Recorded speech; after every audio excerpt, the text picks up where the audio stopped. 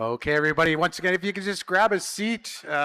Just a note for people who are standing in the back there, that's our entryway. So if you can find a seat and as so we can get things started here. So come on in, grab a seat, and let's get going.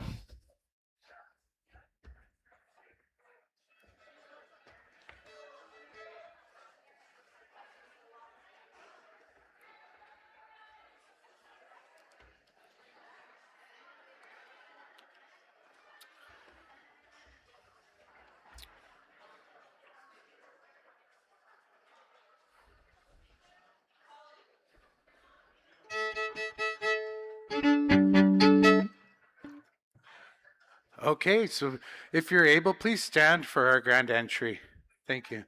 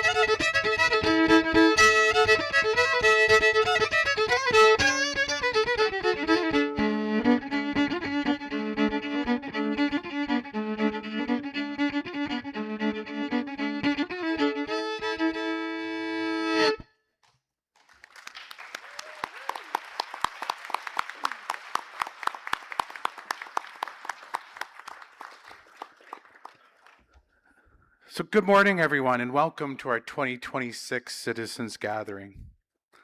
This year, we celebrate 98 years of gathering and mark another year of our nation's dedication to continued growth and unity. Our theme for this gathering is Otipemisiwak Métis Government, or we walk together in a good way.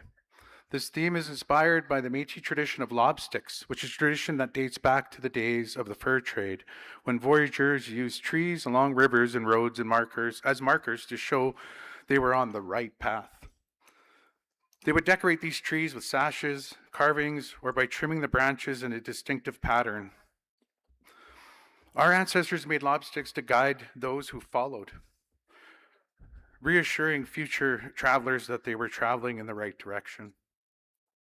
As we walk the path cleared by our ancestors, we pass their lobsticks and understand the trials and tribulations they endured to clear our path for us. Epimotiak mil pimotuan. We walk forward in a good way, pays homage to the guiding nature of the lobstick tradition, and highlights the fact that we are now the ones creating the path for future generations. We are building our lobstick at each citizens gathering we attend. We're forging a path of self-governance. For those who come after us 100 years from now, they're going to look back and they're going to remember the path we carved for them and the lobstick we raised so they can continue the work. So with that, I'm going to look to our elder, Esther Auger, who's going to lead us in a prayer and will start us in a good way. Esther? Thank you, Tyler. Miup mohtiwak, kakip mohtito, kiap takam mohtiwak, muimagiwan sehkao Otipemisiwak. I am very honored. I mean, heartfelt gratitude. I'm very honored to do this, to do the prayers, to lead in prayer. And I am here today because of believing that I have faith and I believe in a power greater than me. And I try my best to try and live right and try and do right. My mom always told me, do right, Esther, do right. I still hear that voice every day because, you know, I can just go in the wrong path too anytime. We'll keep in mind today that many of us are grieving. We need to think about the ones that have passed on. They were here before us. And just recently, there have been some of them that have gone to the spirit realm. What I'm going to do is I'm going to speak and pray in two languages, Nihiaun, my language, and maybe Latin. Will you understand that?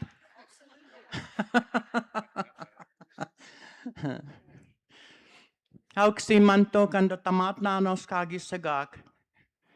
Kahkio kapista uimia kota kahkio kapitaksehkoa isinua kwahia ohtse. Kamio pitaksehkoa. Sawihta kahkia koyutak, sawihta kahkia koyumasihtsigiun kaue pikskuik tantsikaue otinigan uskaya kohtse. Nisohkamaunano makamau mohtiak. Pokanisohkamatuja kota kahkia pokanisohkamauja kas digakawan seniak.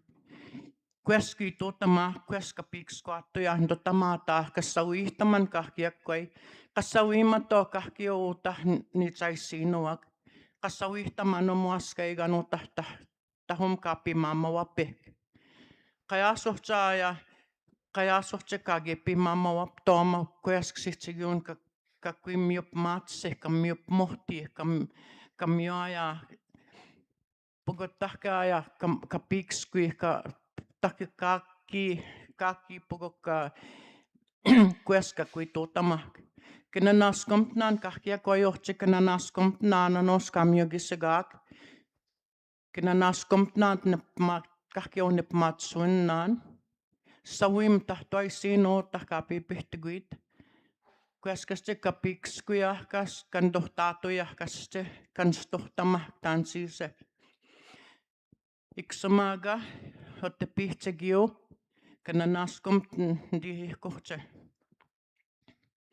Creator, today we come to you to come and ask you to bless everybody here that have traveled far and wide and to get here. I'm glad that everybody had a safe trip. Creator, I ask you to bless each and every one of us here, that we may go on with this gathering, to walk together, to understand each other, to listen to each other, and to talk, like if we have anything that we need to say it, and to guide us. Creator, guide us all the way through. We need your help. You're the strongest one here that can help us all. I thank you for everything. I am very grateful for my life. I'm grateful for everybody here. I'm very grateful to be here. And I am very grateful to lead in prayer. I'm feeling a little bit emotional, Creator, but I'm really happy to be here. Glad to see many new faces. And Creator, help us treat each other kindly, with kindness, to smile at each other, to shake hands or give each other a hug. Help us all the way through. And you know, Creator, carry us at times. Sometimes we can't really walk. Creator, we just thank you for everything. We thank you for this day, and we thank you for this gathering, and we just thank you for all these workers. There's a lot of workers here, and they've come and put this together. We just thank you. We just thank you. We are very grateful to be alive today as the Métis people that walk together. Otipemisiwak Métis.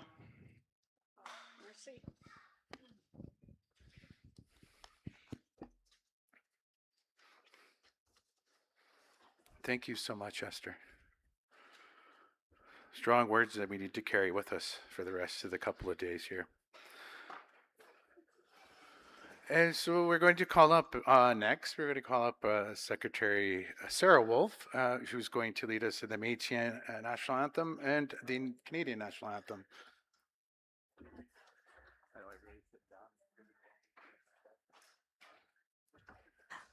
Good morning, everyone. I know many of us just sat down, but if you are able to, please stand back up for the Métis National Anthem and then O Canada.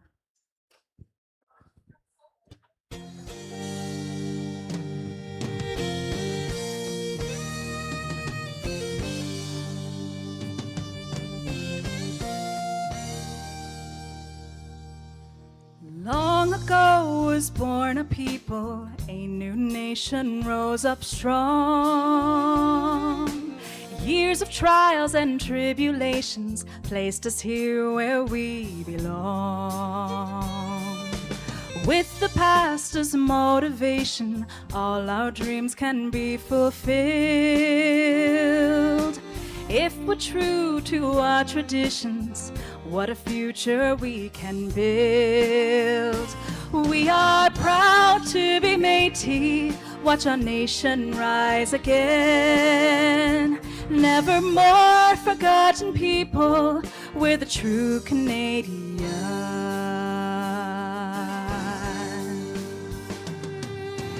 Long ago was born a people, a new nation rose up strong. Years of trials and tribulations placed us here where we belong. With the past as motivation, all our dreams can be fulfilled. If we're true to our traditions, what a future we can build. We are proud to be Métis, watch our nation rise again. Never more forgotten people, we're the true Canadian. We are proud to be Métis, watch our nation rise again. Never more forgotten people, we're the true Canadian.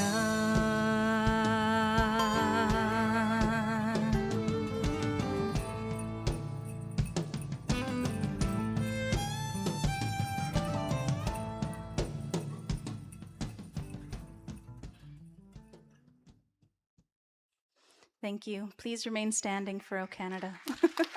Thank you.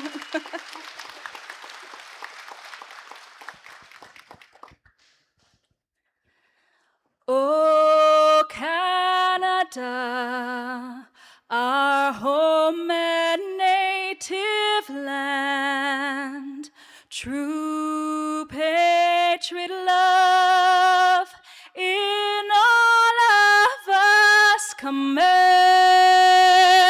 With glowing hearts we see thee rise, the true north, strong and free. From far and wide, O Canada, we stand on guard for thee. God, keep our land glorious and free. Oh, Canada, we stand on guard for thee. Oh, Canada, we stand on guard for thee. Thank you.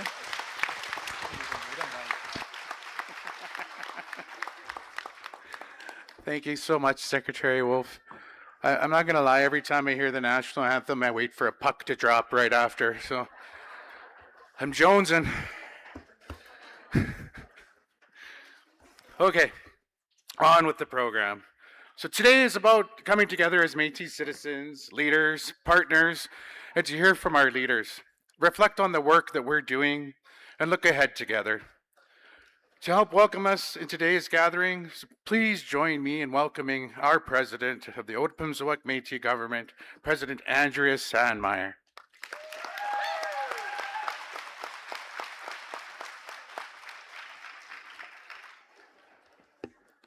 Wow, Sarah, absolutely beautiful. Are you crying, Tyler? Is that what you said? Yep, okay. Me too. That was beautiful. Tanse and good morning, everyone. What a beautiful, beautiful day. Welcome to our 2026 Citizens Gathering. It is so fantastic to be here with you today, to be back together as citizens, as families, and as a nation. To gather together in the Lesser Slave Lake territory on the land that our families have lived on for generations. This is our third citizens gathering as the Otipemisiwak Métis Government, and it is our government's 98th year of gathering. 98 years. 98 years of Métis people coming together.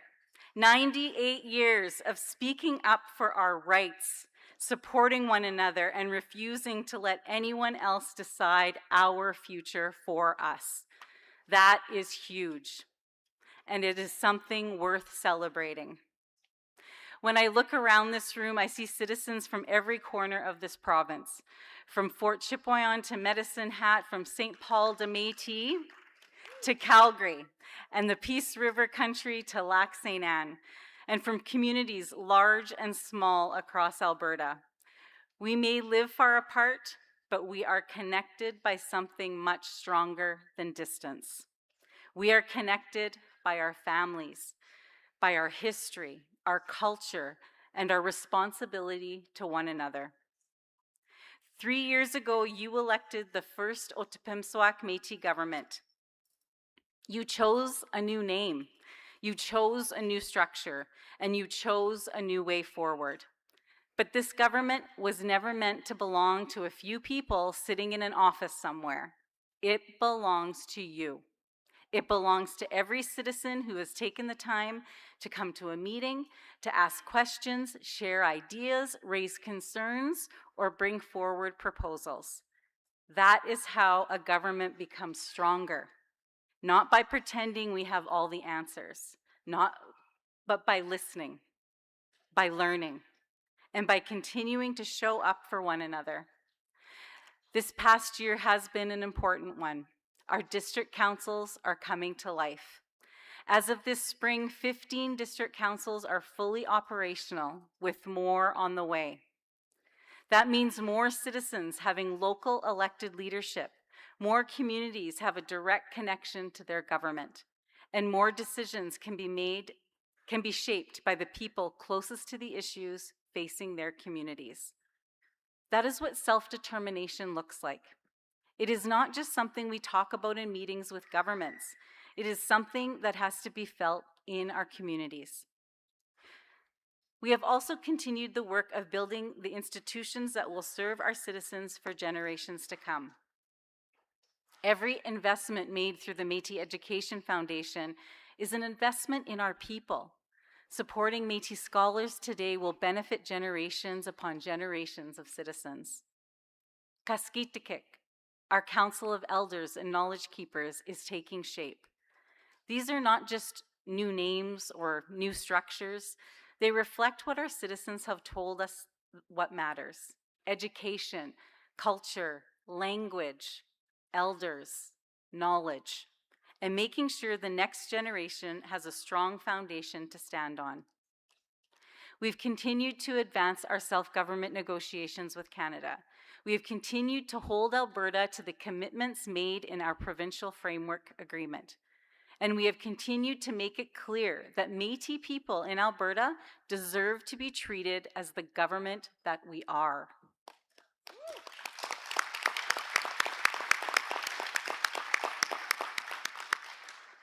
Not as an afterthought, not as a stakeholder to be consulted once decisions have already been made, but as a government with rights, responsibilities, and a future of our own.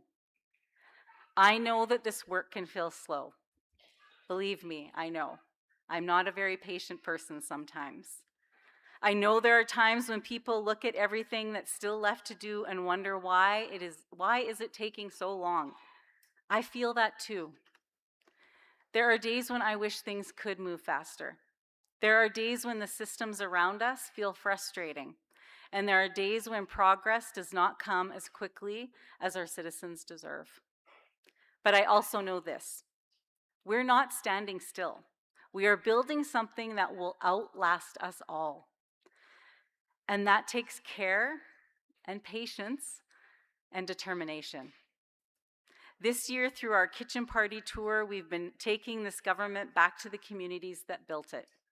We visited 13 communities across the province, gathering in local parks and community halls, listening to the music that raised many of us.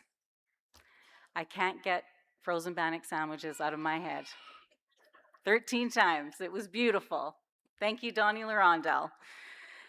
This tour was a chance for our citizens to come together to celebrate who we are, where we come from, and where we're going as a nation. Throughout this past year, I've had countless conversations with citizens in every corner of this province. We have heard your concerns. We have heard your ideas. We have heard what is working and what needs to change. And we've been reminded that the strength of this nation has never come from sitting in boardrooms or writing reports. It has always come from you, the people, the citizens of our nation. It is you who has kept our culture alive. It is your families who passed down what they could, even so much that had been taken from them. It is our elders and our knowledge holders who have carried this knowledge forward. As we move into the future, it is our young people who will find their voices and become the leaders who will lead our nation for years to come. So today, I want to say thank you to every single person in this room who keeps showing up, even when the path was hard. Our ancestors did not have the certainty that we have today. They did not have the structures we are building now, but they had a deep belief that Métis people deserved a future. They held on to the belief through everything. And because they did, we are here. So today, I want to ask you to do two things. First, be a part of this gathering, and you already are. You're here. Ask questions, share your views, bring forward your ideas. This is your government, and your voice matters here. Second, and we do this really well, take time to celebrate. Celebrate the people in this room. Celebrate the progress that we have made. Celebrate the fact that after 98 years, Métis people are still gathering, still organizing, and still moving forward together. We have work ahead of us, we know that. But we also have so much to be proud of. Our government is taking root. Our communities are leading, and our citizens are shaping what comes next. Merci for being here. Merci for your patience, your honesty, and your commitment to this nation. Again, welcome to the 2026 Otipemisiwak Métis Government Citizens Gathering. Thank you.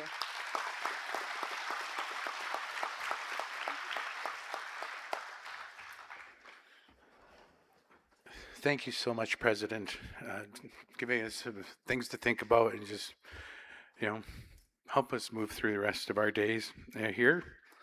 So next up, the work of building strong communities and advancing opportunities for our Métis citizens is strengthened through relationships and government-to-government, nation-to-nation collaboration. So with that, it's now my pleasure to invite up the Honourable Rebecca Alty, Minister of Crown-Indigenous Relations, to share remarks to our gathering. Minister.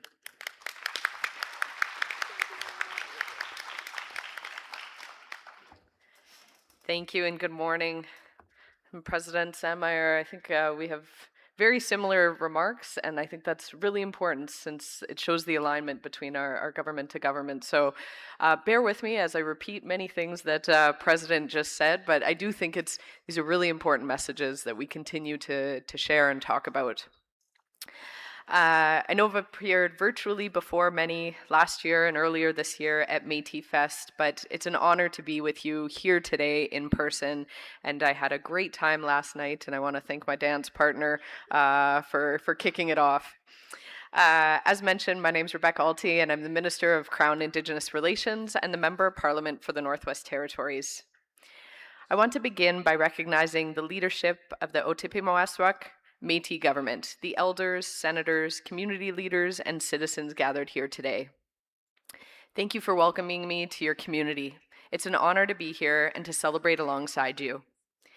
This weekend marks the 3rd annual Citizens Gathering, but it's a much larger history of Métis people coming together in Slave Lake. For nearly a century, Métis citizens have gathered here, building relationships and community, and passing traditions from one generation to the next. That history is an important part of the strength and legacy of the Métis Nation. The history of Métis people on these lands stretches back long before Canada became a country. The generations who came before us shaped this community and helped build the rich culture and traditions that continue to thrive today.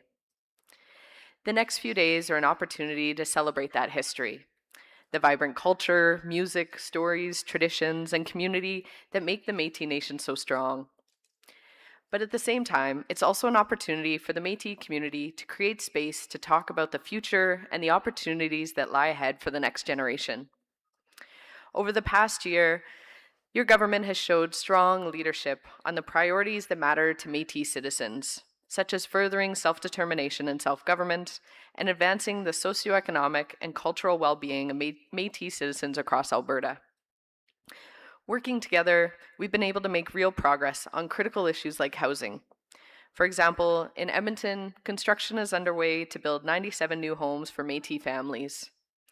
In addition to that, renovations and repairs to 254 homes is underway to ensure everyone has a safe and affordable place to call home. And I want to take this opportunity to thank you for your work and partnership over this past year to deliver on those important projects. This is critical work that is helping create more opportunities and stronger futures for your communities. I look forward to seeing these priorities reflected in the self-government agreement. Finalizing and signing the revised agreement remains a priority for me and the government. We're now in the final stages of consultation process, and we hope to be in a position to initial the treaty in the new year. And like you, President, I'm anxious and always want stuff done, well, yesterday. So again, this continues to be a priority for us. It will mark an important step towards creating a solid and stable foundation for working together as treaty partners. That kind of partnership is especially important as we build Canada strong. As Canada moves forward with major projects to create jobs, attract investment, and strengthen our economy, we need to make sure we're building in partnership with Indigenous peoples and creating opportunities for communities to share in the benefits.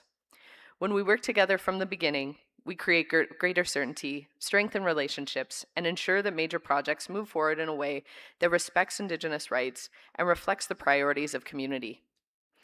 Your government has been clear about the importance of meaningful participation in major projects, and as a government, we share those views. We have a duty to consult with Métis partners and Indigenous leadership when discussing transformative infrastructure projects that could potentially affect them. Moving these projects forward requires meaningful consultation with Métis governments and Indigenous leaders from the beginning. It requires listening, mutual respect, and a willingness to work together.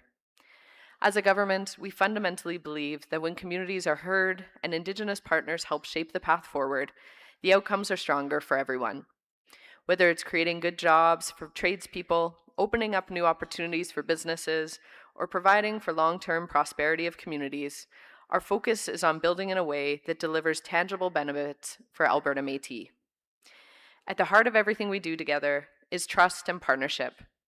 Real progress happens when we walk forward side by side with respect, collaboration, and a shared commitment to self-determination and prosperity. As we move forward, I'm looking forward to working with the Otipemisiwak Métis Government to support strong communities, cultural connections, economic opportunity, and the priorities identified by Métis citizens. To everyone attending here this weekend, I hope you take the time to reconnect, celebrate, and enjoy being together. Celebrate your culture, share your stories, listen to one another, and enjoy the food, the music, and the friendships that make these gatherings so special. So once again, thank you for welcoming me here today. Thank you, merci, and marcy. Want to make sure I don't take your notes? Yeah. Thank you very much. She's going to take all our notes. Left my notes here. I was sure she was going to take them, but she didn't. Very kind. Okay. Thank you so much, Minister, for greeting and to being here in person. We really don't get that very often, do we? So next up, we're going to have greetings brought forward for the Métis Nation of Ontario. I just call him Mitch Case. He has a title. I think it's Secretary. Yeah, he doesn't care. Okay, well, we'll call up Mitch Case here to bring greetings on behalf of the Métis Nation of Ontario.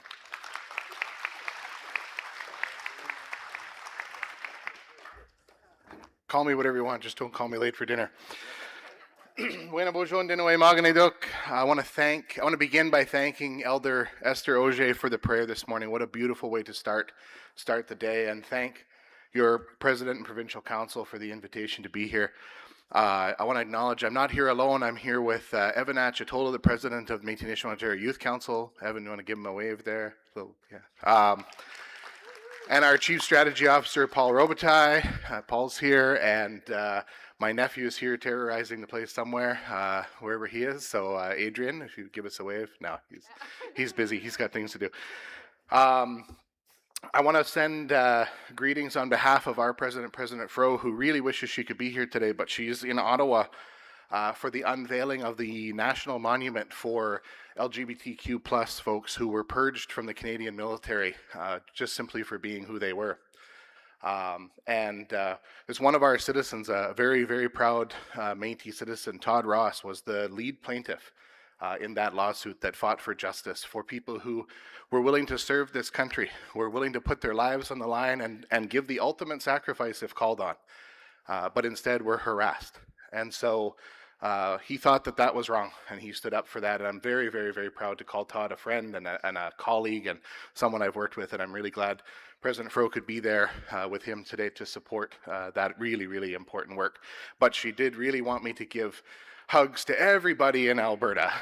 But like, I got a flight tomorrow, that's not going to work. But seriously, wonderful greetings on behalf of President Fro, and she really wishes she could be here. I want to thank President Pruden and President Sandmaier, and I haven't seen Joe yet.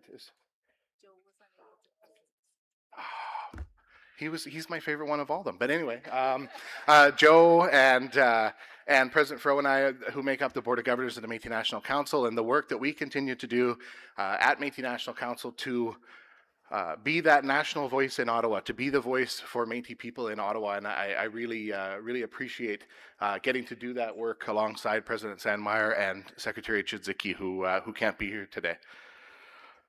I also want to say I would be remiss if I didn't acknowledge that this has been a hard year for Otipemisiwak Métis Government.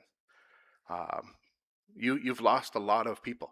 You've lost elders and young people in your communities, and that can take its toll, right? It really can take its toll on us as individuals, on communities, and on the nation as a whole. When we come here and we see so many friends and relatives that we're looking forward to seeing, but there's someone who isn't here, right? Or multiple people who aren't here.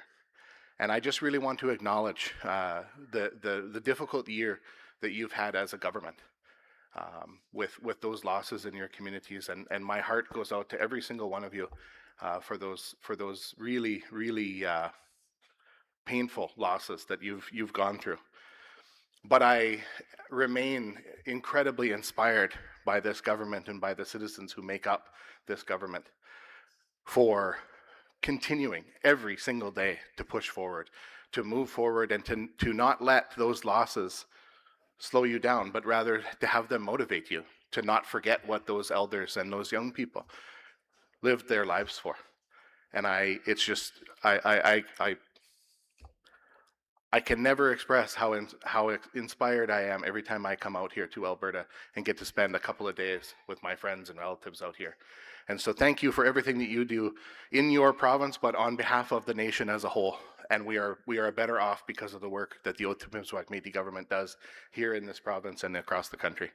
So thank you, and I wish you a wonderful assembly, and I'm looking forward to a couple of days visiting with old friends and new friends, and it's going to be a great couple of days. So thank you.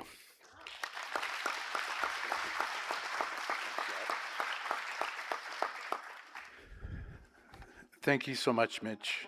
I was going to call him Mitchell, but I'm not mad at him, and I'm on his mom. So, yeah, thanks, Mitch, for that. And it has been a tough year, but you know, a lot of our folks would want us, I think, to keep moving and make this happen and make it good, right? They were all strong supporters, and they were behind us in the move for our recognition of self-government and our self-determination. So we got work to do. Next, I'm going to call on the President of the Métis National Council, Victoria Pruden.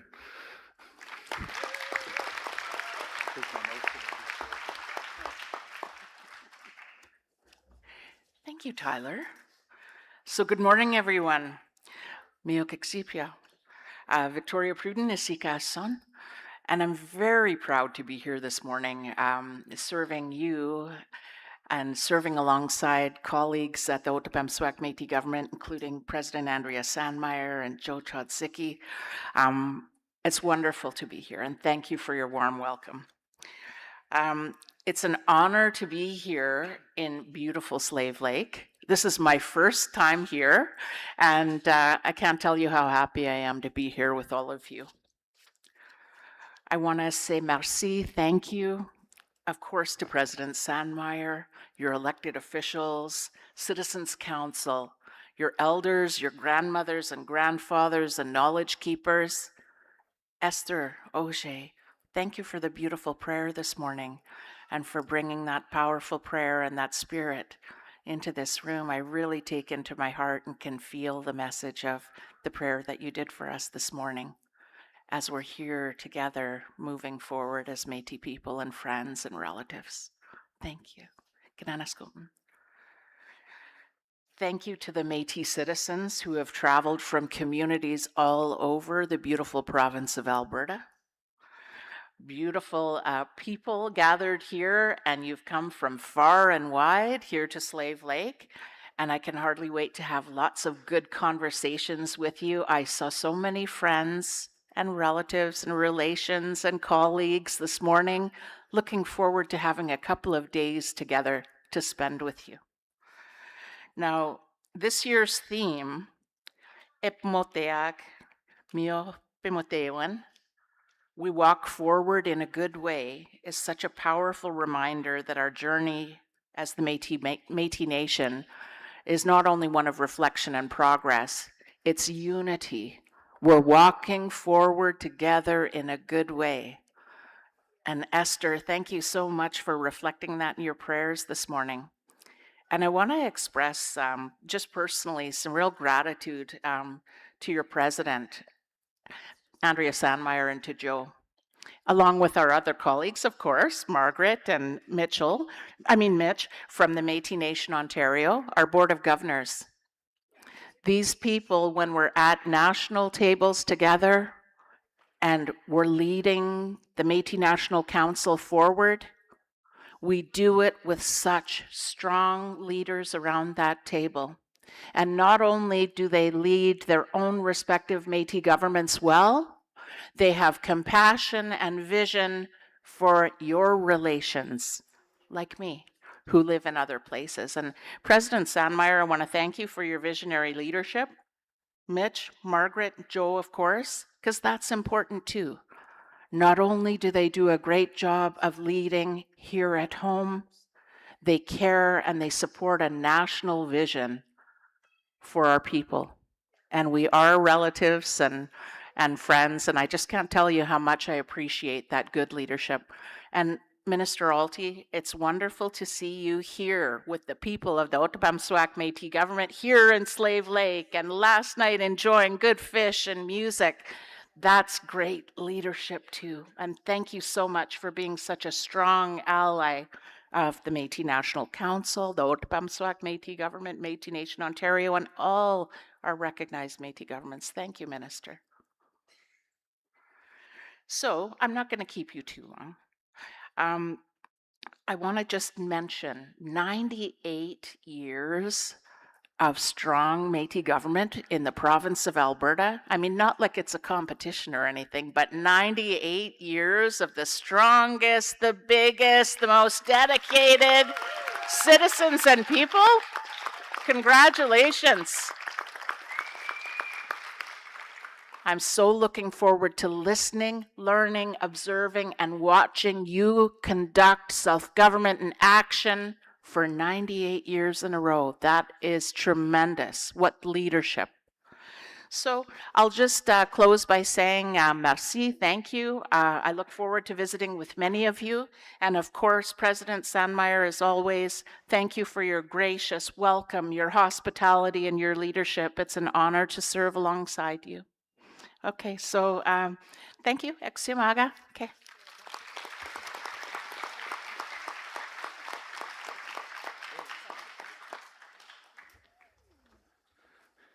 Thank you, President Pruden.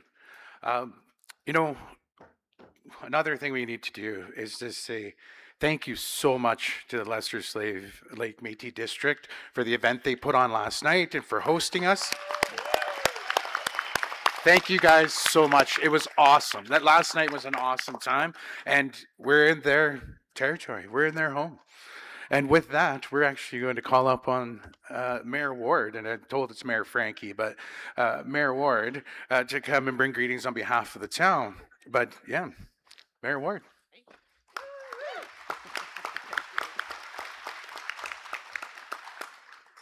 Good morning, everyone. And for those I haven't had the chance to meet yet, Mayor Frankie Works, and most people know me as that. And on behalf of Council and the entire town of Slave Lake, it is truly my pleasure to welcome you to our community. I want to start by saying how genuinely grateful I am that you have chosen Slave Lake to host this year's annual gathering. Having all of you here in our town for such an important few days is something we're incredibly proud of. And since you're here for a few days, I should probably give you a warning about Slave Lake. This place has a habit of keeping people. You come for a weekend. You take a job opportunity that's only supposed to be a few months. You tell everyone back home, I'm not going to be staying. And then somehow, the next thing you know, it's been 10 or 20 years, and you know half the town, and you're a lifer. So fair warning. I've actually apparently reached the point in my own Slave Lake residency where I've been here long enough that I'm being written into people's high school stories, even though I didn't grow up here. So it's a milestone I wasn't entirely sure I was prepared for, but I do think there's a reason people stay, and that's why I give that warning. There's something about this community that gets into you.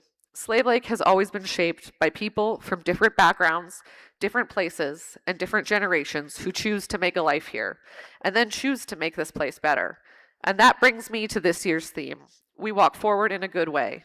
I want to take a moment to recognize our own Métis district, and in particular our district captain, Brenda, along with the district council, staff, elders, and citizens who do so much in our community. Because when I heard this year's theme, I immediately thought about what I've seen from our local Métis leadership. They are among the first to reach out when something is happening in their community. They show up for all the events and gatherings. They invite others in. They look for opportunities to work together rather than separately. And to me, that is what inclusion actually looks like. It isn't something we put in a strategic plan or say because it sounds good. It is making the phone call, extending the invite, showing up, and sitting at the same table, listening to one another and learning from another, government to government and citizen to citizen. It's choosing over and over again to walk forward together. And sitting in the mayor's chair, I am incredibly grateful to have organizations and leaders in our community who share that belief. I don't think any one organization or government has all the answers, as President Sandmaier had said.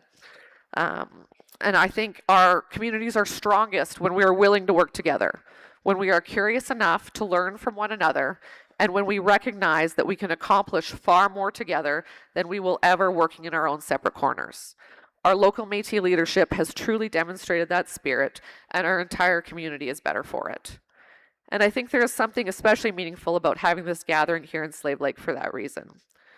So there's an incredible amount of history behind you, and there is also so much ahead. Over the next few days, I know there will be important work and meaningful conversations, but I also hope for you that there is a lot of laughter, storytelling, reconnecting with old friends, meeting new ones, and maybe a jig or two. And while you're doing all of that, I hope you have a chance to enjoy our beautiful town. Although, not too much, because you know how that story ends. You come for the gathering, you find a job opportunity, and you think you'll stay for 6 months. Now you're a lifer and you're being written into high school stories where you did not go here. So on behalf of Council and the town of Slave Lake, and from me personally, welcome to our home. We are genuinely honored to have you here, and I hope you feel at home in our community over the next few days. And if any of you are still here 6 months from now, don't say I didn't warn you. So thank you for choosing Slave Lake, and I hope you have a beautiful gathering.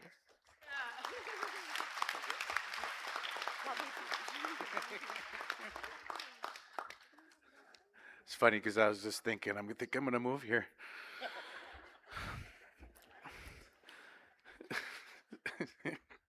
So, you know, it's important to hear from the local leaders in the territories that we're in. And so with that, it's my pleasure to call up Reeve Kerik from the, nobody gave me notes, I believe it's the Lesser Slave River? Yeah, see? Saw the sign on the way in. Lesser Slave River.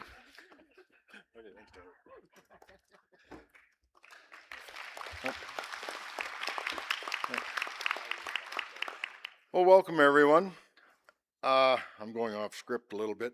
I was blown away this morning when I came in and saw so many people. This is not what I expected. I expected maybe 100 people. So, congratulations, this is impressive. On behalf of the Municipal District of Lesser Slave River, it's my great pleasure and honor to be here with you today as we celebrate 98 years of community, connection, culture, and the continued journey of the Métis Nation. We've only been a municipality since '95, so I mean, we're a long ways behind. But I'd like to begin by recognizing the Métis government, its leadership, citizens, elders, families, and all those whose dedication and hard work continue to strengthen the Métis communities and support the ongoing journey towards self-governance. This year's theme, We Walk Forward in a Good Way, is a great reminder of how far the Métis Nation has come and the importance of continuing to move forward together. Events like this are so valuable because they bring people from across our region together, create meaningful connections, celebrate culture and traditions, and help build stronger, more connected communities for the future. The MD of Lesser Slave River is proud to support strong relationships and partnerships with the Métis community, and we look forward to continuing that work together. I'd also like to extend a sincere thank you to the organizers, volunteers, leaders, citizens, and families who have worked to make this gathering possible. Your time, effort, and commitment are what makes an event like this such a success. Congratulations on 98 years. I hope everyone has a wonderful few days filled with connection, celebration, and the opportunities to honor the rich history and traditions of the Métis community. As we look towards the future, let's continue to walk forward in a good way together. Thank you.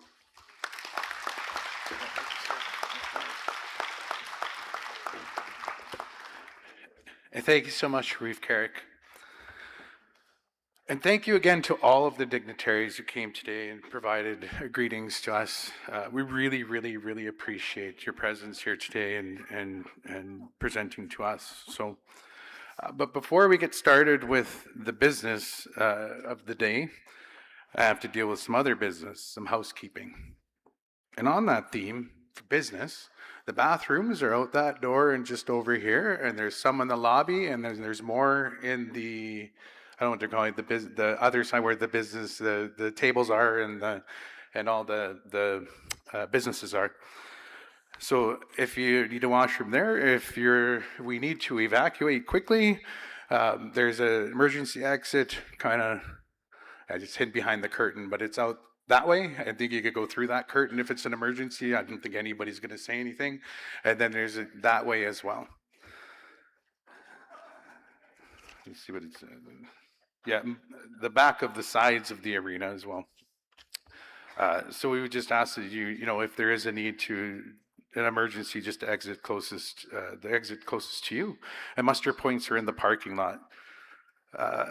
If you are a citizen, please ensure you register. The citizens registration table located in the lobby when you walked in. I'm guessing most people have, but if you haven't, that's where you go.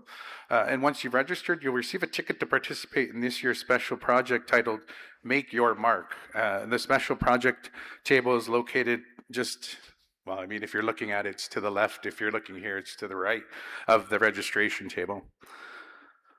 My notes. And the Elders Lounge, you probably saw as well, they'll be live streaming the business meeting, and that's just when you walk in. If you're walking into the doors, it's to the left, but it's to the right here. And the Artist Market Department Showcase, that's what it's called. And CFS and youth activities will be open from 10 a.m. to 4 p.m. So make sure you take a moment and check everything out. If you have any questions, you can direct them to the information booth that's located out in the lobby just to the left of the doors.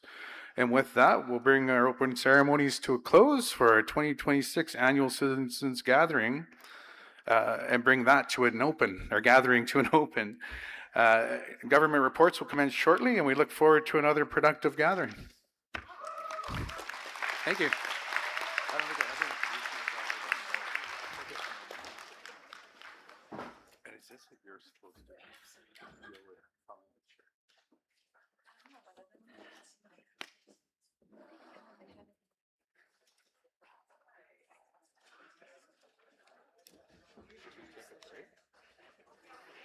I mean, we're early.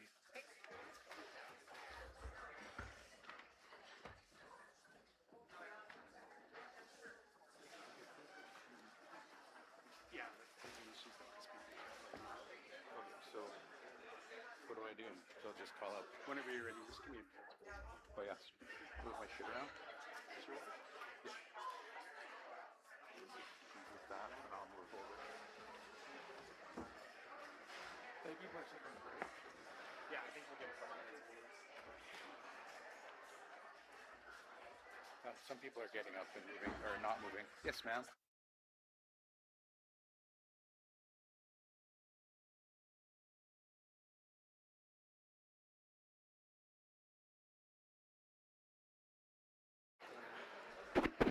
Hi, everyone. I just wanted to take a moment. It's me, Victoria Pruden again. I had my notes in front of me, and I neglected to mention a very, very important part of this gathering are Métis veterans. I really want to thank and acknowledge our Métis veterans.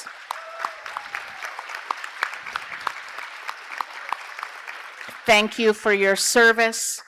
Thank you for the flag party. Thank you for always representing and for everything that you've done for us, but also for Canada. So thank you, and please accept my apologies for not reading my speech correctly. So thank you, dear veterans. Say.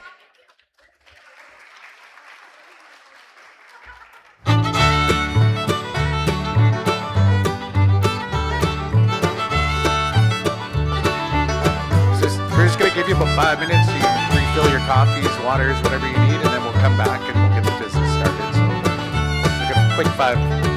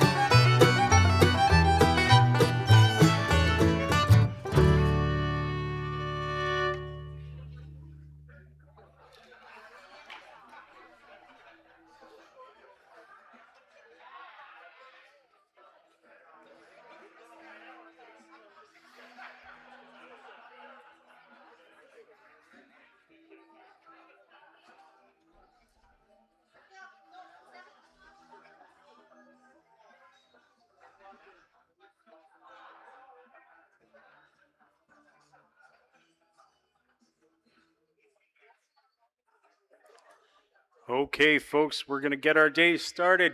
Would it be a Métis event if we didn't run a little behind? I don't think so. So, before we get started and call the official business meeting to order, my name is Garrett Tomlinson. I'm going to talk through a bit of the overview of the day and the procedures that we're going to run through. But before I do that, can we give a big round of applause for your Master of Ceremonies, Tyler Fetch, who did a great job getting us started this morning.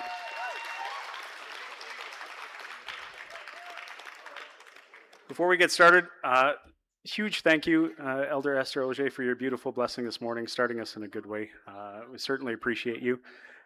Thank you to all of our Métis elders and knowledge keepers for joining us today, to our veterans and first responders, for the dignitaries for joining us, and especially to you, the citizens, for joining us here today.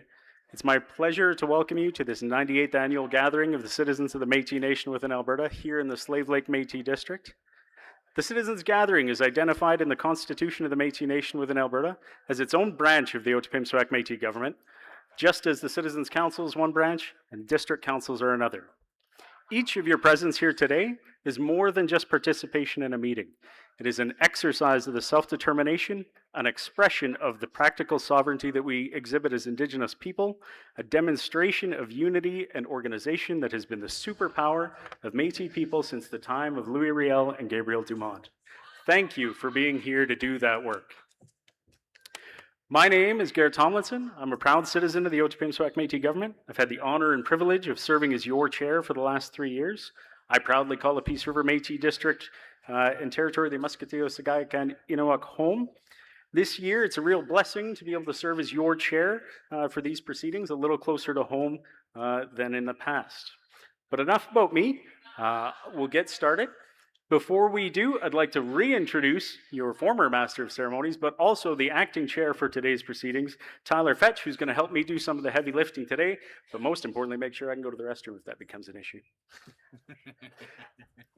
So, I'm going to briefly go over what you can expect from the business of the next 2 days and the why of what we're all doing here. We'll talk about the purpose and responsibilities, the difference between our former annual General Assemblies and the citizens' gatherings that we hold today, as well as the rules of procedure for today. As I mentioned, the citizens' gathering is identified in our Constitution as its own independent branch of the Otipemisiwak Métis Government. As a branch of government, it too has its own purpose and responsibilities. The gathering is convened by the Citizens' Council serves as a political space where citizens can hold their government accountable, table proposals, and provide your views on the future direction of our government. As set out in Chapter 14 of the Constitution, the Citizens' Gathering is convened each summer to serve as a forum for the President's report to citizens, annual reports to citizens from the Otipemisiwak Métis Government, its departments and officers, updates on matters of critical importance to the nation, and to allow you citizens to ask questions, provide your views, and table proposals of recommendation to the government. There's support for citizens who wish to table citizen proposals with resources and staff to assist today and tomorrow. It's outside at the registration table. They may just be wrapping up. Resources will be available at that table, though, in paper form for the entirety of the time registration is open. You can also approach the clerk where the sign over in the corner says clerk support, and they'll confirm the spelling of your names for minute taking when supporting a motion.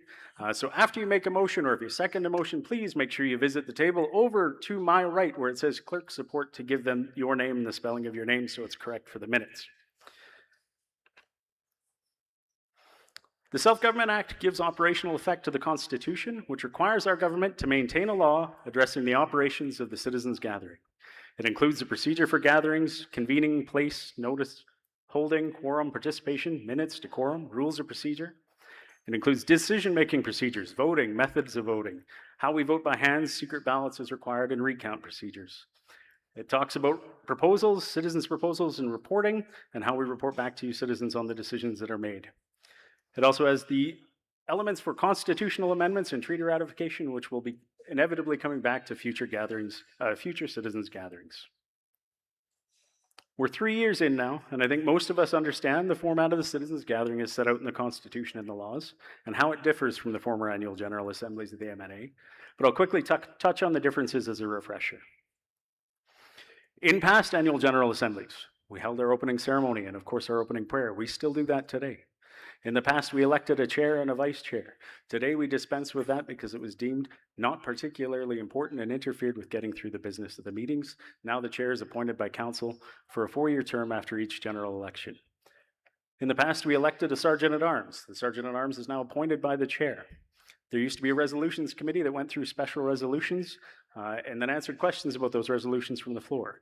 Now special resolutions are only resolutions that deal with bylaw changes, so the office of the chair goes through those as they come in and deals with them operationally. In the past, the only mandatory reports were the president, the vice president, the secretary, and the treasurer.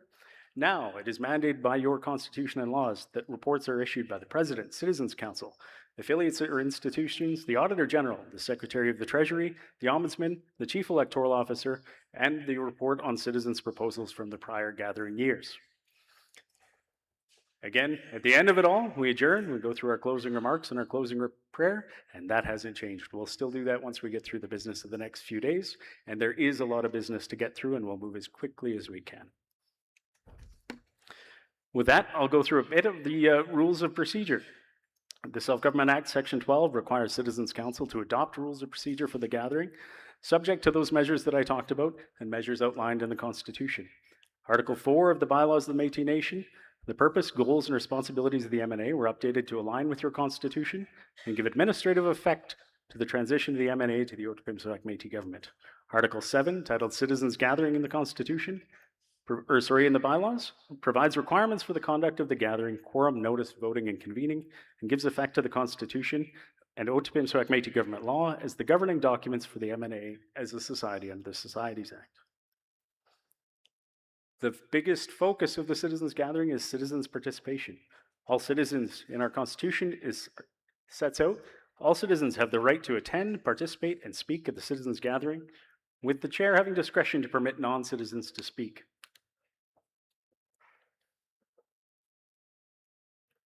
The avenues of participation for this citizens gathering are attending in person as a citizen and being registered. Everyone who's registered and has an orange wristband on their wrist, please raise your hands. Okay, that's a good start.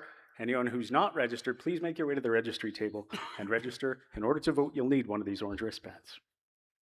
Any official language may be used in the proceeding of the citizens gathering. For this convening of the citizens gathering, I'd like to introduce Louis Belrose, who is the official Cree interpreter for the citizens gathering. I think Louis was in the room. He may have stepped out. Is Louis in the room? We will make sure when Louis is in the room that he stands and will identify him if you require the services of a Cree interpreter.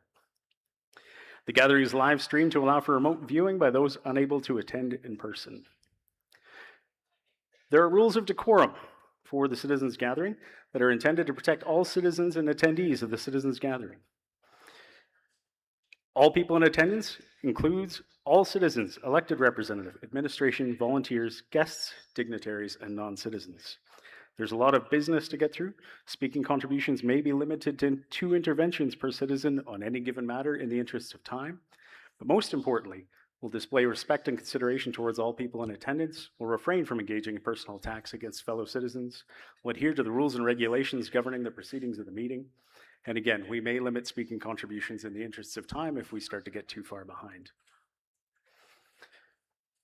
Unacceptable conduct includes engaging in personal attacks directed at another citizen, staff member, elected official, officer, or guest of the Otipemisiwak Métis Government, inflicting physical or verbal abuse or threat of same upon any citizen, staff member, elected official, officer, or guest of the Otipemisiwak Métis Government.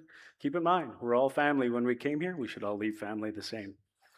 Interrupting or disrupting any speaker without justification is prohibited. The use of posters, signs, banners, or other similar forms of political messaging are also prohibited.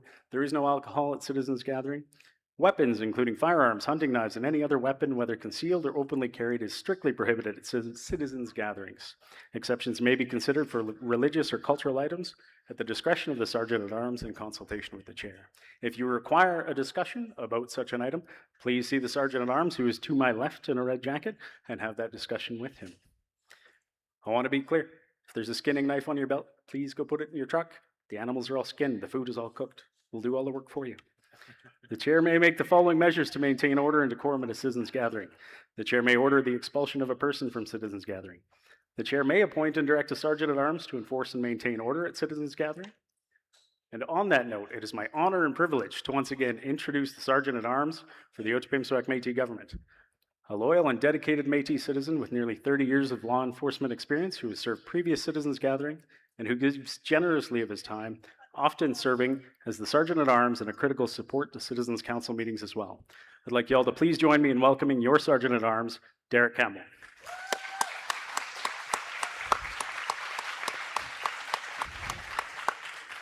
Sergeant Campbell is a senior investigator with the Police Review Commission, an independent civilian-led body investigating police conduct. Before that, he spent 26 years with the Calgary Police Service, where he focused on investigating child abuse, domestic violence, while developing the prenatal outreach response team.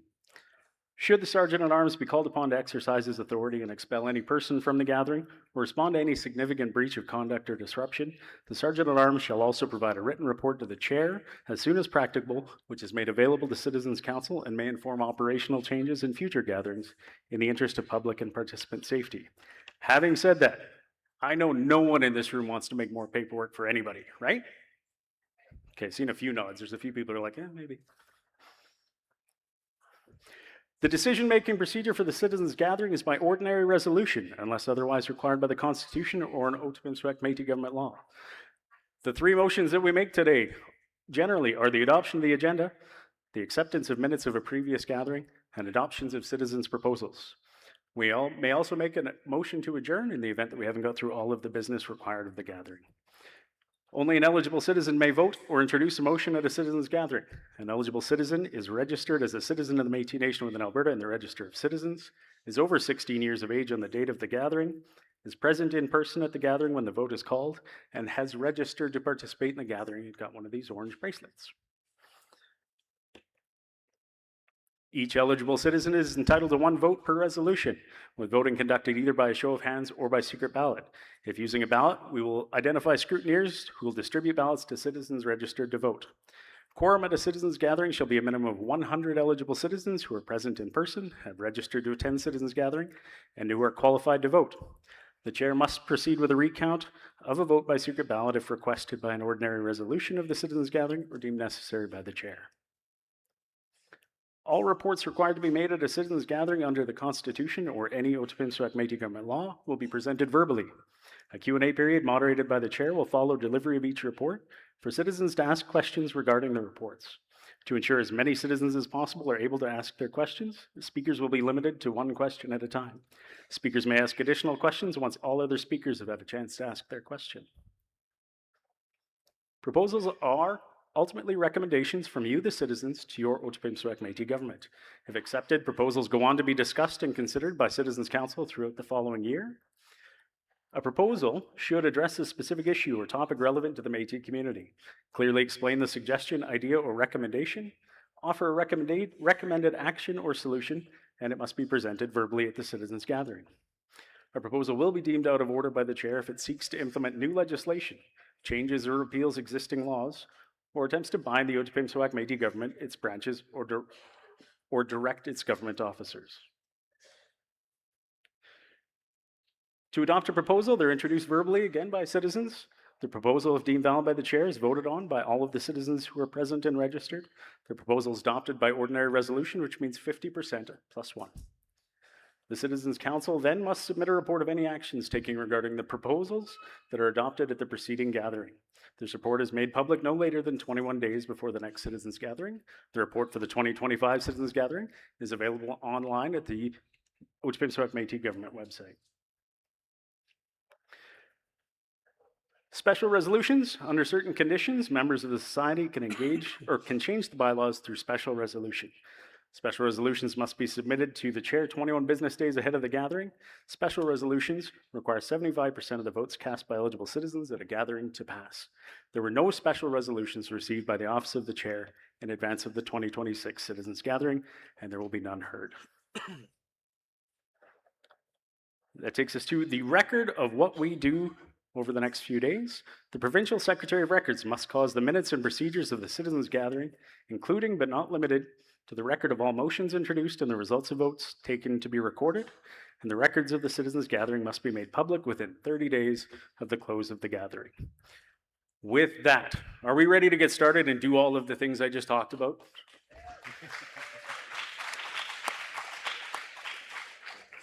Perfect. So with that, we'll get into the business of the day, and I will call the meeting to order, and I will look to our registrar, Sean McKay, to approach a microphone and advise whether quorum has been achieved by registration as recorded by the registry. Registrar McKay, microphone number 2. Good morning, Mr. Chair. So I can confirm that at 10:27 a.m. there are 386 citizens registered for the gathering.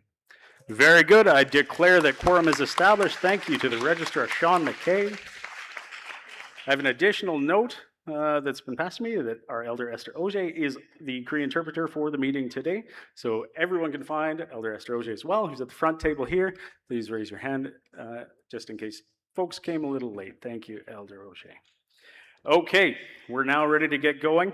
The agenda for the business meeting and for the next 2 days was in your program, a little book like this that was in the bags when you registered. You all should have got one. I will look to the floor for a motion to adopt the agenda. If someone could approach a microphone and state your name and your district, and a motion to adopt the agenda, please.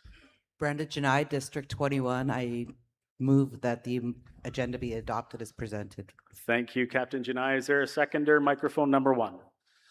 Trevor Ward, Rocky View Métis District 4. I second it. Very good. There's a motion properly on the floor to adopt the agenda as presented, which is in your programs. If you don't have a program, there are books up at the front table. Any questions on the motion? Discussion? Debate? All those in favor of the adoption of the agenda, and we'll get started. All those opposed? Carried unanimously. Thank you. We will get going. The next order of business before you, I will look to our Secretary of Records, Sarah Wolfe, who will join us to bring forward or to introduce the minutes of the 2025 Annual Citizens Gathering of the Métis Nation within Alberta. Please join me in welcoming your Secretary of Records, Sarah Wolfe. Thank you, Mr. Chair. Good morning, everyone. It's so lovely to see you all. You can find the 2025 Annual Citizens Gathering meeting minutes at the back of your 2025-26 annual report. It's on page 190. There is one change I would like to make note of on page, let me find it here. Keep flipping. Okay, on page 200, proposal number 5, it is moved by Cameron Alia Bouvier. And that same person also made the motion on proposal number 10.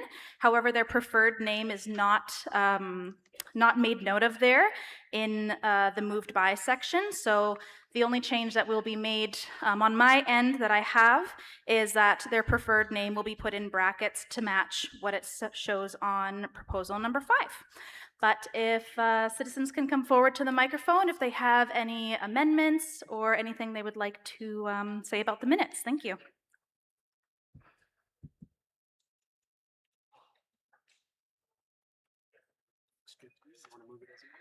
All right, I don't see anybody coming forward to the mic, so Mr. Chair, I would like to accept the meeting minutes as amended. Thank you. Thank you, Madam Secretary. So Secretary Sarah Wolfe moves the minutes of the 2025 Citizens Gathering as amended. Is there a seconder? Microphone in the middle, which doesn't have a number, which we're going to take care of real fast. Madam President. Andrea Sandmaier, St. Paul Cold Lake District. I will second that motion. Thank you, President Sandmaier. Is there any discussion to the minutes? Debate? Seeing none, is there any opposition to adopting the minutes as amended? Okay, all those in favor? All those opposed?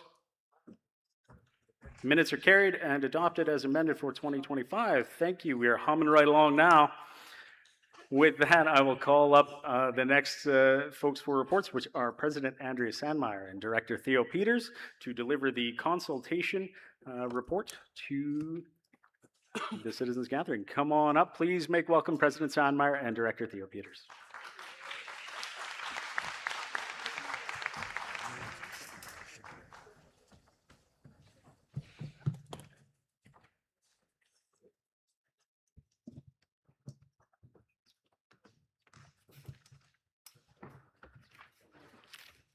You guys are going to hear a lot from me today. I apologize. I just want to first introduce you all to our interim senior executive officer, Daniel Kwan Watson.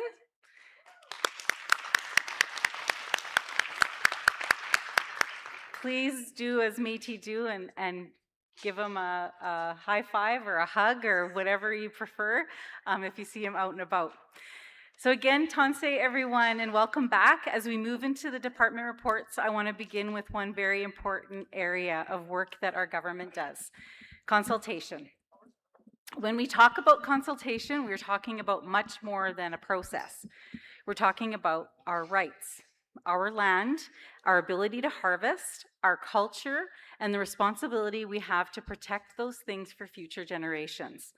For me, this work is directly connected to self-government, to self-determination. It is about making sure decisions that affect Métis citizens are not made without Métis citizens. It is about ensuring our government is respected, our districts are supported, and our collective rights and interests are protected. Over the past year, I've continued to work closely with our team as we strengthen how consultation happens under the Otipemisiwak Métis Government. A major part of that work has been supporting district councils as they take on their constitutional authority to conduct consultation and accommodation on behalf of the citizens in their districts. That transition is significant. It requires training, tools, technical support, strong internal processes, and clear communication with industry, regulators, and other governments about how to do this work properly and how to work with us properly. This is not always the work that gets the most attention, but it is some of the most important work that we do. It is how we make sure our government is at every table early. It is how we make sure our people are heard before decisions are made. And it is how we continue building the systems needed to exercise self-government in a real and practical way.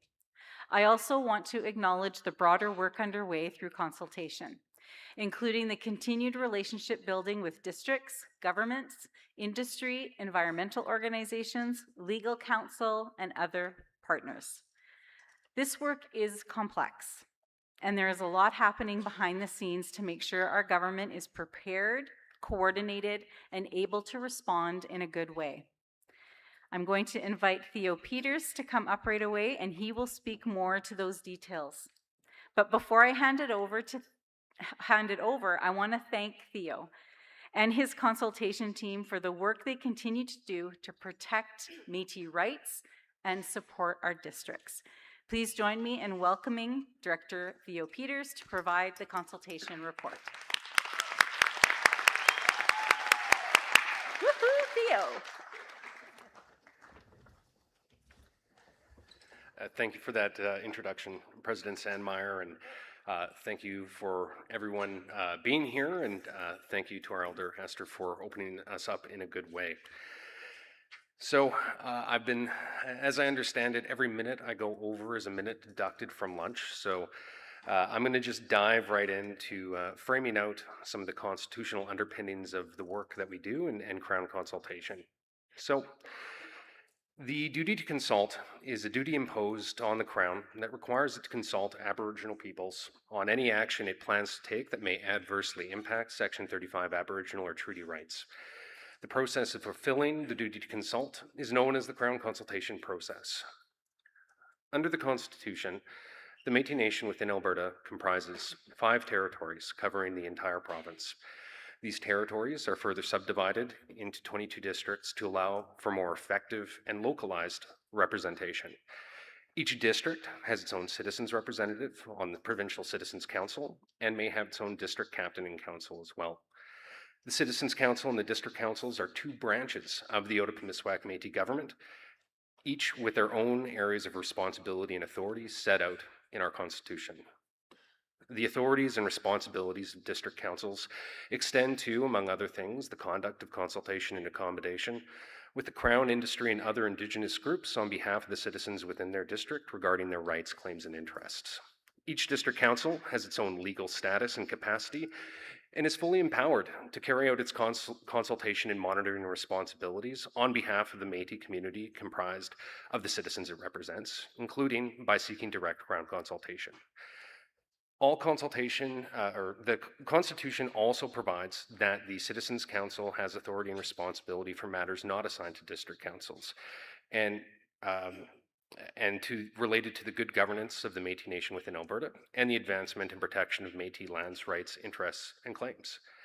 Where a Crown decision or action has the potential to impact one of our Métis communities at the regional level, the Constitution prescribes that the district councils of each territory shall establish procedures to coordinate their work in conducting consultations in relation to the rights, claims, and interests collectively held by the Métis community of the territory they represent.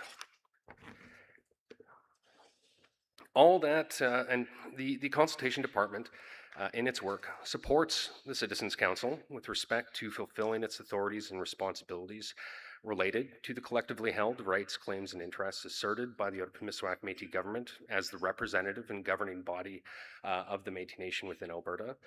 And the Consultation Department works to support district councils as well, providing technical and administrative support to district councils in carrying out their authority and responsibility for Crown consultation. All that is to say, the Consultation Department supports the Otipemisiwak Métis Government's role overall in Crown consultation and in its tireless efforts to protect and advance Métis rights here in Alberta. Over the last year and those before it, one thing has remained constant: change. The Consultation Department continues to evolve, adapting our operations to the shifting needs and priorities of the Otipemisiwak Métis Government and the changing approaches of the federal government regarding the development and regulation of infrastructure and natural resource projects. Our stakeholders consist of a broad network of district captains and councils, secretaries, and citizens representatives. Our stakeholders include Métis citizens, from youth to elders, knowledge holders, land users, business owners, and everyone in between. Other Otipemisiwak Métis government departments as well, such as environment and climate change, self-government, intergovernmental relations, and registry and harvesting. And, of course, federal departments of Canada, including but not limited to Department of Fisheries and Oceans, Indigenous Services, Parks Canada, Natural Resources Canada, and the Impact Assessment Agency, and most recently, the Major Projects Office. As with every year, we had a large number of priorities and activities in addition to the ongoing administrative and technical support that we provided on Crown consultation projects. And I'll try and get through as many of them as I can here. We also have a booth set up at the department showcase where we can talk a bit more in depth about these and any other activities you may have heard of, but that weren't able to fit into this presentation. So this last year, we concluded the PICS program, which was created to promote and increase cultural safety for Métis women, youth, and 2S LGBTQ QIA plus community members, and to document and better support the experiences of these groups. This project ended with a final PICS summit and the presentation of a final report. We also wrapped up our BATS of Alberta Training and Support Program, or BATS program, which combined research with Métis citizen education and engagement to better understand practical ways the Otipemisiwak Métis government can support the recovery of Alberta's migratory bat species. Another project that we completed was engagement on our Indigenous Ministerial Arrangements Regulations, or IMARs, concluding with a leadership engagement in Edmonton where participants stressed the importance of a distinctions-based approach and the importance of being involved in a regulation of energy projects over their entire life cycle. Throughout the year, we also continued to engage in ongoing training in geographic information systems, acquired additional software to support new ways of capturing and sharing data, with a focus on developing ways to increase external accessibility of mapping tools to districts and citizens.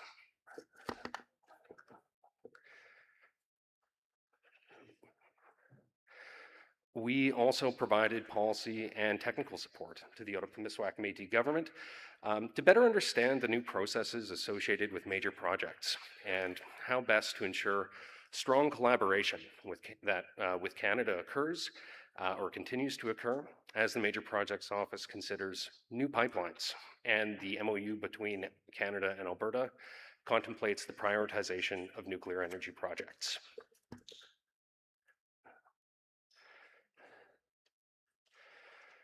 We had a large number of priorities last year, some of which have carried over into this year. Among them were updating the Federal Consultation Agreement. So in late March of 2025, we signed an amendment to the M&A Canada Consultation Agreement. And over the last year, we have continued to work with Canada to advance additional changes to the agreement that would see it fully integrate and reference the new governance structures of the Otipemisiwak Métis Government as part of the protocol. We have been evaluating the consultation notification system, which is, a key part of the consultation process, is being notified that a project is occurring. And in addition to continuing to promote that current system for notifications and forwarding to government and industry, we have been evaluating the efficacy of this system and developing better ways to generate statistics for reporting purposes. Core to the Crown consultation process is relationship building.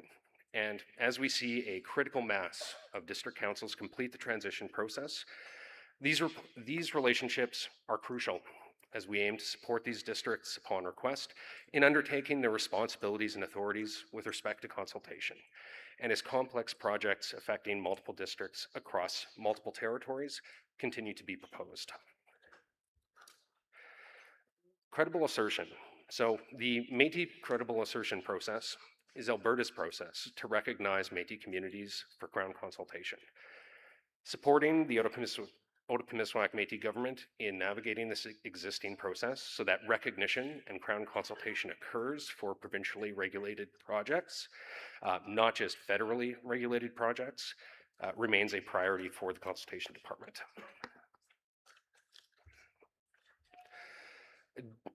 As has been mentioned, district councils have the authority to undertake Crown consultation on behalf of the citizens in their district. We continue to engage in constructive dialogue with districts and adapt and develop processes and materials to help district councils do this important work, including the development of technical resources such as maps and briefing notes, supporting submissions to proponents and regulators, and coordinating tabletop studies. So what's next? This next year is all about meeting with district councils, better understanding their needs, and supporting them as they support you and your rights in Crown consultation. Changes to the regulatory processes that govern large, impactful projects mean it's more important than ever to work together, and we are here for that exactly. How am I doing for time? Okay, all right. I have a couple project highlights, but before I zip through that, I just want to take a moment, if they're comfortable, for consultation department staff to stand up and be recognized. A lot of them are actually working the event, so I see one person, a couple in the back here.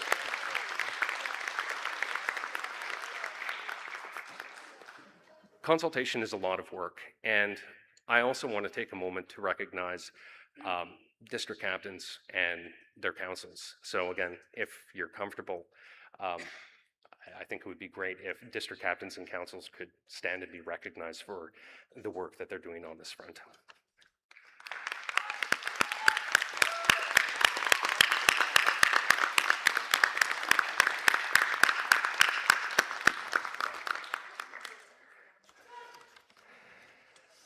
All right, these are all just pictures, and I'll whip through them. These are a couple pictures from our PIC Summit, which shows here a sharing circle and collaboration on cultural safety kits. Again, some of our elected officials working through a cultural workshop, doing some beading, and the great turnout we had at Métis Crossing for our final summit. These are some images from our drone work, showing on the left a berm at Dixon Dam. Hard to get a sense of what that really looks like from an on-the-ground photo, but from a drone you can see there's a lot going on in the right-hand photo. We have also been exploring new ways to preserve digitally historic sites using digital reconstructions from cameras. And we are also looking at using drones in this work as well. If you want to learn more about this, feel free to find me and stop by. I can give you a short demo on my computer. Maps remain an important part of the work that we do, both in terms of understanding the context of projects within the administrative boundaries of the Otipemisiwak Métis Government, as well as for planning site visits, understanding areas of importance, and understanding projects in relation to areas where rights are being exercised. Part of gathering information to find out where rights are being exercised is through tabletop studies, in this case a really long tabletop study where we have taken a series of maps and printed out the pipeline right-of-way and have essentially had people walk along the table to walk the right-of-way. And of course, field work is important too. It's one thing to look at maps on a table. It's another to take knowledge holders, land users, and elders out on the land. So thank you for your attention, and we'll turn it over for questions.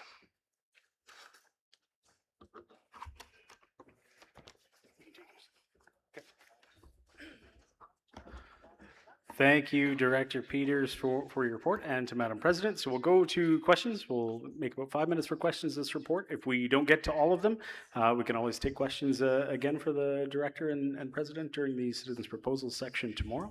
So don't be too upset if we don't get to everybody. Microphone number 2. Good morning. My name is Louise Alchurch. I am a councillor from District 8. My question is, can we start getting this training, because these programs that you guys are talking about are fast forwarding and our citizens are asking who's looking out for us.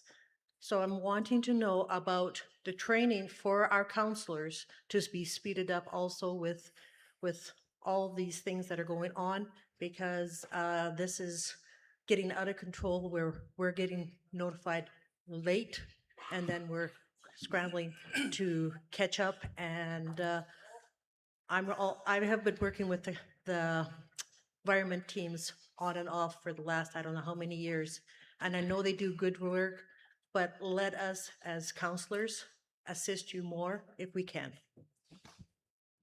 Director Peters. Yeah, thank you for that question. I really appreciate that. The Consultation Department is always happy and willing to set up training sessions to discuss consultation projects. We have, so your district. 8.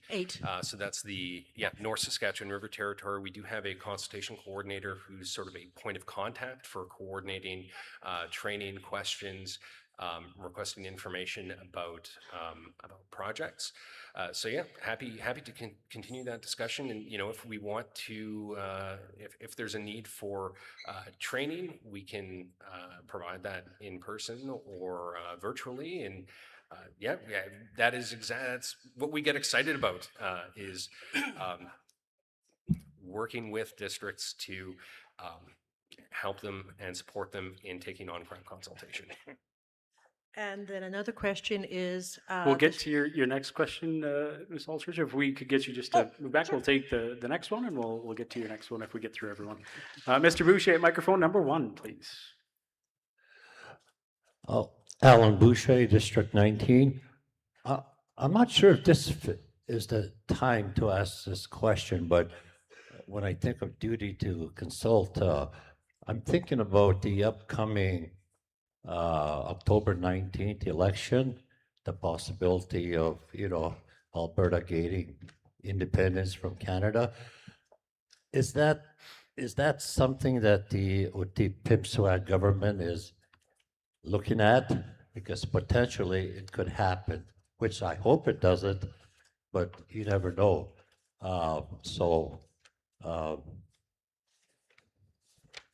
Thank you for your question, Madam President. I feel like that one's for you. Yeah, thank you for that. You know, the Theo? Let's let the president have that one. Oh, okay, sorry. Thanks, Theo. Thank you, Alan, for that question. So at Citizens Council, we have not had a discussion around the upcoming referendum. But as Métis people, as a Métis government that holds Section 35 rights, separation is something that really, for a Section 35 right holder, just like our treaty relations, we couldn't support that as a nation. Now, everyone has their own personal opinion, and that's fine, but we are Section 35 rights holders. So I encourage you to make sure that you do all of, look at all of the education, look at all of the things that are out there for you to learn as to what all of the questions that are on that referendum, and make sure that you make an informed decision. Thank you, Madam President. Anything to add, Director Peters? No, pretty well covered it. Very good. Okay, we're all in line at microphone number 2. My name is R.J. Arcan from St. Albert. I want to ask a question about the duty to consult. I know that in Saskatchewan, the Métis are pushing to get consulted on a uranium mine that's going to be expanded because uranium has become a great commodity.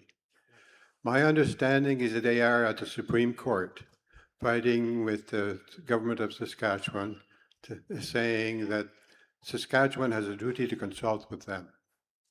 Have you explored that, or are we at that stage? Or I just want to know where we're at. Director Peters?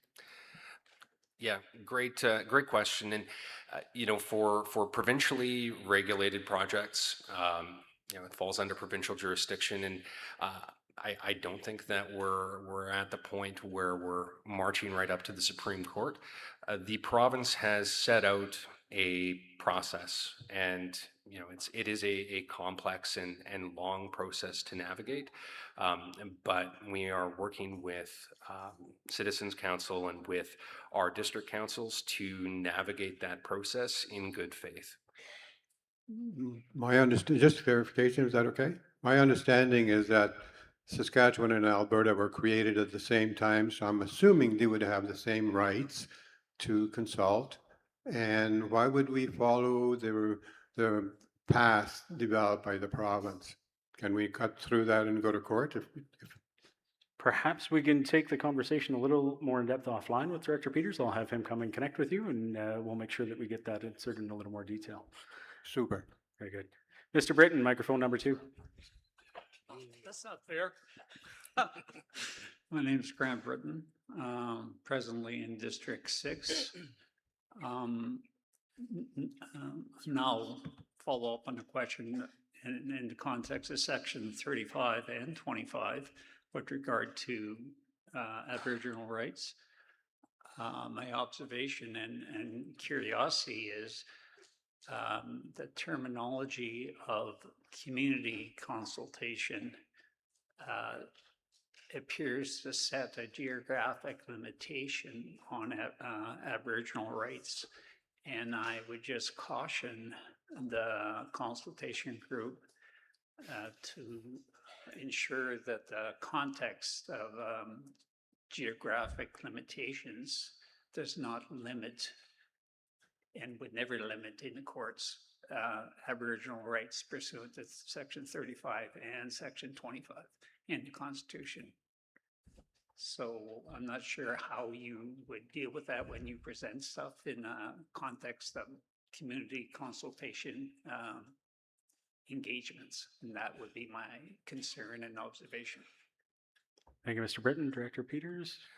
Yeah, no, I think that's, you're sort of on the cutting edge of legal theory on the scope of community consultation. I think we've had a lot of interesting conversations with the legal minds that support the Otipemisiwak Métis government on what the landscape looks like for community consultation, whether it's points on the map, whether it's there's broad regional communities, which we assert that there are. But I think that the case law still hasn't provided a ton of clarification on that. So yeah, you're speaking to the cutting edge of that whole landscape. Thank you, Director Peters. I'm going to go to Mr. Fayant for the final question. Feel free to approach Director Peters. He's going to be in the room both days, all day, so you can find him on the sidelines. If we want to have more consultation questions, we can do it tomorrow. Mr. Fayant with the last question to you. So I don't have to identify myself? You should. First off, I just maybe more of a question to you. The court case with Daniels, the court case, it did establish that the governments have a responsibility actually to consult. It's right in the court case, Supreme Court case. So even the provinces have to oblige or obey that law. And so if we should challenge it, they got to respect that federal case.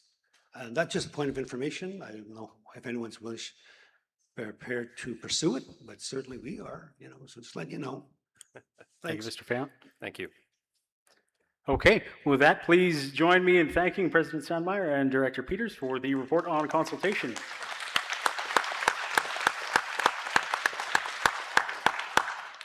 That takes us up to the next departmental report, which is the Intergovernmental Relations Report, and I will call on President Sandmaier to deliver the opening of this one.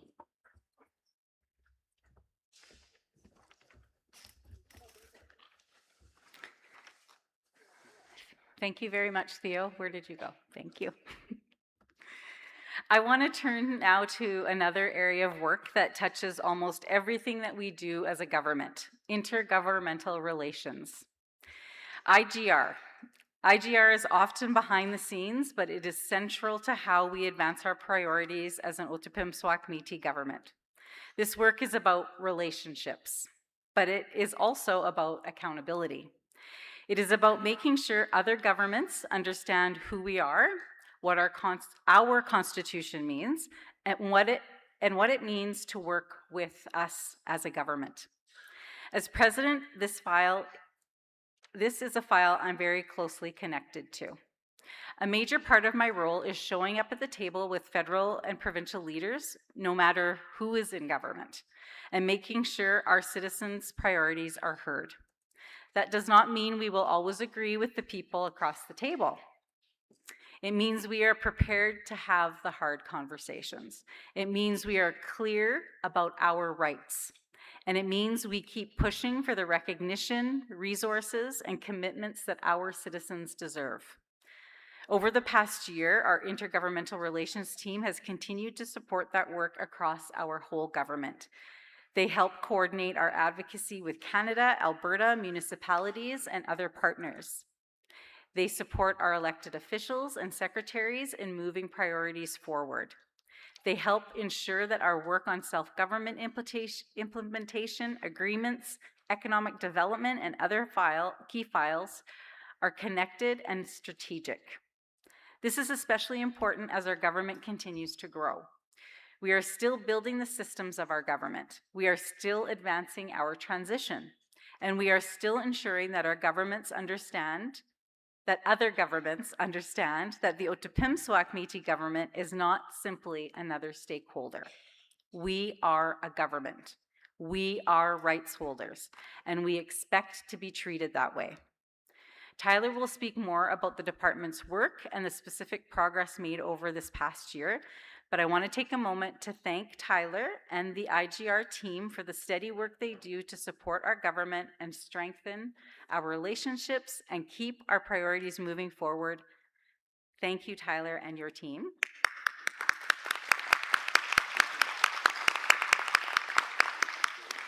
Please join me in welcoming Director of Intergovernmental Relations, Tyler Fetch, to provide a report.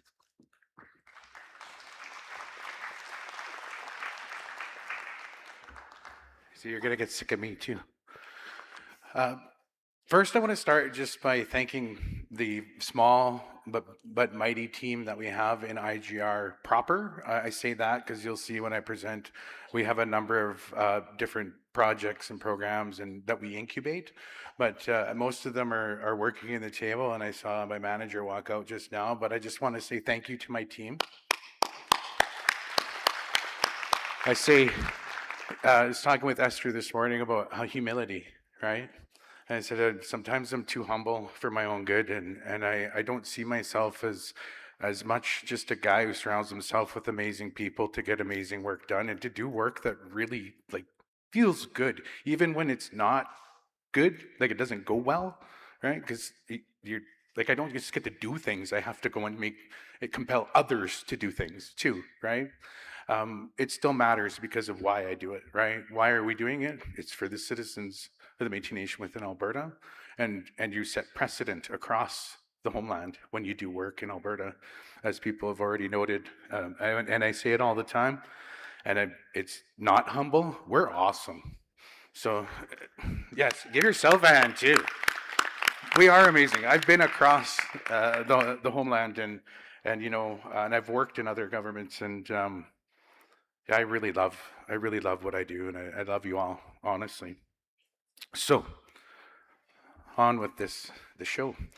So as the president said, this is a high-level overview of what we do. We really are working, and this is a typo in here that I changed in my notes. We're ensuring that the rights and recognition of the Métis Nation within Alberta are maintained, advanced, and clearly communicated. The rights holder is the Métis Nation within Alberta. I work for their government, right? So I'm really trying to advance what the people are telling us to advance. I liaise with other departments and governments, federal, provincial, municipal, and also internal with all of our departments. Because you think about a thing like, what was it? Like rural development. It's infrastructure, it's jobs, it's training. It's not just work, right? Like it's all of those things that need to be in place. So trying to connect those dots to make sure that what we're doing is done in a holistic way. Scared the crap out of the feds, to be honest with you. I had one guy say, we can't pay for all that. I said, we already do it, but it needs to be connected and it needs to be accepted as something that's a part of the work that we do. And then stakeholders, I would rather say partners, the Métis National Council, Government of Canada, Government of Alberta, our affiliates, and the departments that we work with. I'm going to go into more detail of this, so I'm just going to skip over it and you'll see them. But this is just a list of services, programs, and priorities. And then each one of the next two slides goes into more detail about these. So on the provincial relationship, you know, we have a framework agreement that expires in February of 2027. It was a 10-year agreement signed in 2017, but it expires. And we know this relationship is important, so we've been working to try to make sure that we have some formalized relationship with the province again. It's tough work, but we're going to keep moving to push that, and we have started to put the bug in the ear a while ago, so hopefully we can see some movement on that. In the federal side, we oversee core funding agreements that work to identify new opportunities as well. We have a lot of programs and service areas or priorities, right, in our secretary portfolios that aren't funded or they're underfunded. So a lot of the work that we're doing is trying to find ways to instill in others the understanding of why it needs to be supported. You know, we push really for a government-to-government fiscal relationship. We are a government, they are a government. We have a self-government agreement that sets that out. So let's honor that and let's try to find ways that we could be funded as a government so we could advance the things that we need to do in the way that we need to do them. Oftentimes we're defaulting into programs that were set up for us, and we'll go for them because it helps our citizens, but it's not necessarily aligned with the priorities that we have, and that's the goal. And then we support our negotiations on self-government with Canada. These negotiations are ongoing, and you heard from the minister this morning where things are, so I'm not going to go into too much detail there. One of the projects we've taken on is the United Nations Declaration Act. So the Government of Canada has built an act to adopt the United Nations Declaration, and then they created an action plan, which we were closely involved in, and there's a Métis section and shared priorities section. So the work that we do is really trying to ensure that there's actually some movement on it. It's nice to see words, but let's see some action. And then we also try to share information about the Act and the action plan and things like that. So I think at our table this year, we're doing a report card. The Government of Canada does a report card of its own, but we want to see if what we think. So we're asking you for your opinions to try to grade their work on the declaration. The Métis National Council, we support the President and Secretary Chidziki as the representatives to the Board of Governors and all of the other work that they do. To put it into context, we currently support over 20 tables at the Métis National Council right now. We're working to trim those down. I see Cassidy at the back. But a big part of that is to go back to the beginning. We're trying to make sure that the rights and interests of the Métis Nation within Alberta are a part of whatever is happening at the national level too. We can't get lost in that mix. There's because Métis Nation of Ontario is unique, and the Métis Nation within Alberta is unique, and that needs to be recognized in all of the work that we're doing. So that's a big part of that work. And we've been working on really the focus at the Métis National Council has been increased interventions in matters of importance, and so we're making sure that we're a part of that. And then we also recognize that we are stronger together and support the renewal of more collective Métis Nation voice as long as it still recognizes our uniqueness and strength as Alberta Métis. So, and that's, we had a national housing meeting in Edmonton, and that brought Métis governments from across the homeland together to talk about something that we share in common, which is the desire to see continued support for housing within Métis territories. So there's been formed another committee, a larger technical caucus that is meeting to continue to advance that, because that's a sub-accord that we had signed through the Métis Nation Accord with the Government of Canada, and it expires. So we don't want that to end. We can't pull that carpet. It's such an important piece of well-being for Métis people. So, right. And then incubation is one that, we're going to have languages, economic development, residential schools project that's called Our Métis Survivors. We took on a Hardy Settlement, which is an Indian hospitals research project that we're going to be starting. And we support the Women's Representative, Two-Spirit Initiatives, data work, veterans. And I'm going to forget something, but you'll find out because I'll probably be presenting. And then the rights, like if anybody has questions about rights or inquiries, we're happy to take that call or that inquiry. And if we don't know, we can try to find the answer or connect you to someone who does. So we're really a good entryway and entry point in. So as far as priorities and ongoing, we're going to continue negotiating with both the province and the feds. We're going to continue fighting to try to find those resources to support the things that we want to do. We need to build capacity, 20 tables, and all the other work we do.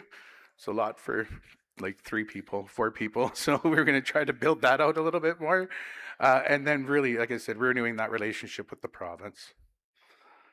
That's a contact. If anybody has anything, this connects to our whole team. Somebody can answer you, igr@métis.org. Please reach out. I'm happy to have a conversation, start a conversation, set up a meeting, whatever we can do. Thank you.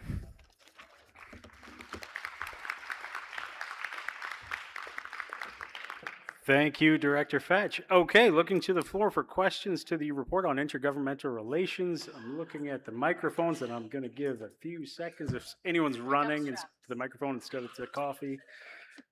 Microphone number 2, go ahead. Thanks. Good morning. My name is Travis Inkster, and I'm from the St. Albert District, citizen of that district. Just a question for Tyler. I was curious about the provincial framework agreement. Mm-hmm. Is there anything that you can share about sort of the benefits of the 10-year agreement that we have, and what would happen if it does expire in February 2027 without a renewal? Is there any impact to us? I'm going to try to be diplomatic. I mean, is there really an impact? No, because we continue pushing. We continue, sitting at tables. We continue to try to advance our interests in Alberta. What the framework agreement had done for the 10 years was establish a formal structure and a formal relationship. More formal, right? There wasn't really recognition. I mean, if you look at our framework agreement, and it says it's a nation-to-nation agreement. Alberta was already thinking about being a nation in 2017, you know? So but it set out that formal relationship and a mechanism through reporting, accountability, and meeting, right? And I mean, you know, that's what the president had said in her opening. A lot of it is relationship building, and that's massive.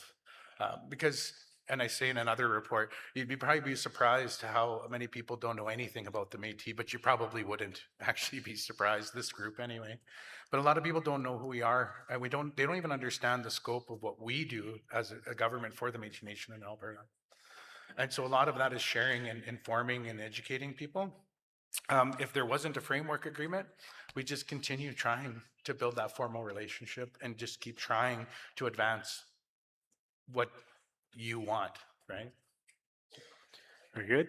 Thank you, Director Fetch. Seeing no one further at the mics, please join me in thanking President Andrea Sandmaier and Director Tyler Fetch for the report on intergovernmental relations. That takes us into the next report, which is the report for the Secretary of Records, Sir Wolfe. I'll invite our Secretary of Records to join me on stage. Please make your Secretary of Records, Sarah Wolfe, very welcome.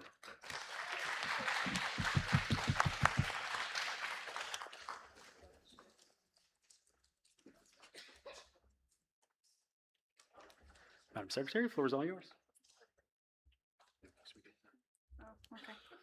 Well, nice to be up here for the third time this morning, and I promise I will get out of your hair after this.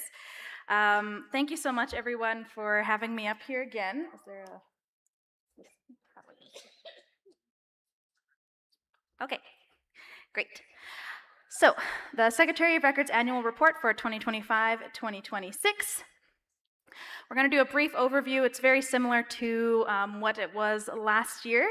My duties and responsibilities include maintaining the public registry. The public registry must include and contain the following: the Constitution, laws and regulations, any amendments to Otipemisiwak Métis Government laws or regulations, orders made by the President under an Otipemisiwak Métis Government law, any modern-day treaty and land claims agreements, and written decisions of the judicial branch. It must also include records of the citizens' gathering, which once we are completed today and tomorrow, those meeting minutes will be posted within 30 days of the close of our gathering. It also must include the records of Citizens' Council, minutes of the cabinet meetings, signing authority, and developing regulations. My priorities for 2026-2027 include maintaining and modernizing the public registry.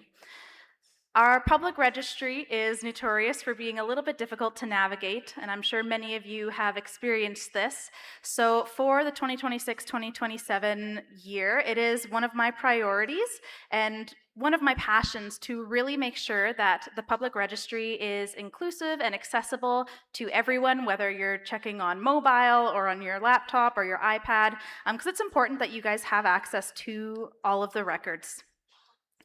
Number 2, increase meeting efficiency. For those of you who have tuned into our live streams, recently I have included a survey for Citizens Council to look at prior to our meetings to ensure that our meeting minutes discussions are able to be more efficient so that we can get onto the things that are really important on our agendas.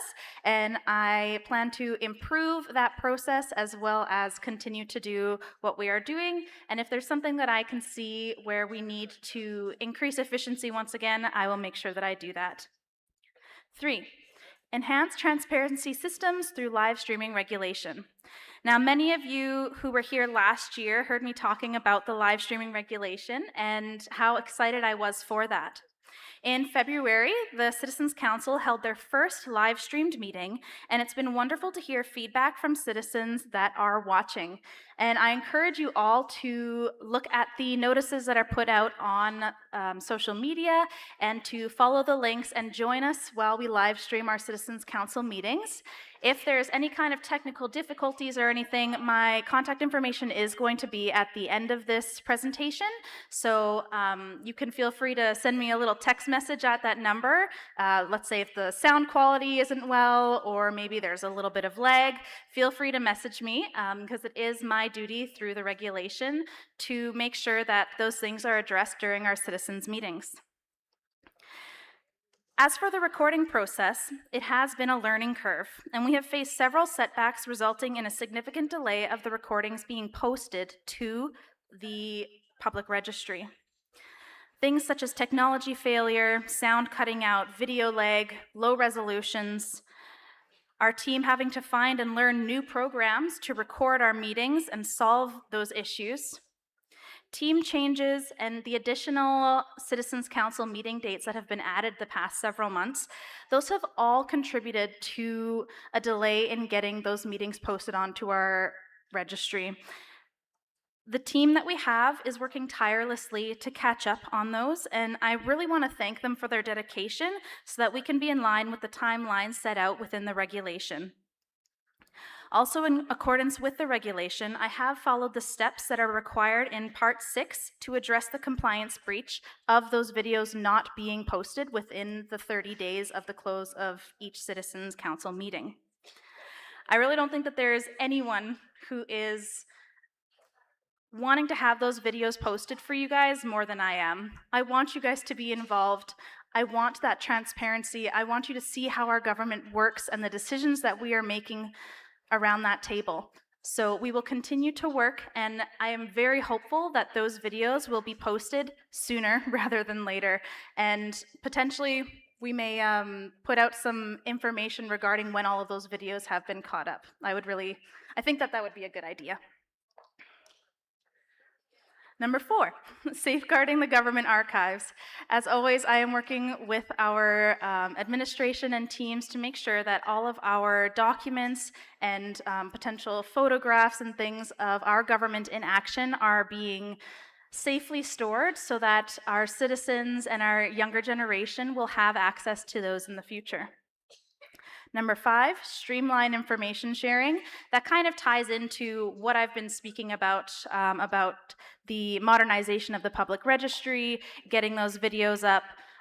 We just want to continue to make sure that information to our citizens is flowing smoothly. 6, develop regulations. We obviously know that the live streaming and recording regulation was put in action in February, and I know we have a couple of regulations that are in the works that I'm looking forward to bringing to the Citizens Council and for our citizens to see that will help enhance the transparency from our government to you. And lastly, number 7, represent the Otipemisiwak Métis Government Executive. As per my mandate, which you can read in the little biography section of your annual report, I am on the Métis Education Board, and I also act as the executive arm as the Secretary of Records for the Otipemisiwak Métis Government, and I endeavor to continue doing that work.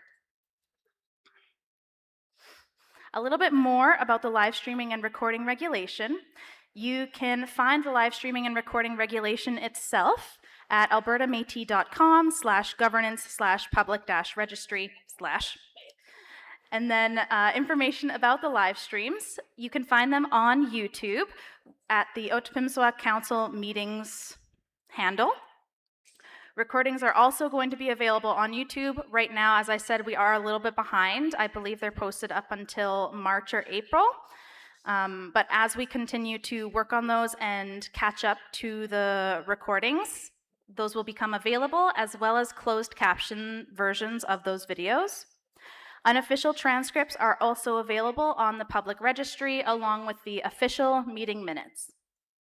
And there's a cute little picture of what you can see as the public registry. There's the date and the title of which meeting it is. There's a direct link to the YouTube video, as well as links to the official meeting minutes and the unofficial transcripts that you can access.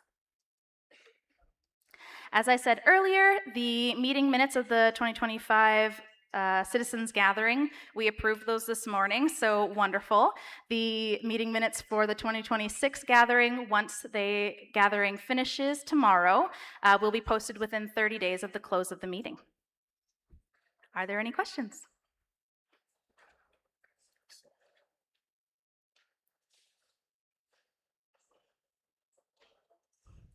Every time there's silence, I hear elevator music in my head. But I don't believe I see any questions, Mr. Chair. Thank you so much.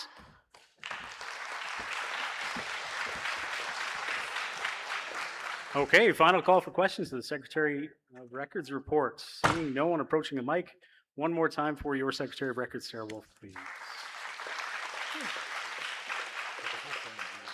That takes us into our next departmental report, which is the Justice Department report. So I will call on your Secretary for Justice, Secretary Nelson Lucier, and Director Sharon Bork to join me on stage to deliver the Justice report.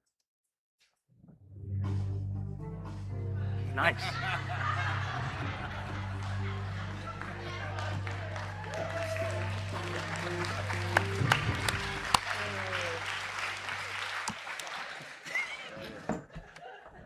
That was a surprise for me as well. Tanse Banmate. My name is Nelson Lucier. I'm the Secretary of Justice and Citizen Rep for Calgary-Nose Hill District 5. Welcome everybody, and Slave Lake, what a beautiful town. Whoa, beautiful. And I'm also going to move here, so if there's a realtor in, is there a realtor here? Raise your hand. I could start looking for a place. Okay, I'll just get right into it right away. Our mandate is clear. We are building a fair, accessible, and culturally grounded justice system for our Métis Albertans. Our vision is clear: to build a justice system that reflects the lived experience of our citizens. So our strategies, our priorities, number one is community safety. For community safety, we are focused on building a collective, unified front, strengthen our partnerships and build relationships with the RCMP, the City Police, Edmonton Police, Calgary Police, and specifically strengthening these networks allows our department to achieve two critical things. First, we ensure immediate, culturally safe interventions that the moment a citizen interacts with the justice system. Second, we embed a distinct Métis perspective into the work we do within the justice system, with the goal of supporting the individual with navigating the justice system.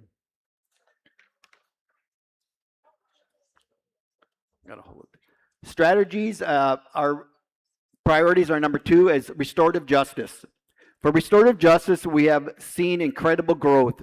What began in 2022 as a local community restorative justice program in Lac La Biche, it successfully evolved. Today it has expanded to include our young people officially running as the LLB Community and Youth Restorative Justice Program. Our core focus here is on breaking cycles. We have actively addressed the root causes of systemic issues by recognizing the deep connection between justice, policing, and mental health. To do this effectively, we are expanding critical support for citizens facing addiction and mental health challenges. That's a big issue. We are creating real, compassionate pathways to healing and recovery. New strategies. First of all is sustainable funding. While community safety and restorative justice remain our guiding pillars, I am intentionally introducing a core strategic priority for 2026 and 2027 for securing sustainable funding. Building capacity and growing our programming within the department is a top priority for me as secretary, but as we all know, securing the resources to match our vision has been significantly an ongoing challenge, big challenge. funding to putting our programs in place. We rely heavily on financial support to move forward. I want to formally acknowledge the vital partnerships that make our daily operations possible. Justice Canada, Indigenous Services Canada, Alberta Justice, Alberta Public Safety, Emergency Services, and the Alberta Law Foundation. Despite the systemic hurdles and funding constraints we navigate daily, the Justice team has worked tirelessly to maximize our reach, impact, and collective strengths to serve our Métis communities. Looking ahead in 2026 and 2027, we are proud to advance our community support through 3 key initiatives. First, we are expanding the Métis Justice System Navigator program.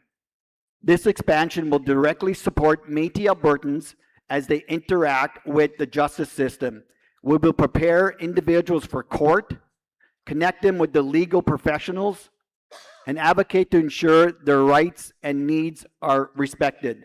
Our goal, is this thing on? I get an echo. I'm good? Okay, it sounds fine. Our goal is to continue building our capacity so that no one falls through the cracks. Second, we are launching our new Indigenous Court Work Program.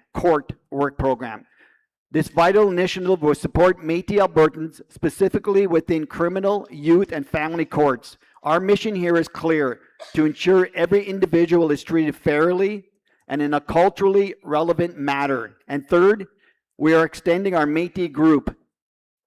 I don't know how to pronounce the word, but it's called Walking Together in Cree.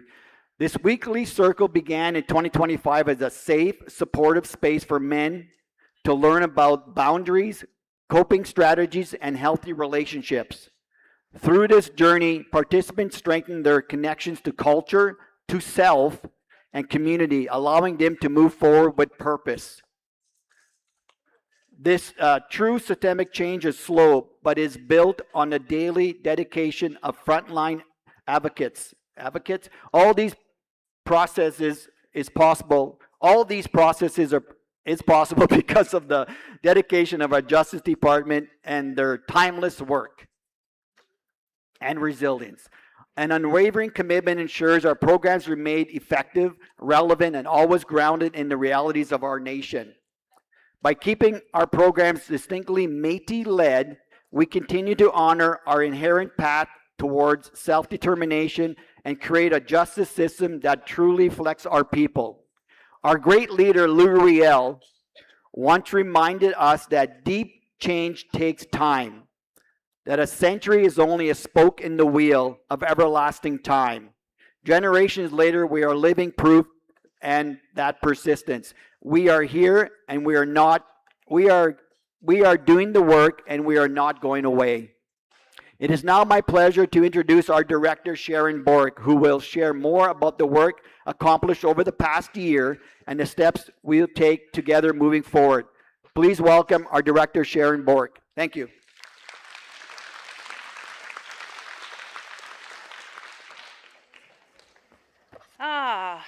Okay, I've got the gavel. We are in session for the Justice Department report. So if I can have your attention, Tanse Namoya Nantao Sharon Bork, the Justice Department. I'm really honored and grateful to be here today, to hear from community, to interact with community as we move forward in the work of building the Justice Department and what that's going to look like. We have a PowerPoint, and I think I'm the type, you heard the music, I'm the type, I do musical theater, so it gets me into okay, I'm not getting into character as a justice director, but it gets me into that grounding of, okay, we're good to go. I absolutely love the work that we're doing. Has it been hard work? Absolutely. As Nelson alluded to, funding, money, it's been very, very challenging, but guess what? We're going to keep moving forward, forging ahead. Got the team here. I worked with Tyler. He was my first boss when I came on board. We are 3 years into the Justice. Really, the work began in 2024. But I want to take a step back because I need to acknowledge our elders, our community members, our young people, the staff that are here to work and make this come together. We got staff behind the scenes, we've got our people at the back, so thank you, Colin, for humoring me and doing the music to Law and Order. I'd like to thank my stylist, Melissa, and the list goes on, and we're here. So I'm gonna get to business on the justice because I know we're behind on time. So here is the information that I will go through and answer any questions that you may have. And if I don't have the answers, I'll take your name and get back to you. Oh, I guess I have to do the clicker. The big one? Okay, I need directions on how to do the clicker. Okay, on our slide here, the description of who we are, this is working with our staff and really the conversation, and it's even conversation beyond the doors of justice. It goes into working with Wyatt, one of my former colleagues, and just brainstorming and just getting input. What do you think? So the work that we're doing, this is our little, we've got the infinity symbol, connect, advocate, respect, and empower, because the work that we do, this is what we want to do. When you take those words and you make it an acronym, it's CARE. We care about the work that we do. We care about the work in supporting our citizens, in navigating the system, whatever questions that you may have. So rooted in the strength and resilience of Métis culture, we honor our ways by walking alongside individuals and families, navigating the justice system, offering culturally trauma-informed support every step of the way. Together, we cultivate pathways that promote healing, fairness, and empowerment, ensuring Métis voices are respected and justice is accessible to all. And that's what it really is. It's about empowering our people so that you find your voice, so the next time if you had a question, you could reach out and be, guess what? I've got some knowledge here. Our mandate is to build a fair, accessible, and culture-grounded justice system for Métis Albertans. And I also need to share here, we have our First Nations and Inuit relatives. So when we look at justice in the justice world, we look at the Indigenous justice strategy that the federal government did, it talks about First Nations, Métis, Inuit. So the people who we are as a Métis people, we are very inclusive, and so the work that we do is going to be Métis-led. And also, if we have someone from, say, Enoch Cree Nation reaching out, hey, I have a question about something now, justice, we're going to support if we have the capacity. So I just want to be very clear there. Just that's what we do. And again, it's all about collaboration, partnerships, advocacy. We want to address those systemic barriers that contribute to the overrepresentation of Métis people in the justice system. You look at the over-incarceration rates for women, very, very high. You look at our young people, very, very high. You look at our men, very, very high. So in the system itself, even with, I would even argue, coming from that lived experience in my past, with policing, interactions with Indigenous people, Métis people, First Nations. So there's a lot of work that is happening. So really, it's about working with our stakeholders, collaborating with our community organizations, collaborating with the policing agencies, collaborating with Public Safety, Corrections Canada, Alberta Corrections. There's many, many players in this space about, guess what? What about the Métis? Coming in with that voice. And again, it's all about sharing about who we are, because when you look at Section 35, we are a recognized people, Aboriginal people. So it's all about equity, promoting fairness, equity, and self-determination within the justice. So here we are, we're embarking on our journey, the boat's going forward. Our priorities, this is our strategic plan, is that advocacy piece. Always doing the advocacy, ensuring that our perspectives are being heard, brought to the foreground.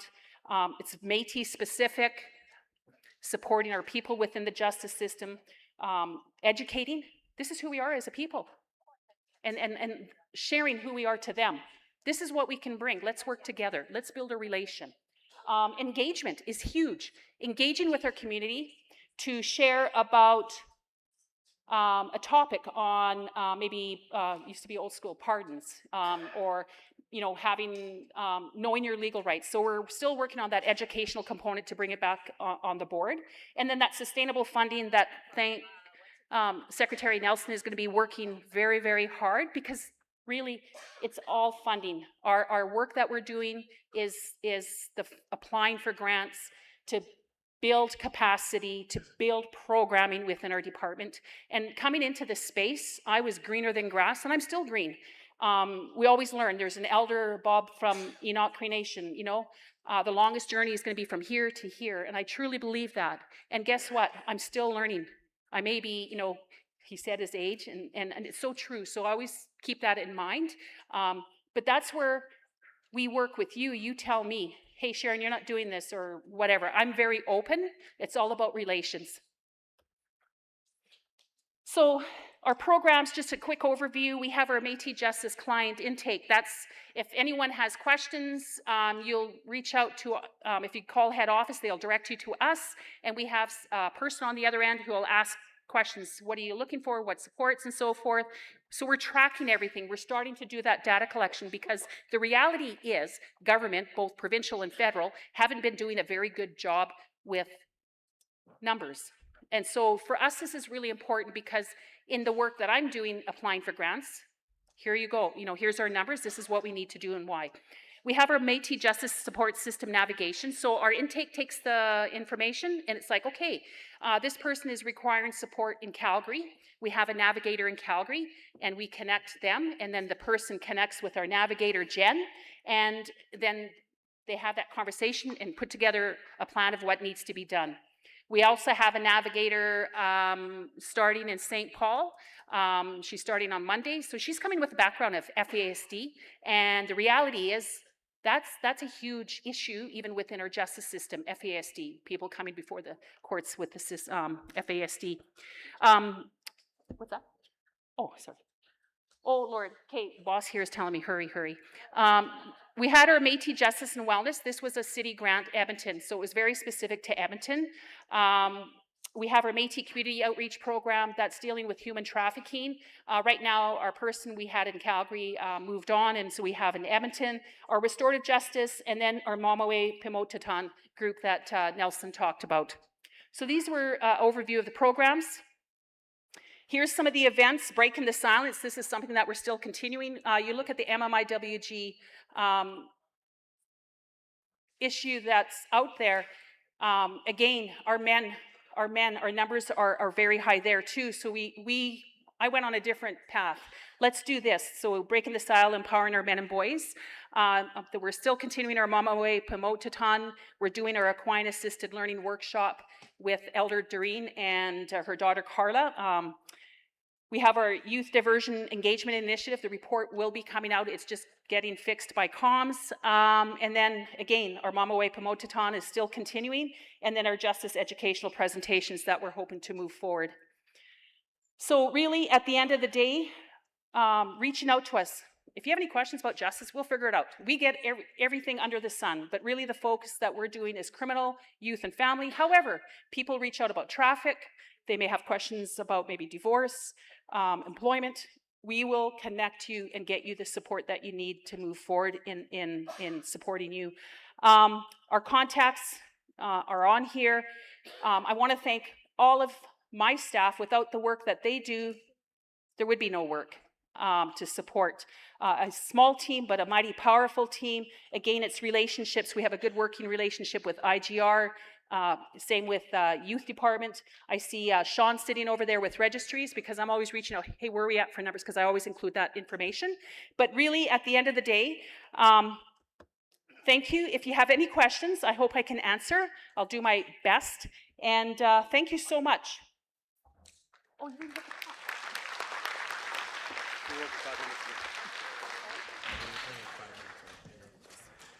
Thank you, Director Bork. Are there any questions for Secretary Lucier or Director Bork? Noting that the only thing standing between you and lunch right now is this question period. I was looking at this. Oh, really? Microphone number 2, please go ahead. Donna St. Clair Gullion, District 21. My question is for Nelson. You referred to the MJS, the Navigator programs that are being developed. The Navigator programs. It's not, they're not very visible right now because I know they're just being developed. But I noticed you mentioned Edmonton, you mentioned Calgary. But will there be a Navigator program access in the northern Alberta, like in the Lesser Slave Lake area? The reason why I'm asking is our contact with the court system as citizens and as volunteers in restorative justice circles is through Native Counseling of Alberta, and it's also through the probation officers, with the court system, and that's it. So are there posters that we could post to say that, and in the alternative measures program the alternative measures forms that we have to fill out, they don't identify ancestral, there's nothing there for ancestral identity, so that the people the young offenders and the people that are in trouble don't check it off, so that we can refer them to Métis supports.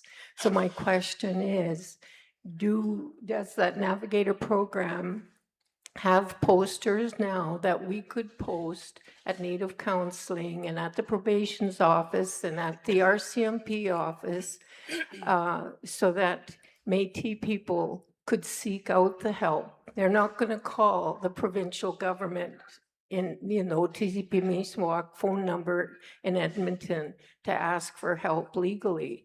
They're going to call somebody on a poster. That is a good question. So you mean when someone gets out of the system and then they're looking for help? Either going in, like when they're being charged, they've got charges, and then some people can go alternative measures.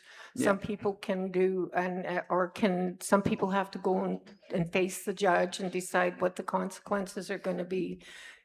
I work voluntarily with youth justice, but we have no information anywhere. Today's the first day I'm hearing about the Navigator program. So how can the young offenders seek that help that we're offering unless there's public information out there somewhere? Yeah, I'll pass this on to Director Sharon Bork, but can we have a chat after? You bet. Thank you. And I knew Sharon could answer this. Thank you for that question, Donna. We do have posters. We do have a position posted for Grand Prairie, and the idea, when we were doing a grant, we had to do a lot of work behind the scenes. So the intent is that the person would travel Peace River up north or going into the east. Absolutely. With respect to, I understand, I'm a firm believer in the restorative program. All I would encourage any youth, adult, I would like to, I'm Métis, I would like to participate in a restorative program. So absolutely, we do have posters, and we'll make sure to get that information out to you. Yeah, for the residents, is because even the judges have to travel from other centers. So absolutely. Thank you. Thank you. Microphone number 1. Alan Boucher, District 19. When I came up earlier, I forgot to mention that Slave Lake has a special place in my heart, because in 1978, my heart was broken here. But I've had therapy since, so I'm over it. You came back. So. And if she's in the crowd, I'm back. No, I do believe in the restorative justice. I like the concept, and I wish we had something like that, me growing up as a child, because, when I hit the justice system, there was no support, but I really believe in the program. My question is, after you've dealt with the justice system, does you folks have anything to do with helping Métis get a pardon?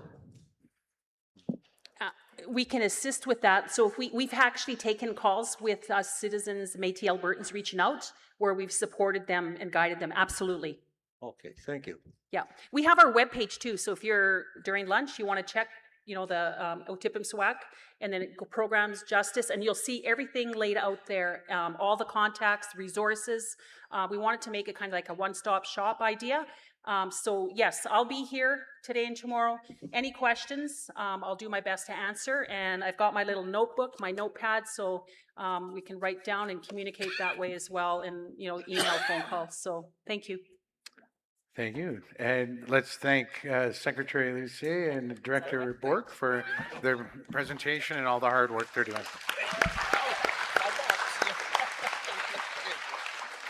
That's going to take us into lunch. So first, I would like to look to our elder today. Do you still have your microphone, madam? They took it away? Just to bring a blessing for the meal. They got one? Oh, there, okay. So, Elder Esther to bring us to lunch. Thank you. Merci. Kana nasko manawa skagi sega kakio takapi mamoapia. Kana nasko manawas tsekaki oya. Kawi pia samgao ya nawasua ko ya kamita ko kui mstahi mitun ko kagisahwao. Nanasko manan kaki koi sawita sawim kakio isinuak sawita mamitun kawi mitia sawim nano takamama oyatia sawita kaki koi. Iksamaga manto kananasko manikse. Creator, I ask you to bless the food that we are about to eat and bless each individual here that is here attending this gathering. And we are very grateful that we have this day today. We are very grateful that we are moving along here. Creator, bless our food, bless everybody, bless each and everybody, bless this building, bless all the people here. And we want to say heartfelt gratitude to you, Creator. Thank you. Merci. Examaga. Thank you. Okay, housekeeping on lunch. We would ask, as always, that elders and those that might have dietary needs to go first. If anybody is, one of our elders is not able to go, or it's, just rather sit and be served, please raise your hand. We have people who can provide you something. But otherwise, we please ask the elders go first, and then others can go after that. So just raise your hand if you need to be or like to be served. Thank you.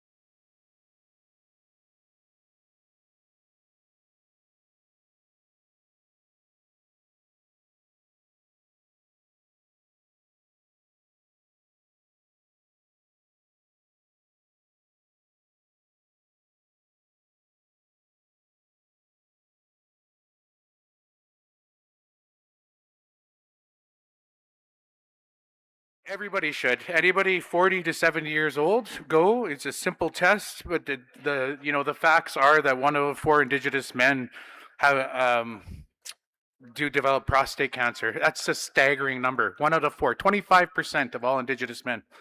So if you can, 10, 15 minutes, go out there into the parking lot, check out the man van.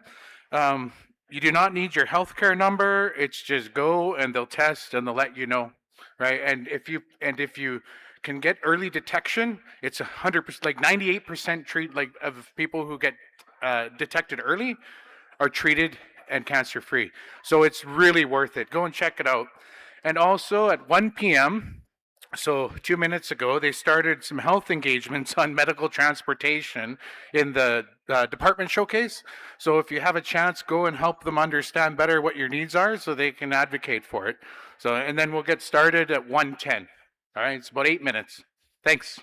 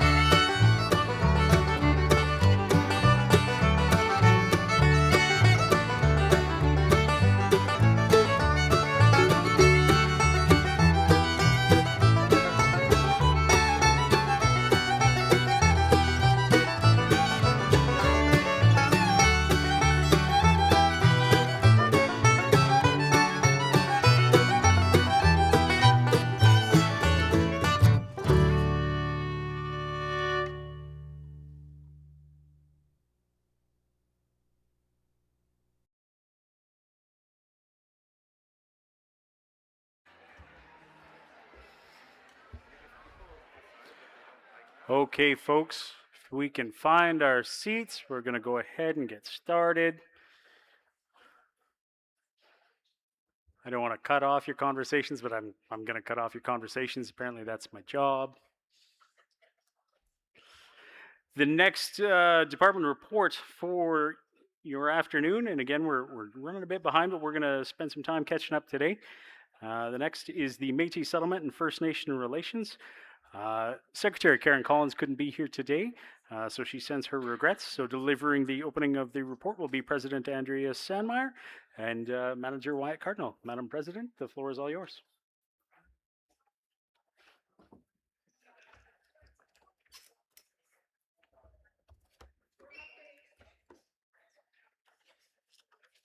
Hello again, everyone. I hope you guys had a great lunch. Yeah, it was very good. As our chair has said, unfortunately, our Secretary for Métis Settlement and First Nation Relations, Karen Collins, couldn't be here today. She sends her regrets as she is currently representing the Otipemisiwak Métis Government at the 150-year commemoration of the signing of Treaty 6 in Fort Carlton. I would like to thank Secretary Collins for taking part in this event and proudly representing our government. In Secretary Collins' absence, I'll be providing the opening remarks or her report on her portfolio of Métis Settlement and First Nations relations. This is a very important portfolio to our government. Our relationship with our First Nation cousins and the Métis Settlements General Council deeply impacts the work we do throughout the year. We will always have disagreements and may not see eye to eye on every issue. However, as Indigenous people, we all have common goals. We are all fighting for self-determination and the ability to govern ourselves in a way that aligns with our culture, with our cultural, political, and economic values. This is why on August 9th, 2024, we signed a Memorandum of Understanding with the Métis Settlements General Council. The MOU provides a forum that enables both of our governments on an avenue to discuss common issues and concerns that face our citizens while respecting each of our paths as we move forward, advancing and advocating on behalf of the Métis people we serve. More information about this MOU will be released in the coming months. Another exciting initiative that Secretary Collins is working on is the future MOU with the Alberta Native Friendship Centres. The draft MOU is currently with their leadership team for review, and Secretary Collins trusts that this MOU will move forward soon. She will have further updates in September following the Alberta Native Friendship Centre's 38th annual general meeting in Bonnyville. This portfolio is unique because more than any other portfolio, relationship building sits at the center of this work. Secretary Collins knows this more than anyone, and the work she has been doing in this area is incredibly important. I would also like to thank the Intergovernmental Relations team for the work they do to support Secretary Collins on this file, and I want to give your team lots of credit for that. So thank you so much, Tyler and Wyatt. Thank you so much. Do you have a presentation? Awesome. So Wyatt's going to come up and say a few things.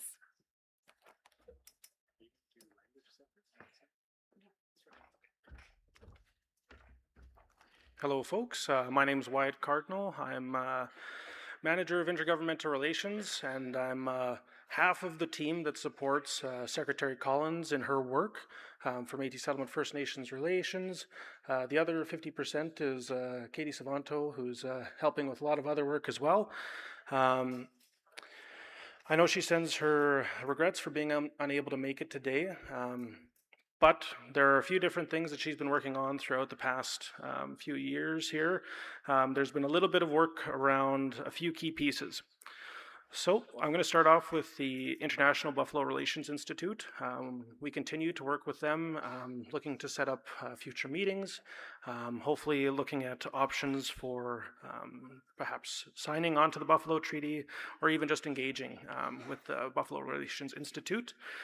Unfortunately, due to some obligations and some familial things happening at the IBRI, their leadership had to take a step away, so we're continuing to work now that they're back in their position.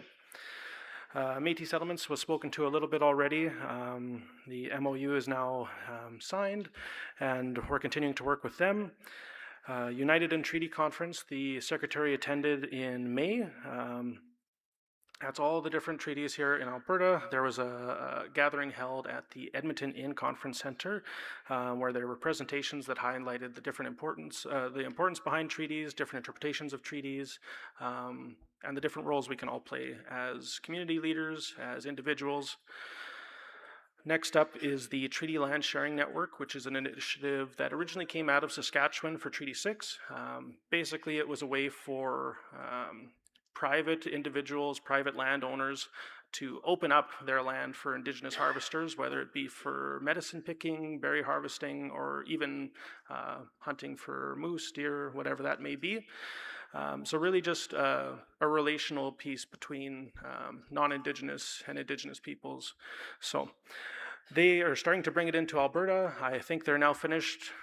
Secretary Collins was able to attend a feast, a traditional feast they had on May 23rd in Alliance, Alberta. So we're looking to continue to see the important work they do.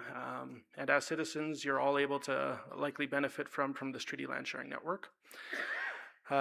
Spoke to the ANFCA MOU.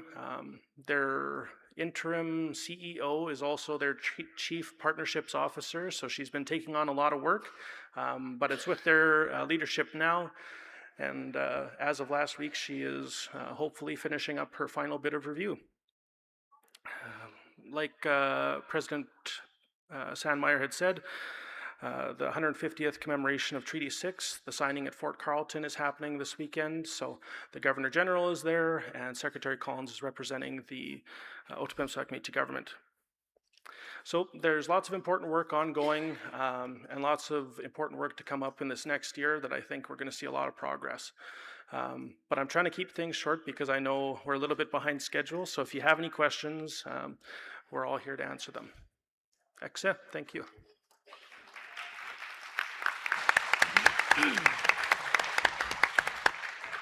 Thank you, Wyatt. I'm going to invite the President to deliver the opening for the Language Revitalization Portfolio and invite Manager Mike Parks to also join us on the stage.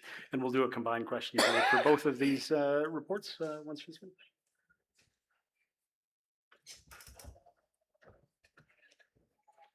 Thank you, Wyatt.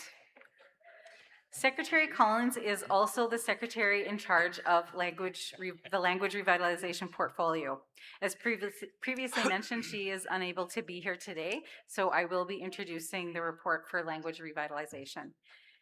Métis people have long lived within rich multilingual environments across their homelands.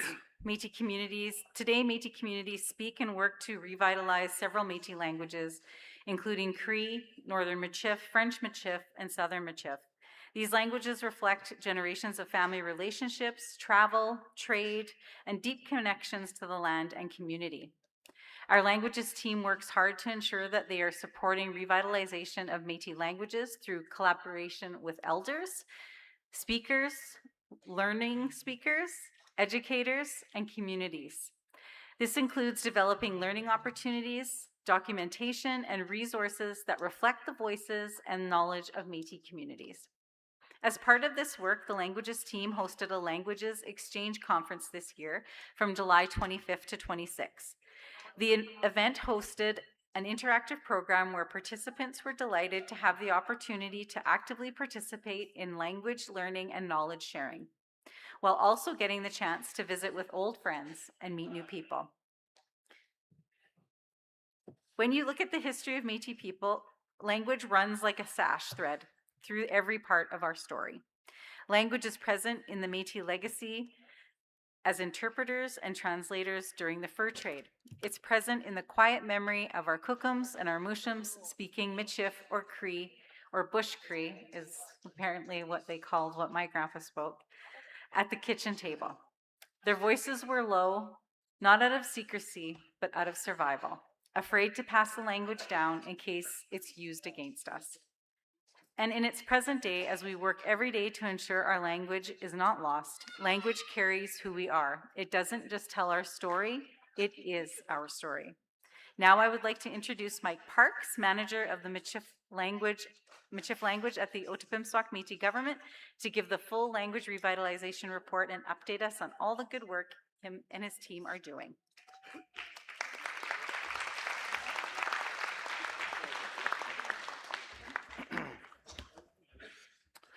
Tansakia. Okay, perfect. So hello everyone, my name is Mike, the Métis Languages Manager.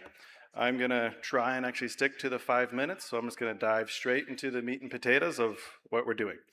So, changes from last year. Our team has expanded quite a bit. This is in direct response to communities, districts, and departmental needs. So on the district level, that's us working closer with the district captains, trying to help districts get language programming up and running, just facilitating and coordinating any kind of assistance that they may need. At the community level, it's trying to spread out that opportunity to more elders, to more speakers, so they have more opportunity to work with their language.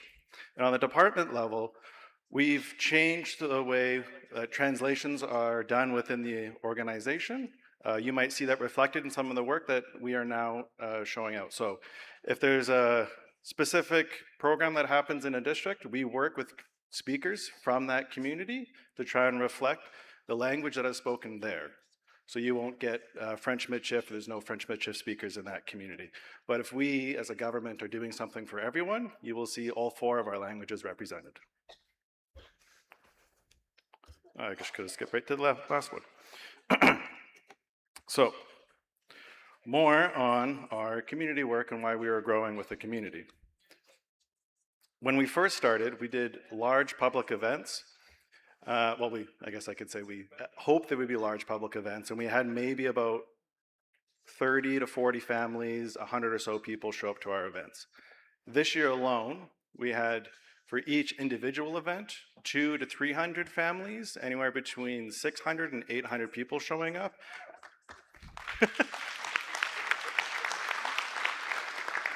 So in total, that's over 2,000 citizens who are being exposed to the language in a new way. We're having families learning Michif in a new environment, and we're able to work with more speakers and more elders and pay them for their knowledge. And so we're only going to increase this program and hopefully work with more speakers. I'm sure there's plenty in this room. Yeah. Citizen engagement. What we've also done is create this Métis Languages bundle.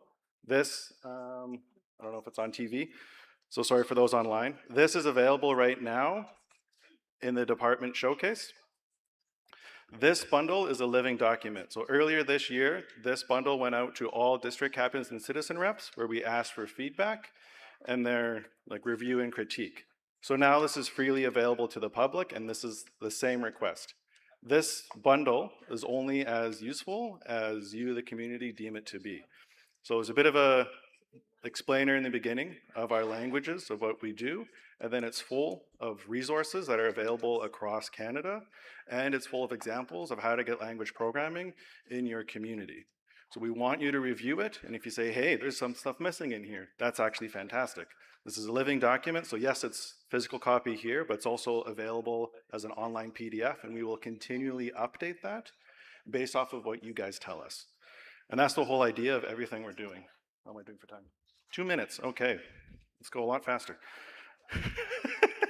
So this is the big reveal. Yeah, so our whole thing is working basically for the community, and that we aren't decision makers, and we try and empower you as much as possible. So right now you'll see 2 QR codes on the screen, one for Android, one for Apple. We worked with a Métis tech entrepreneur who created a transcription app just for the Métis Nation Alberta. So he built it off of Kia Now,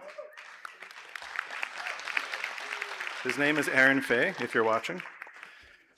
Aaron is a Cree speaker, and he's been spending his whole life trying to preserve, revitalize, and grow his language. So we asked him to do it for our Métis languages. How this works is anybody, you sign up, it's free. Anyone can sign up as either a mentor, so you're a speaker, or you're a learner. And you can submit audio recordings of someone speaking, and through other people documenting and transcribing the work, it will start to populate the orthography, like the spelling of how those words and phrases are spelled. So it builds more with more engagement from you guys. During question period, I can put the slide back up. The next one, I know I'm over time already. So we did Voices Beyond English, so we're doing huge documentation work. Every time we do an event, every time we go to a community, we're trying to work with speakers, record. We're basically trying to build a minimum of 2,000 hours of recorded audio, as that is the minimum amount you need for somebody to start learning that language. 2,000 hours is a ton. So we're working with as many people as we can to try and build that up. And then closing, I'll just talk about the district funding. So this is brand new for this year. We just started earlier this year. It again places language programming in the hands of you, the community, and your districts. So we are not the decision makers on if this district wanted to do a language class, a language camp, wanted to work with our elder Esther on doing any kind of language programming. That is the community and the district captain and the council get together, say this is what we're going to do. This is the budget of how we're going to do it, and then it's done. Simple as that. So empowers you guys. It's the belief that we in the head office shouldn't be deciding what's right for your community and what's wrong. So we have 3 districts right now that are funded and operational, and we have another 5 that are like in the planning process. So we really put the decision making and the power in your hands. And that'd be it. What did I do?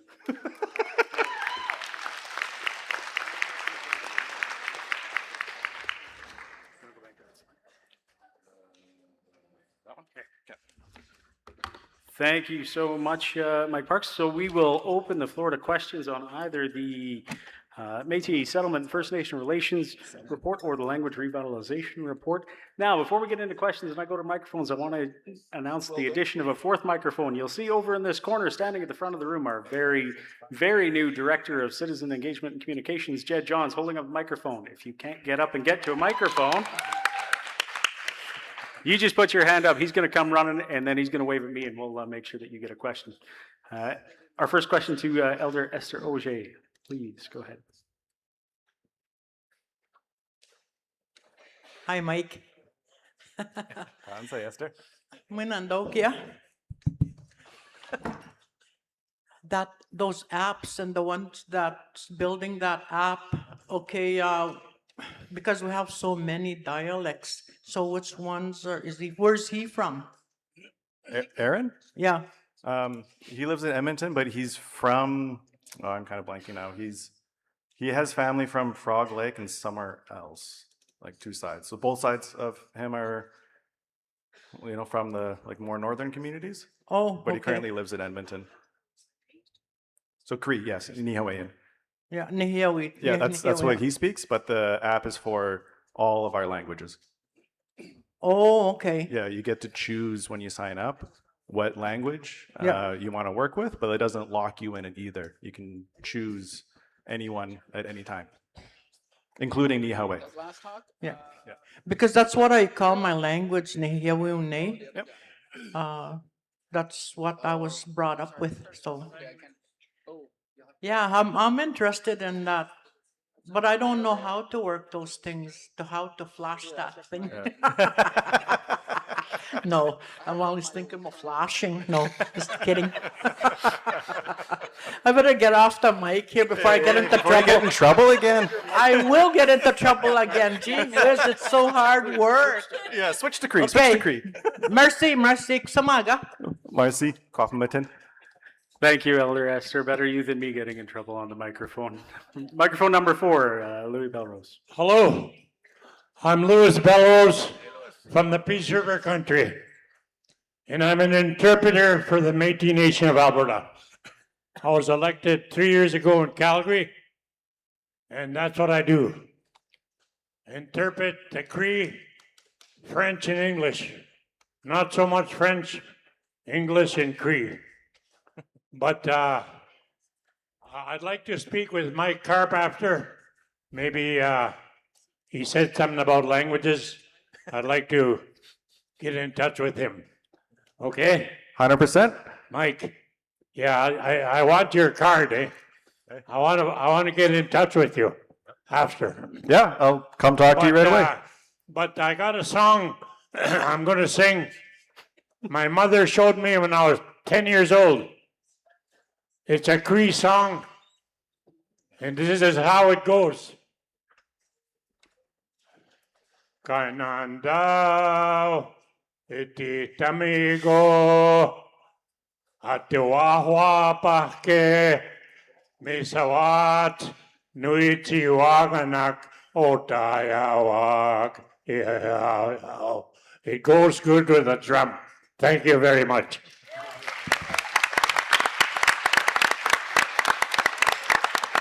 Thank you, Mr. Belrose. Any additional questions to the Métis Settlement First Nation Relations? One more on the roving microphone, and then we'll move along. Go ahead. Tanse Kakiao, Georgina Supernat Asikasun. I'm from Peace River Country, going to be District 14. But my question is, I noticed on the board that you had funding availability. So does that funding apply to districts that are not quite established yet? Yes, it's just a longer route. We'll have to find a way to work with you. Districts that are established, it's much more direct and easier path, but we don't want to deny any district or community language programming due to ongoing existential reasons. So yeah, we will work with you to figure it out. Very good. Thank you, Mr. Parks. Okay, please join me in thanking President Andrea Sandmaier, Manager Wyatt Cardinal, and Manager Mike Parks.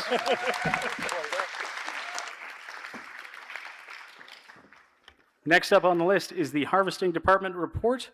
I'll invite your Secretary Grant Lacombe and Manager Craig Latender to join me on the stage and deliver the report on harvesting.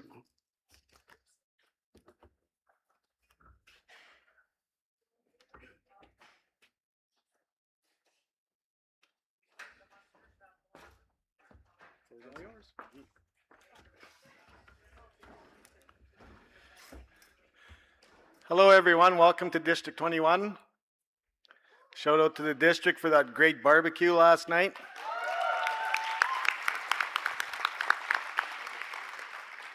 I'd like to start today by remembering Jacob and Morris. So if we can give them 10 seconds of our time, I'd appreciate it.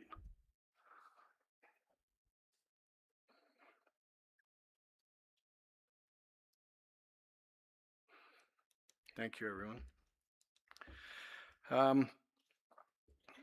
So the first thing I want to bring to attention in harvesting, this is a dual role. It's harvesting and culture. So I'll start with harvesting. We have to be more assertive in taking cow moose. We have to let them catch up, cow moose and calf. I want to bring that to everyone's attention, and if you want your grandchildren and your chop on to hunt, we have to do these things. So if you can all help out with that, it would be appreciated.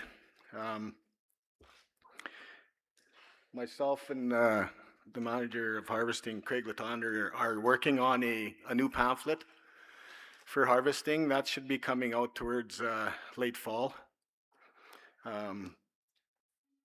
The third thing is the South. The South has never been forgotten. Ever since I started my portfolio, I've always supported the South in trying to achieve that goal. And I want to be straight with you with that. So it's really tough to get meetings with this minister, and he's going to have a hard time getting rid of me. So,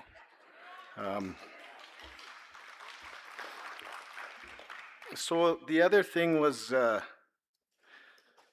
we're going to be working on a reporting system for animals.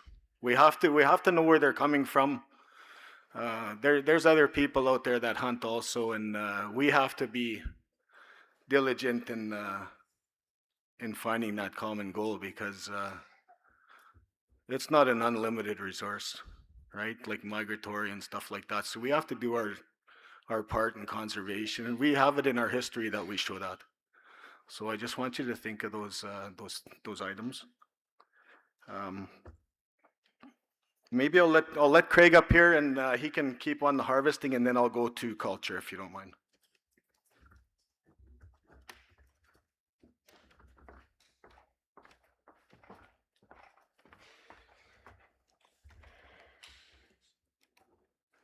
Just forward. Hello, everybody. As mentioned, my name is Craig Latender. I'm the harvesting manager. I hail from Métis District 8, Lac St. Anne. I'm a sixth generation Lac St. Anne Métis, proud lifelong citizen and harvester. So this department is very passionate to me. So I try to bring forward everything I do in my daily life to the harvesting department, and it's Grant Secretary Lacombe brought up a couple good points there about cow moose that I'm going to bring up as well, and it's it's something that we really need to be aware of. Most of this stuff you can find in the report. There's nothing crazy here. We continue to take applications and we strive to process them in a timely manner. We're focused on harvesting and land-based learning. And one of the things I have on there is building a reporting system, and that's something Secretary Lacombe had mentioned, and it's something that we need to strive to work for. We need to have more data. We need to know, what our harvesters are doing out there. We need to, whether they're hunting or fishing, or maybe they're just berry picking. We need to have some better data. So that's something that we're going to strive to work towards in the next the coming years. And even towards effort, like how much are they hunting? Are they hunting, and how much are they killing? We need to have some better data on that information. The harvesting department, we take inquiries on a daily basis. We answer all the questions about where I can fish, where I can hunt, and that kind of thing. It's you can always send us an email at harvesting@metis.org, and we can answer them questions. We have a couple ladies in the office that deal with the applications on a daily basis, and shout out to them, Hannah Martin and Jolene Bellum. They do a great job in processing them applications.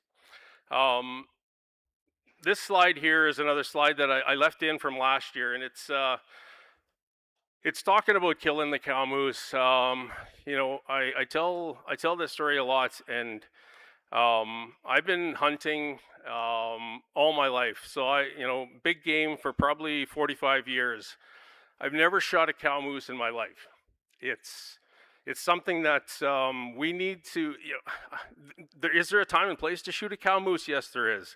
If you're living in the bush and you're living off the land and that's your sole meat for the year, and you need to put something in the freezer, yes, please kill a cow moose. Other than that, I believe, my personal belief is we should not be killing cow moose. So I'd like for all of us, yeah, for sure, thank you. So if you hear of people doing that, tell them your thoughts on that. So yeah, this is a great analogy, and we're Secretary Lacombe and I, we're working on this pamphlet, and it's going to be talking about that and conservation, and yeah. So the rest of these, I've always said a picture is worth 1,000 words. We, the harvesting department, we go out and we support all departments. And we yeah, so this year's Métis Fest, we showed the jigger, the Métis jigger, prairie ice jigger, all about ice fishing. I did a rabbit snaring session with the youth department. I don't know if you guys can see that picture on the right. Can you see anything in there? Little wampus, eh? Yeah. So it's cool. I got that picture, and it's kind of a cool picture. We attended the Banff bison hunt once again last year. Unfortunately, we were unsuccessful. You know, we didn't even see, but great to be a part of and go on that hunt. That was a coyote that we found out there. We also did some ice water training. I can tell you that a polar plunge into Wobman Lake at 2 degrees is not fun. Yeah, don't ever go out on thin ice. Guardians Gathering, we support the Environment Department Guardians Gathering. We caught lots of good fish. We got a great team. I'm plowing through these because we're running out of time. Here we did, this is something that's very near and dear to my heart. It's a program that we started. We do women's fishing days, and we take ladies out and we teach them how to, you know, rod and reel fish, teach them how to set a net, and anything to do with fishing. So it's pretty cool. We did a couple of them this year, one in the Jasper House district and one in the Slave Lake district in Wabasca. And it was awesome to have Secretary Lacombe and you know, all of our elected officials out to help out with that. Filleting demonstrations with the health department, helping out the youth, fish monitoring, lots of good stuff. That was a baby burbot that we pulled out of a pike. This picture I love. This is one of my favorites. This was at the Slave Lake, and I'm sure Kim's out there, but she pulled out this pike and she was so happy. It was pretty cool. Last off, we helped out RLI and we did some cultural fishing days with some of their students. 2 days, and it was, yeah, awesome. So sorry I had to plow through that, but I'll give this back to Secretary Lacombe, and then I think we'll have questions after that.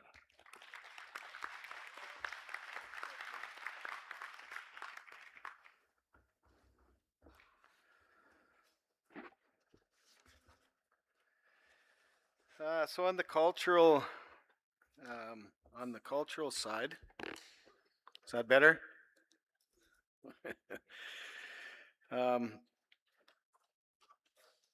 So I'm working on something with St. Paul de Métis. I'm trying to get that name restored. It's been in the news. It's something that's got to be done. And so that's kind of near and dear to my heart. I know my history in my hometown, my lineage and all that kind of stuff. So, and a few of the families too, right? So it's not only me, it's other families in the St. Paul area that were displaced and all that stuff. So maybe just follow the news. You might find out something new there. I want to say for culture, please acknowledge your elders, spend time with them. We've been through a lot this year here, and last week we lost another one.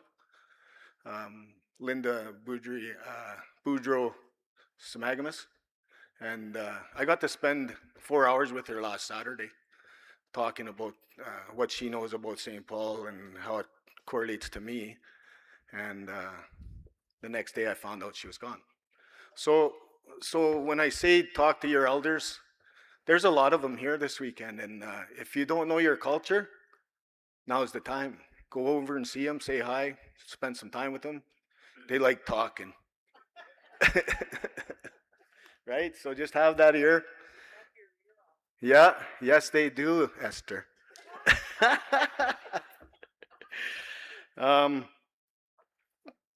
That's about all I have right now. I just attend your district meetings, find out what's going on in your district, and you know, you'll see elders there too, and they'll they'll fill you in on your, history of that area, or even Alberta, right? So that's something that I like doing. I like talking with elders, and you'd be amazed what you learn. So thank you, and questions, I guess.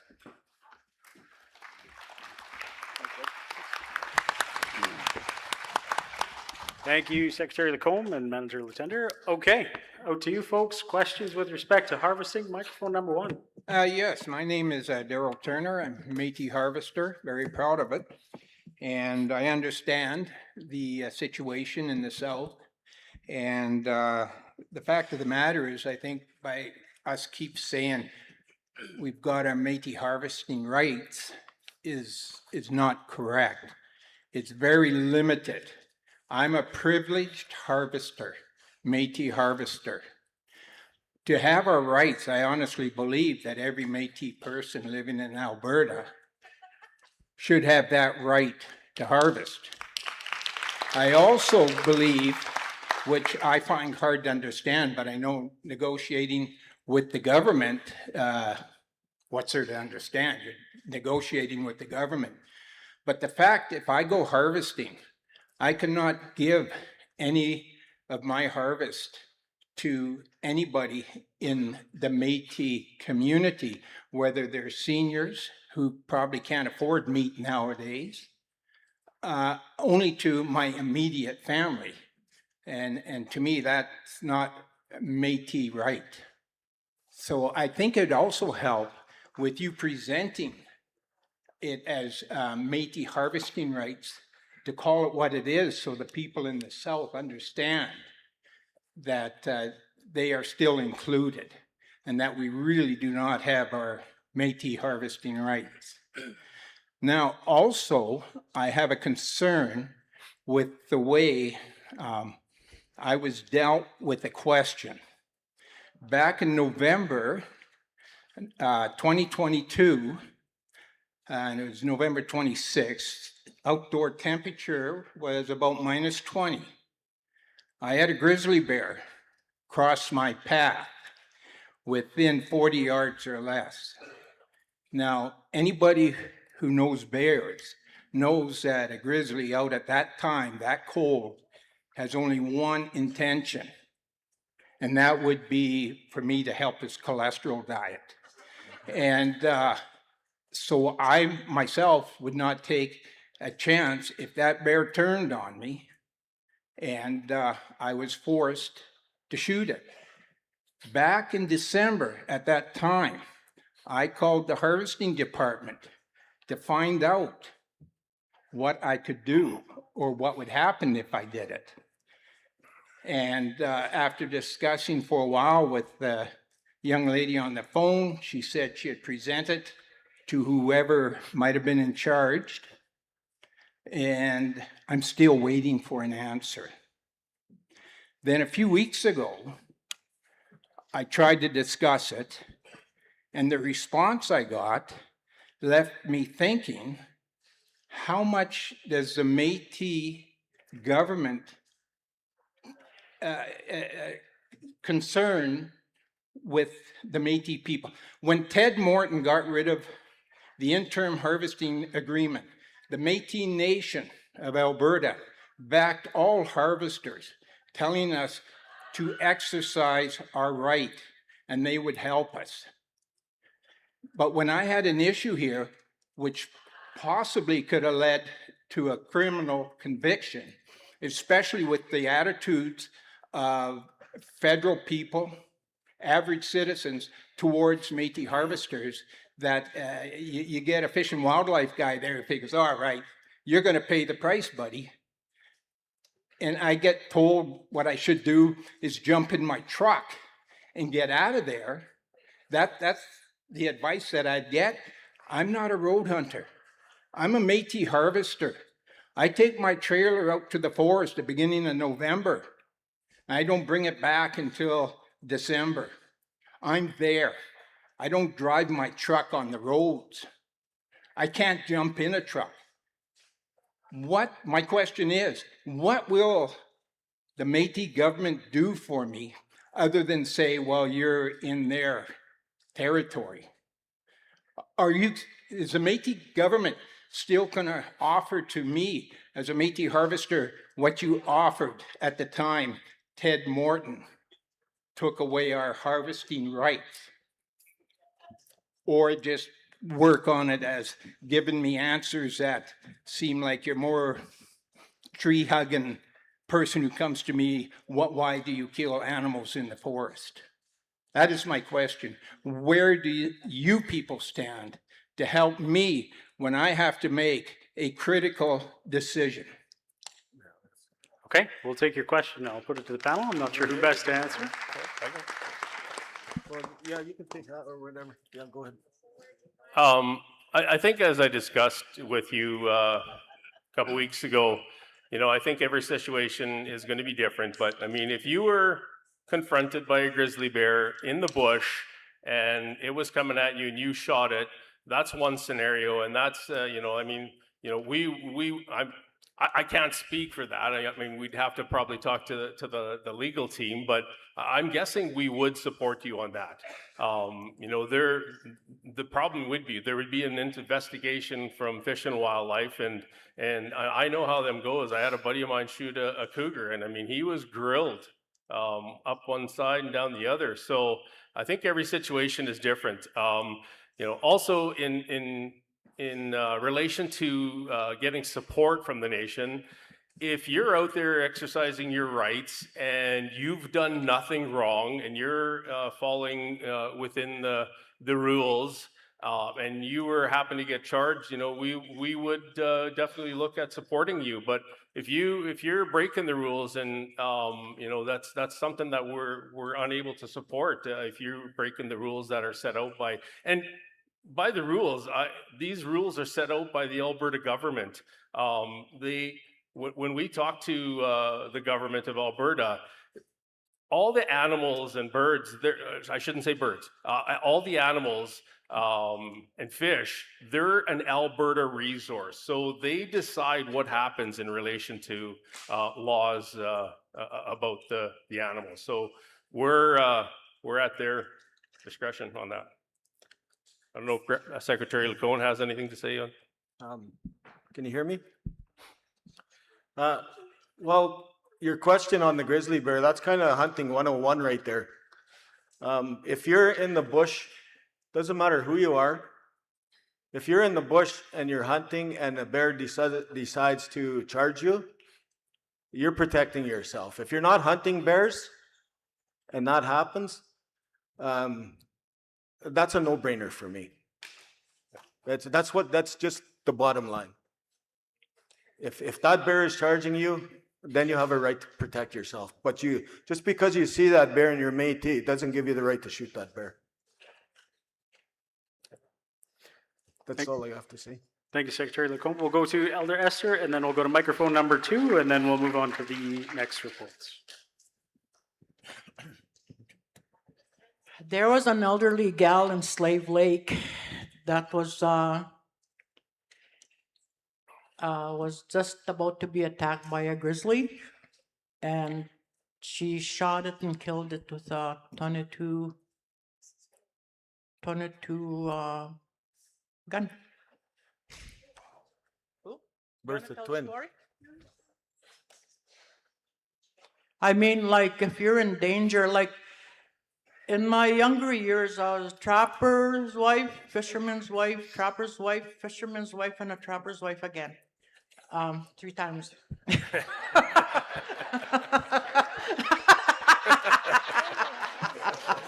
Do we have to take the mic again?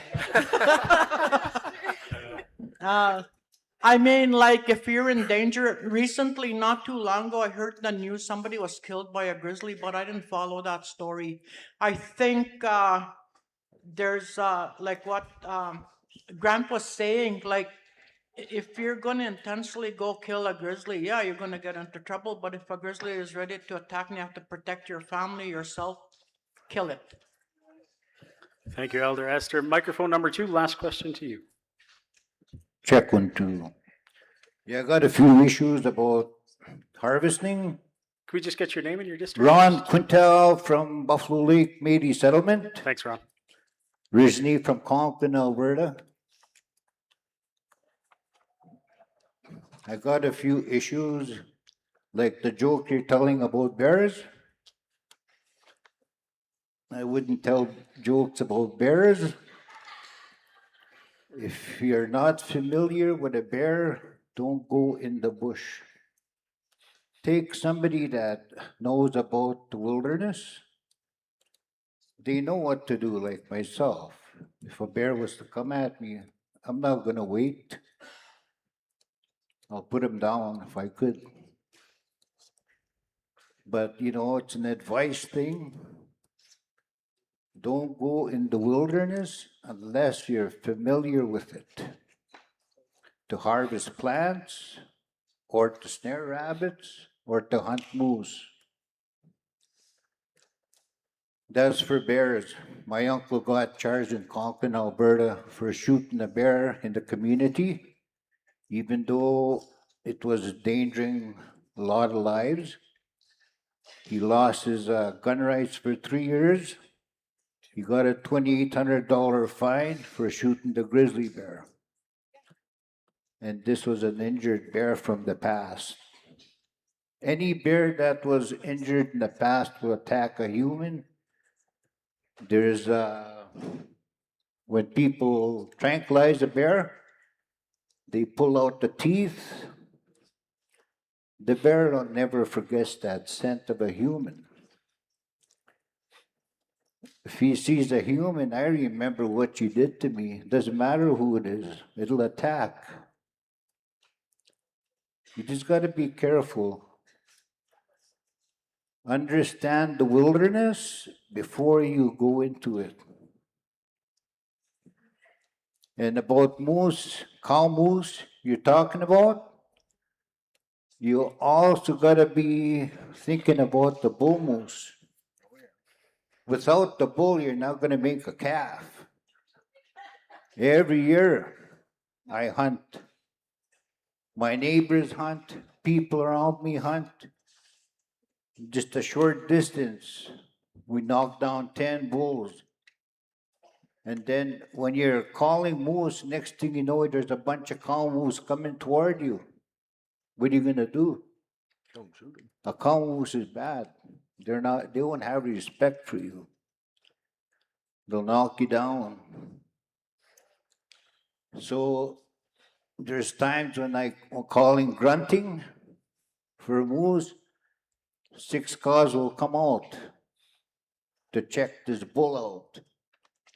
I'll shoot a cow, dry cow. I'll do it.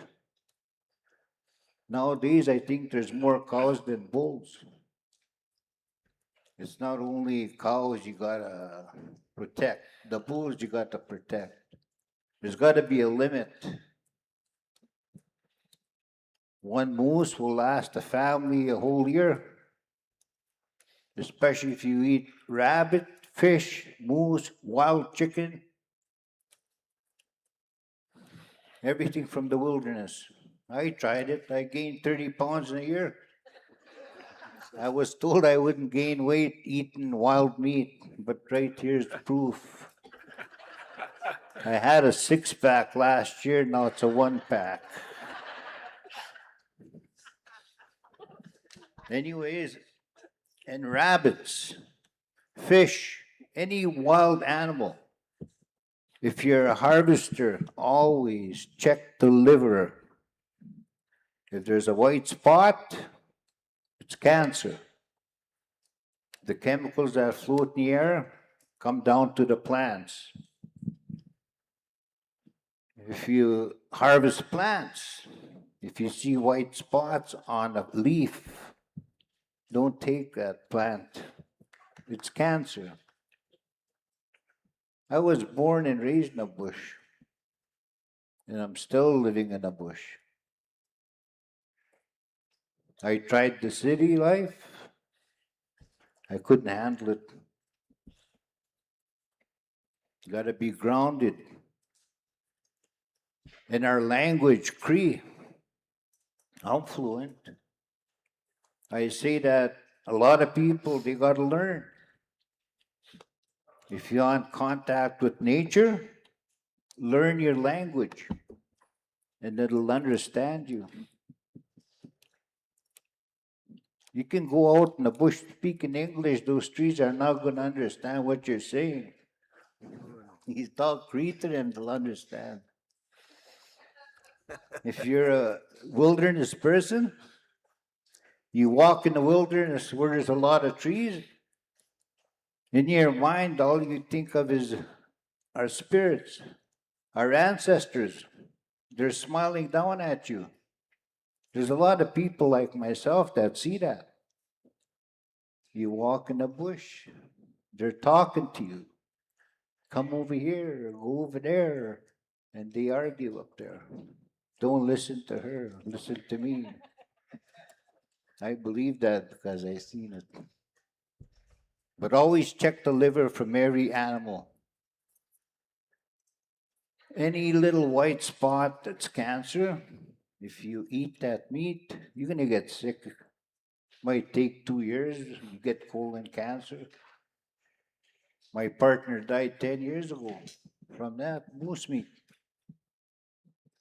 over a white spot. So that's my advice. Thank you, Ron. Appreciate the lessons. I think we all do. Thank you.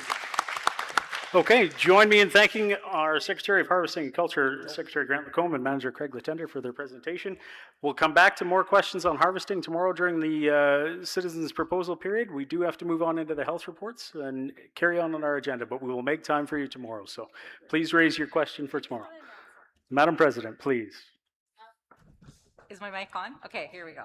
I have been asked by Secretary Val Quintel to announce that Secretary Grant Lacombe won first place in the moose calling contest at Conklin's Cultural Harvesting Camp a couple weeks ago. So congratulations, Grant. Thank you, Madam President. That takes us into the report for the Health Department. I will invite Director Reagan Bartel up to deliver that report.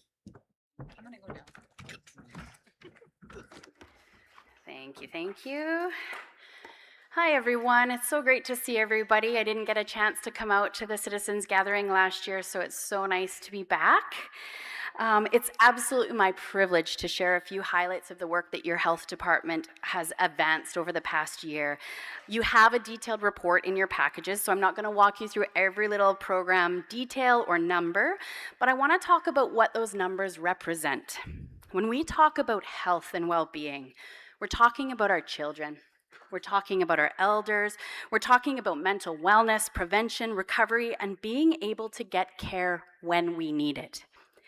We're also talking about something that's really fundamental to self-government, the ability of Métis citizens to have a voice in the decisions that affect our health and well-being. And that's the story I want to share with you today. So the work of our health department starts with a simple commitment. The health priorities of Métis citizens should guide the work of the Métis government and our department. We listen, we engage, we build programs and services in response to what we hear. We build partnerships and we advocate provincially and nationally so Métis voices are present where decisions about our health and well-being are being made. But I also want to be transparent about the realities of this work. Our resources aren't unlimited. Much of our health funding still comes through agreements that determines what those dollars can and cannot support. And sometimes the needs that you tell us are greater than the resources that are available to meet them. And we're not always going to get everything right the first time. That too is part of responsible self-government. Our responsibility is to listen, make thoughtful decisions with the resources entrusted to us, to measure whether they're making a difference, and to have the courage to learn and to change course when they're not. And when Métis priorities don't fit neatly within the systems or fundings, structures that exist, our job is not simply to accept those limitations. My staff would never. Our job is to advocate and then work to change what is possible. And that is Métis self-determination in health in real practice. One of the ways we do this is actually through evidence. For too long, our people have been invisible in health data.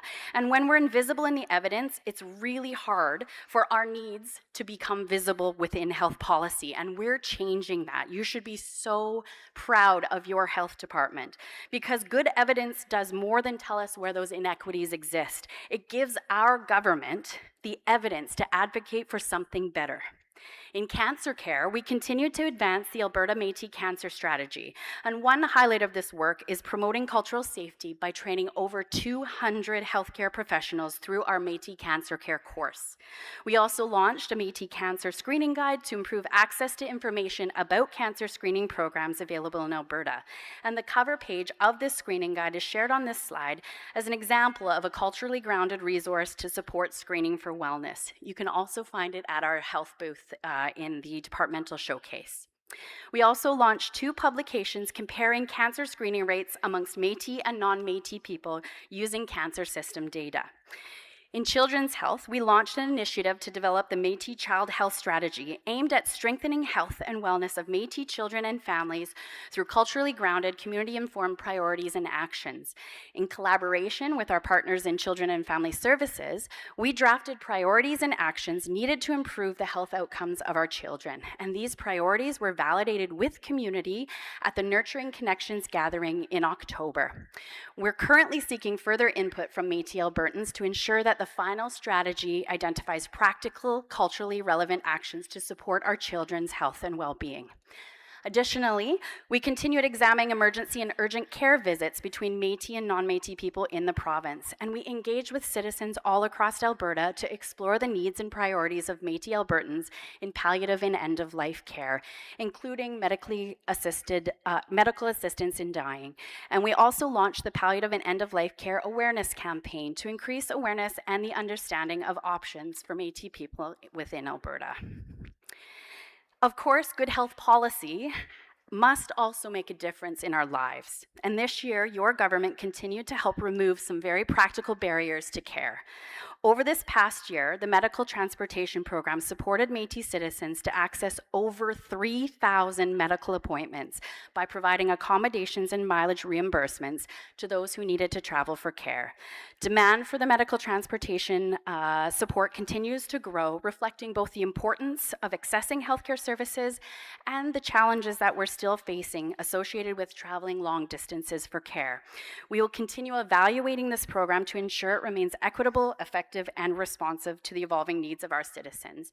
And I would invite you to attend the departmental gathering, because there is an opportunity to give feedback specifically on the medical transportation program.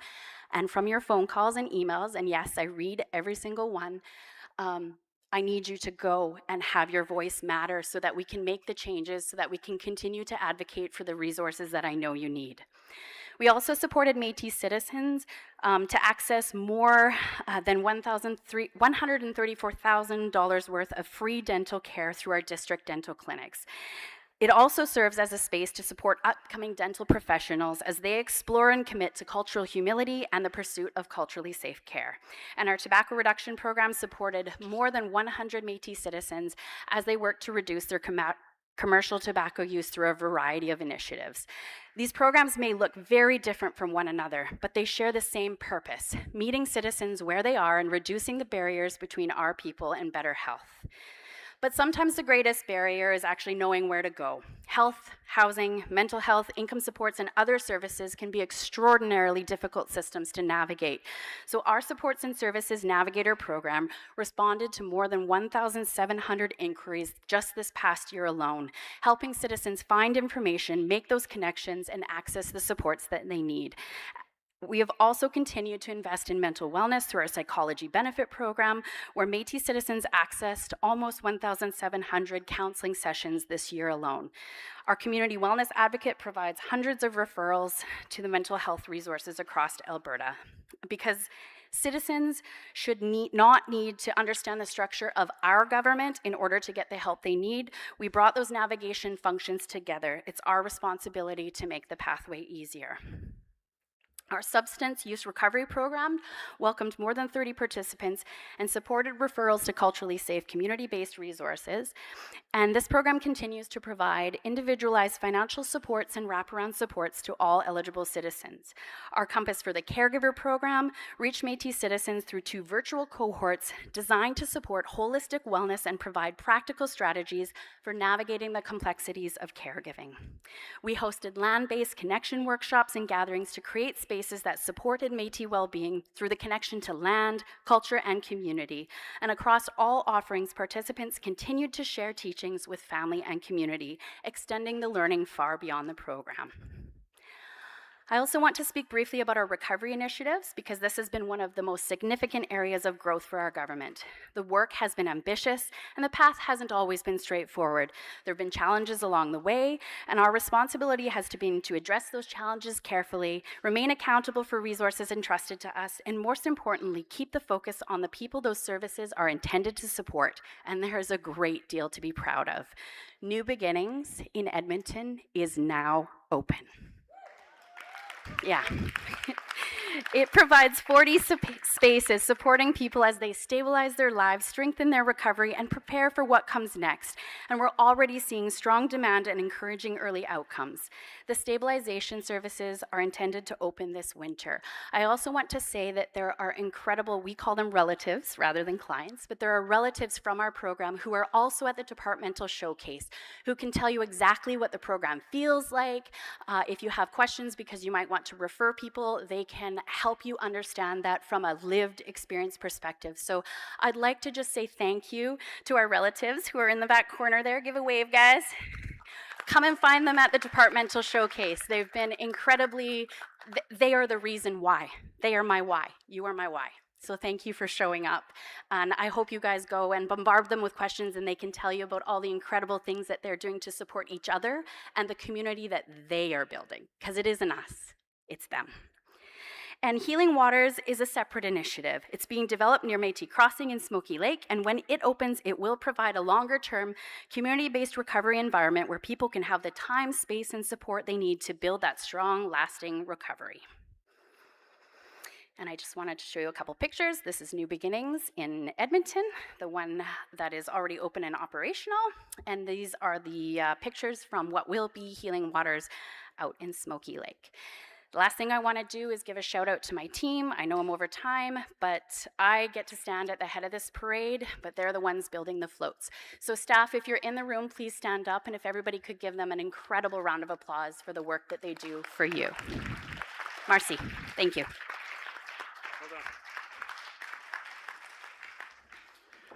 Thank you, Director Bartel.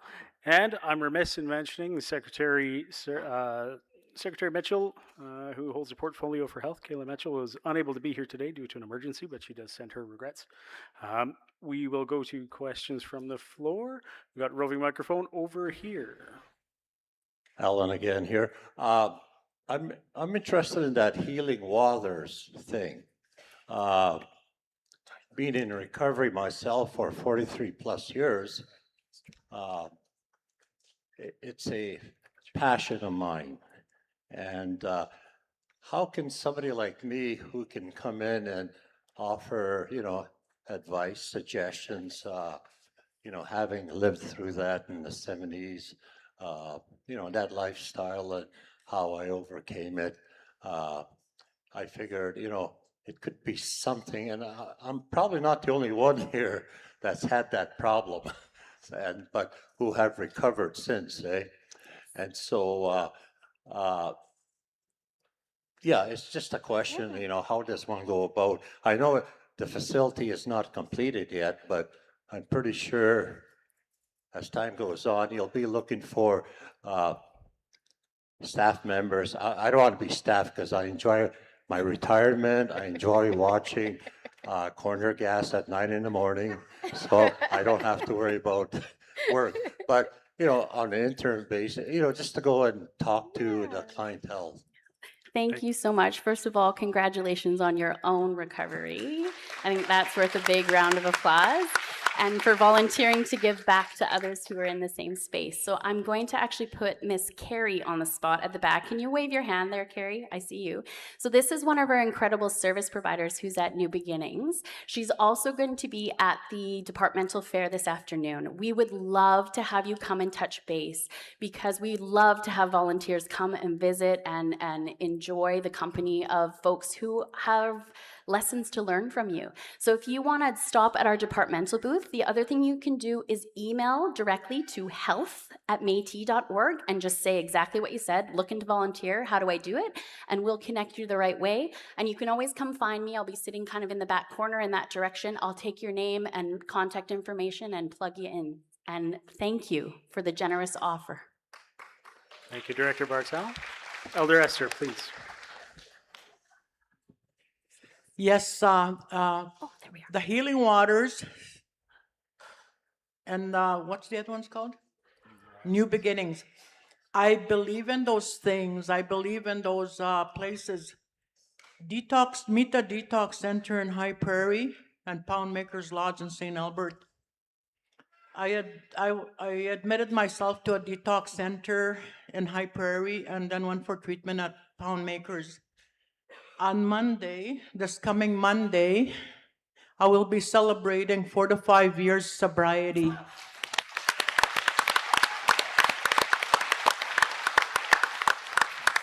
We need those places, and I'm really happy that these places are there and this New Beginnings is opening up. I'm really just heartfelt gratitude. I'm very grateful, and I just needed to share that. Thank you. Thank you. Thank you, Elder Esther. Microphone number 3. Hi there. I'm Christina Phobes. I'm from District 13. I want to address, I work in healthcare and I work in seniors health, and I can say that there's a lot of programs. I've been involved in different programs lately within AHS, and Indigenous liaisons are what our AHS folks go to. They do not know Métis programs. I have yet to talk to one of them that knows a Métis program. Lots of our families in the north have to travel for healthcare. They don't know that they're available to get kilometers and meal reimbursements in hotels. And if you approach a liaison in Grand Prairie or in Valley View, where I'm from, they will tell you that they only deal with treaty.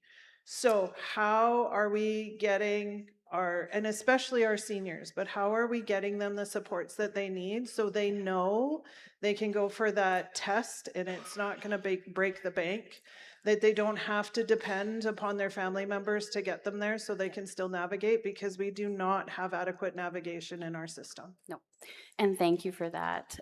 There's a number of ways that we're doing it now. Obviously not perfect, so I appreciate the feedback. We are currently part of the orientation of new liaisons, so it's both the online hotline, so we provide an update of all of our programs and sit with the managers of that program to make sure they understand. We have delivered in person at those on request, so depending on which hospital, sometimes they've asked us to come in specifically, and we have done that. We also ensure that we sit on, there's a province-wide supports and services meeting, and our supports and services navigator attends that regularly. So we're reaching out to our health system and offering the resources. We've created a new pamphlet that you can pick up at the table that has a list of all of our programming and resources. We've shared those at higher level, was formerly Alberta Health Services, but other health services meetings. I'm not entirely sure what else we've done, in this moment, to be honest, on the spot, but we've attempted to do all of those things. We've shared posters, we've mailed pamphlets. So we're doing all of those things. We've also advocated at a higher level for Métis specific navigators or liaisons in the hospital. And we've supported that. Internally is where we're making kind of the biggest. You can see the number of calls that we get monthly is quite high, and so we're trying to support in that space. Social workers are reaching out to us individually from various hospitals and units, and we try to do individualized supports in those cases. But I think if you have suggestions, I would love to hear them. And when I come off stage, maybe we can connect just to keep the meeting moving, forward. Absolutely. That would be fantastic. Thank you. Thank you. Good, thank you. We'll go to Mrs. Johnson, and then we'll come to microphone number 2, and I'll try to get to microphone number 1 if we have time. Thank you. Sylvia Johnson, Peace River, Alberta. I'd like to first say I am very proud of the Métis health services that we have today. We've come a long way, and we have dental services, we have services for our people to take advantage of, and I hope that the word can get out to everyone, not just through Facebook and that, but for everybody to have a chance to use the health services, especially in the north where we need the travel and the rooms to get to a specialist. One thing I'd like to see is maybe a recommendation, or I'd like to see the Healthy Families type program back, where families are able to access food ideas, recipes, healthy living. Not all the children play sports, and there's a lot of children that are losing out on healthy type living, where they enjoy more community programs, things like that, than just if you're involved in a sport. So I'd like to see something like that come back. We did have that years ago. It was very, very successful. Thank you for the work you do in health. I appreciate it very much. Thank you, Sylvia. Coming from you, Sylvia, who has been the trailblazer who set the pathway for what we have now, that is high praise, and I appreciate it. And I can tell you that your thoughts align with our child health strategy work, which is integrating our department in with the Children and Family Services Department to try to find more holistic ways to support the well-being of our community. So thank you, Sylvia. Very good, thank you. Microphone number 2. Hi, Donna Sinclair Gullion, Slave Lake, District 21. I know this is a showcase for Otipemisiwak programs, and I am grateful for that. I'm also extremely grateful, humbly grateful for the staff at the District 21 office, because they make all of the services available to us there. And I know other districts don't have all that going on for them yet, but it'll come. So where I'm going to, I went to your health kiosk, and very informative about the physical, the mental, and the emotional health programs and supports. And I said, what about the spiritual side of health? And the girl I was talking, the young lady I was talking to, she wasn't sure what I was asking. A lovely, lovely person, very well informed. And I said, where do you go to recharge? And we don't have to be go to a government organization or Alberta Health Services to recharge. We as citizens, as people, as grassroots people, we know how to recharge. For example, I recharge. But when I need to recharge, I go to my place of childhood, which is in the bush by the water. It can be a creek, doesn't matter. And that's where I sit and I touch base with my natural self. And it has nothing to do with religion, but it's a place where I go where I can just relax and recharge and get started. It costs nothing. I don't have to use a computer, but I can go there. I know people in the grasslands of Alberta, they go to a place where there's big rocks. And I said, but what about the quack grass? I could never recharge in quack grass. But they go and they sit on rocks. And that's where they recharge, and it's important. And so I asked your representative at your kiosk, I said, where do you go to recharge? And she said she walks her dog along the river, in the river valley, And she said, that just makes her feel so good. And I said, that's your spiritual connection. That's your spiritual health you're taking care of. So I recommend we all go back home and teach our kids how to recharge. Okay, it costs nothing and you don't have to be well educated to do it. You just need to go to get in touch with, for me, it's getting in touch with nature. Thank you for letting me share that. Thank you for that gift of knowledge. Okay, we got time for a quick one, and then we'll go to a break, and then we'll come back. Real quick, Microphone number one. Daryl Turner from District 4. As a person who has a niece who is in need of something like this, probably for over 20 years, is there plans to develop something like this in the southern portion of Alberta? You know, Lethbridge, Calgary, Medicine Hat, things of that nature, because that's a long ways to go. And so nobody really gets that kind of help that they need as Indigenous type atmosphere. No, that's a wonderful question. I think one of the beautiful things about the recovery community model is that it really is a community, not just within an individual facility. So we're connected to all of the other developing recovery communities. So while we may not be funded to build a brick and mortar site down there, that doesn't mean we're not doing the relational work. So our First Nations colleagues in Siksika and Tsuut'ina are developing similar programs. And so we're continuing to create relationships with them so that if our Métis kin are coming to a space where they can't actually come to us in Edmonton or Smoky Lake, or they don't want to because they don't want their community, you know, in their biz and they want to be tangentially but still indigenously cared for, we will have pathways to the other recovery communities that are being built in Treaty 7.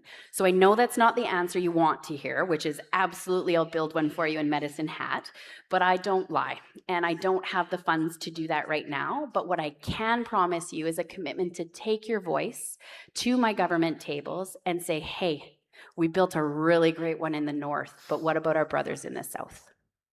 Very good. Thank you, Director Bartel. One real quick point on what you're saying is great, except how do we know? Who informs us of what you just said? Because that's news to me. Yep. No, that's a really great point, and I can do a lot better at communicating, my friends. So I'll take that back to our table as well. Thank you so much for your advice, truly. Thanks so much, Daryl. One more time, join me in thanking Director Bartel for the report from the Department of Health. Okay, we are going to take a 10-minute break instead of a 20-minute break because we're going to try and keep the show moving if we can. So we will stand in recess for 10 minutes, then we'll come back with the CFS reports. I also have a cell phone that has been found. It's got a lovely picture of a little dog on it. Someone wants to come up and describe this dog to me. I'll give it back to you.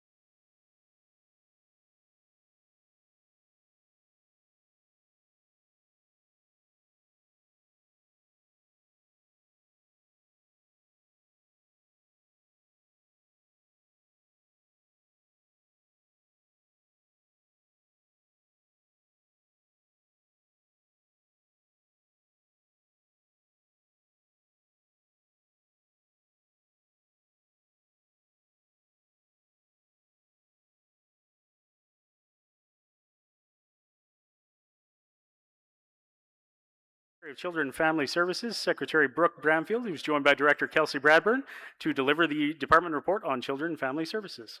Madam Secretary, the floor is all yours. Thank you. Good afternoon, everyone. Mio Gisigal. It's wonderful to be here with you at this year's Citizens Gathering. And thank you to everyone who traveled here today. My name is Brooke Bramfield, and I'm the Citizens Representative for Fort McMurray and the Provincial Secretary of Children and Family Services. My mandate is grounded in advancing the well-being of Métis children and families and ensuring they remain connected to their culture, families, communities, and identity. One of our most important, significant priorities continues to be Act C-92 and advancing Métis jurisdiction over child and family services. This is about affirming our inherent right as Métis people to care for our own children and families in ways that reflect our values, culture, kinship, and communities. As we move toward greater jurisdiction, we continue to advocate for approaches that recognize Métis children and families as distinct and ensure our people have a meaningful voice in the decisions that affect them. Our citizens are also helping shape what comes next. Through the Reclaiming Our Children Gathering, our Child and Family Services Advisory Committee, and engagement with families, elders, and communities, what we hear continues to inform the system we are building together. While we work toward the future, we must also support families today. That means strengthening prevention and early intervention, supporting families before they reach a point of crisis, and keeping Métis children connected to family, culture, and community. I have also been proud to advance the Protection of Personal Information and Privacy Act with support of Citizens Council. Protecting and responsibly governing Métis information is an important foundation as our government and our responsibilities continue to grow. There is still important work ahead, but everything we are working toward comes back to our children and families, building a future where Métis children can thrive, and families knowing that their nation is walking forward with them. You will hear more from Director Kelsey Bradburn about how this vision is being put into action through the work of the Children and Family Services team. Thank you to our citizens, families, elders, advisory committee members, partners, and the CFS team who continue to contribute to this work. Thank you.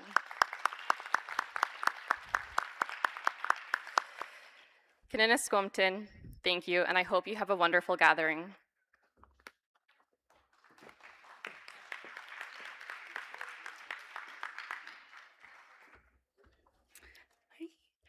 Good afternoon, everyone. I'm very happy to be here today to have an opportunity to share some of our amazing work that we're doing across our department. This past year has been one of significant growth for children and families. We have expanded existing programs, launched new initiatives, and continued building toward a future where Métis children and families can access supports that reflect who they are and what they need. Our early years initiatives continue to be one of the largest areas of programming, reaching thousands of families across Alberta. This year, we have launched several new initiatives, including our playgroup and the Baby Bundle Pilot Project, which welcomed 277 of our newest little citizens and their families. Our Nourishing Futures Accessibility Grant has also grown significantly and is now supporting 440 Métis children. We continue to see incredible participation in our established programming as well. More than 3,000 families participated in exploring Métis culture at home, and our Young Readers program distributed more than 1,000 books this past year. These are only a few examples, but they demonstrate both the reach of our early years programming and the demand we continue to see from our Métis families across Alberta. We are also continuing to build our capacity in Métis early learning and childcare, Through the Metawaton, we are developing our Métis Early Learning Framework and preparing for the future childcare centers, while also supporting Métis-led childcare through initiatives such as our Day Home Startup Program. I can't say this very good. I'm going to attempt it, but it's Kiskia Tatan, formerly called Elect, joined our department in November and recently celebrated 21 graduates. And this July, these teams hosted our first ever Growing Together conference, bringing early childhood educators together with Métis knowledge holders to strengthen Métis approaches to early learning and childcare. This idea of Métis-led services also brings me to another significant area of work, C92, and the future of Métis children and family services in Alberta. Since 2020, we have been listening to citizens and asking what a Métis-led system of care should look like.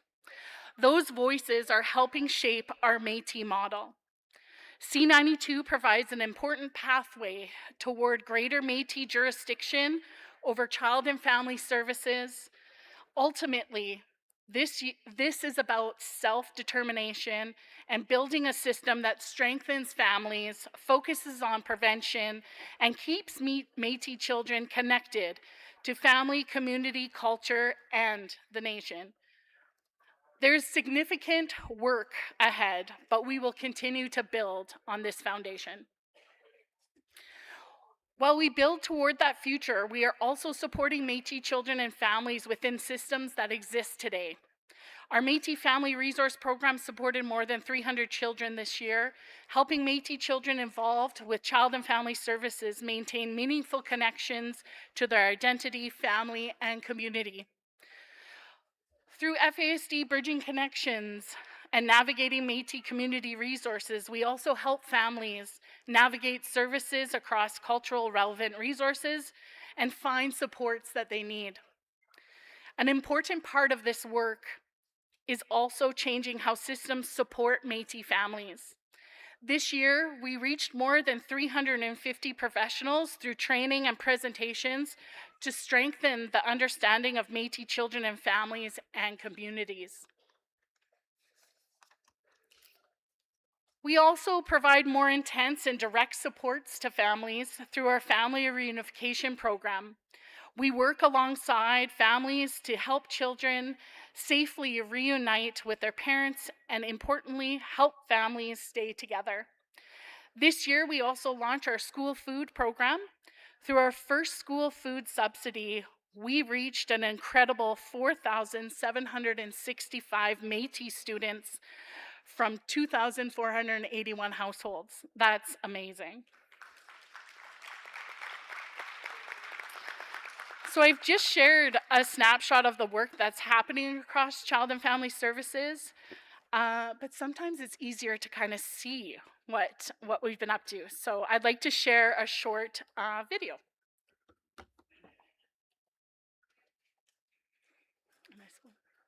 Maybe, yeah. When I was growing up, we were never left behind, never. I greet the day every day and say a prayer for everybody. I say a prayer for all the families that are here and for the ones that are not here.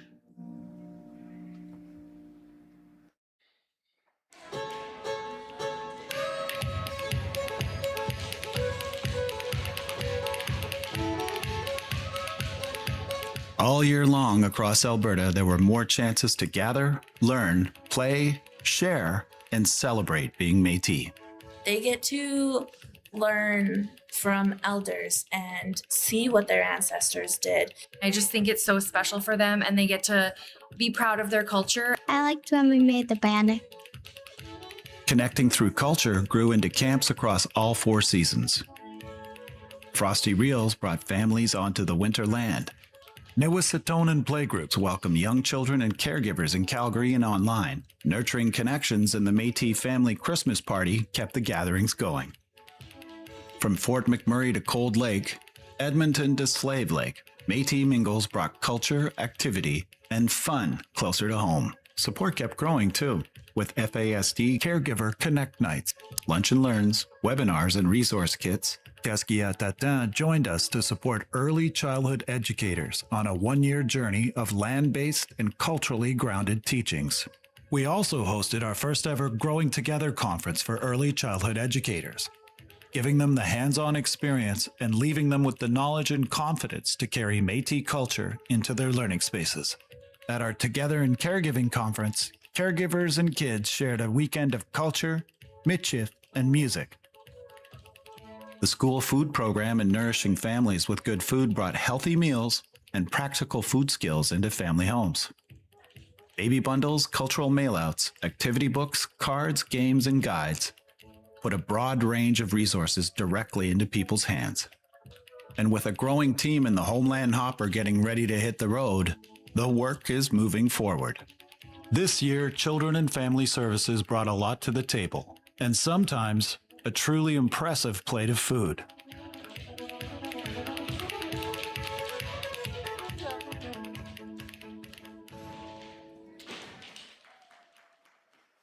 Amazing.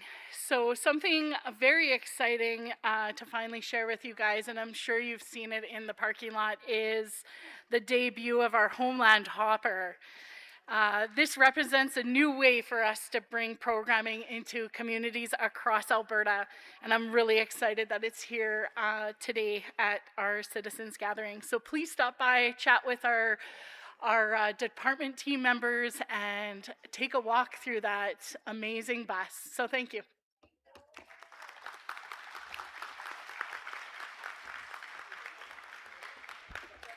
Thank you, Director Bradburn. Okay, looking out to you folks, the citizens, are there any questions to the Children and Family Services report? I know this report always blows me away too. I don't see anybody running for the mics, and I don't see any hands up, so join me again in thanking Secretary Bramfield and Director Bradburn for their wonderful report. That takes us into the next report, which is the report on tourism and Métis Crossing, and I will invite your president, Andrea Sandmaier, and CEO Juanita Marois to the stage to deliver this report. Please join me in welcoming them.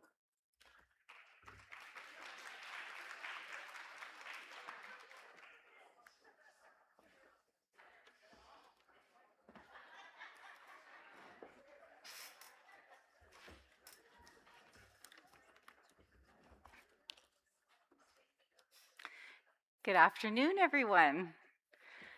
I want to take a few moments now to speak about Métis Crossing and the work that we're doing. Métis Crossing is more than a venue. It is one of the clearest examples of what can happen when Métis people lead, build, teach, and welcome others into our stories on our own terms. For generations, our people have carried knowledge about the land, about our families, our communities, our harvesting practices, our music, our language, and our ways of life. Tourism gives us a way to share some of that knowledge with visitors, from not just around our country, but across the globe. But it also does something deeper. It creates space for Métis citizens to see themselves reflected with pride. It creates jobs and opportunities. It supports artists, interpreters, entrepreneurs, knowledge keepers, and community members. And it helps ensure that when people come to learn about Métis, they are learning from Métis people. Because for far too long, our stories were told by others or left out altogether. At Métis Crossing, our stories are centered. Our culture is visible. And our citizens are helping shape how the world understands the Métis Nation within Alberta. Métis Crossing is more than just a tourist destination. It connects us to the land our people walked and lived on for hundreds of years. It connects us to the work our government is doing today to push our nation forward. Métis Crossing means cultural revitalization. It means education. It means economic development.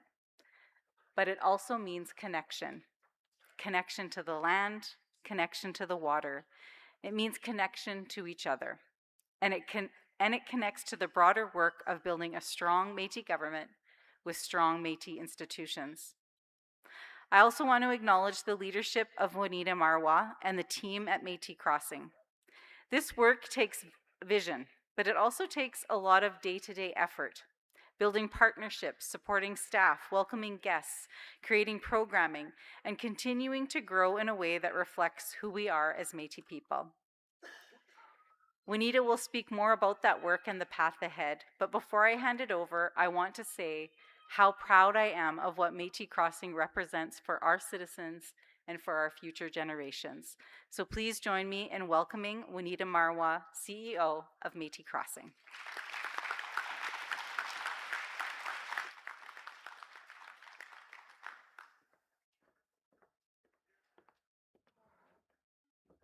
Thank you. It is such a pleasure to be here. Thank you, President Sandmaier, and thank you, Elder Esther. Did you all know that Esther worked at Métis Crossing about 20 years ago?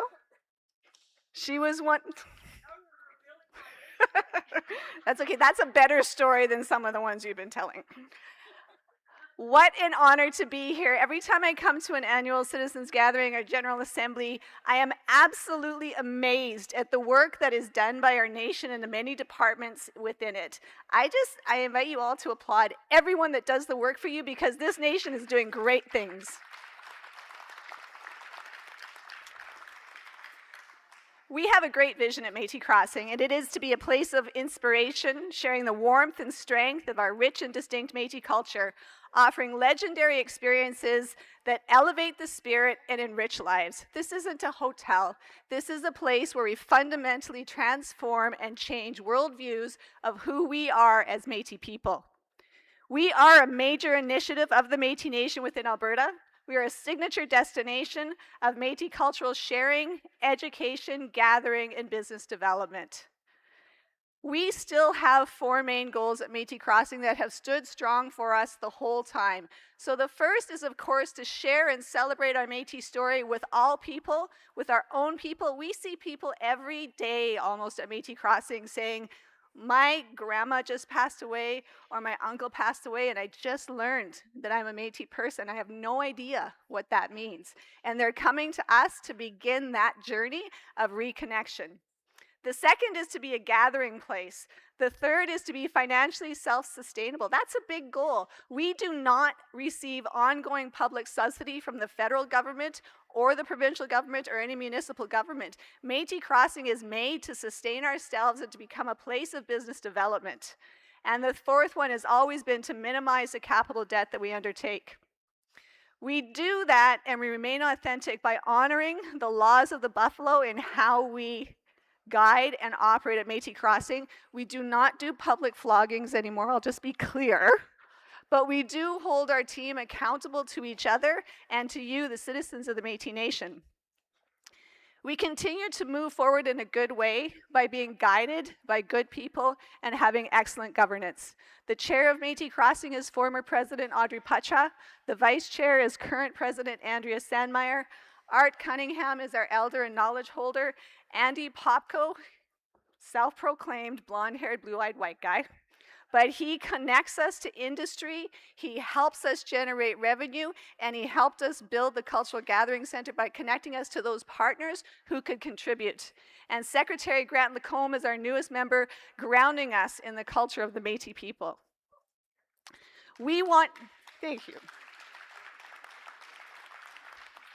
We want to ensure that Métis Crossing is not only a sustainable destination, but a regenerative destination. We want our people, our team members, our guests, and our land to be better because Métis Crossing exists on there. So we really work to balance in our everyday, in our developments, and in our operations, the culture and people of who we are more than human relatives.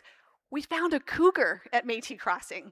I'm like, oh my gosh, there's a cougar and 2 baby kittens, which is like, oh my gosh, people were afraid of what that's going to mean, but it means they're safe. They're happy in this place that we've created and now share with them. And our economy, we have to generate revenue, and the land and water, what we do, how we operate on that land is in balance with Mother Nature. And I just wanted to share some of our planning about this. So we don't just look at designing a building, we look at how that building interacts with the land that we sit on. So on the north end, we of course have the Salé Présent, the solar field. We also have a water well there. So we bring up from the aquifer under the earth the water, we distribute that through the site, we're collecting it, and right now it's being trucked away, but we're working towards treating that on site to redistribute it over the grasslands that are there. But everything that we do at Métis Crossing acknowledges that Mother Earth is there, acknowledges that the animals were there before us, and that we have to live in balance with them. A lot of what we've been doing in the past year to make sure that we are not only environmentally regenerative, but financially as well, is looking at their systems building. So really building in cost controls for what we do. Métis Crossing is a business. We have to make sure that what we're doing with our food costs, our inventory management, our salaries, the standard operating procedures, all of these really boring things are foundational to ongoing success of this business. So we've implemented new property management systems, culinary POS systems, as well as retail systems. That's the boring part, but it's the foundation. It's as important as the physical buildings that we have. Our human resources, and I just need to pause. I think if there's one thing that I hear about Métis Crossing is that my team is so amazing. They work so hard, they are so friendly, and they're so welcoming to our guests. There's almost nothing you can ask of them that is too much. So I really need to acknowledge the team that I have at Métis Crossing. We put the buildings in place, they bring them to life for you every day.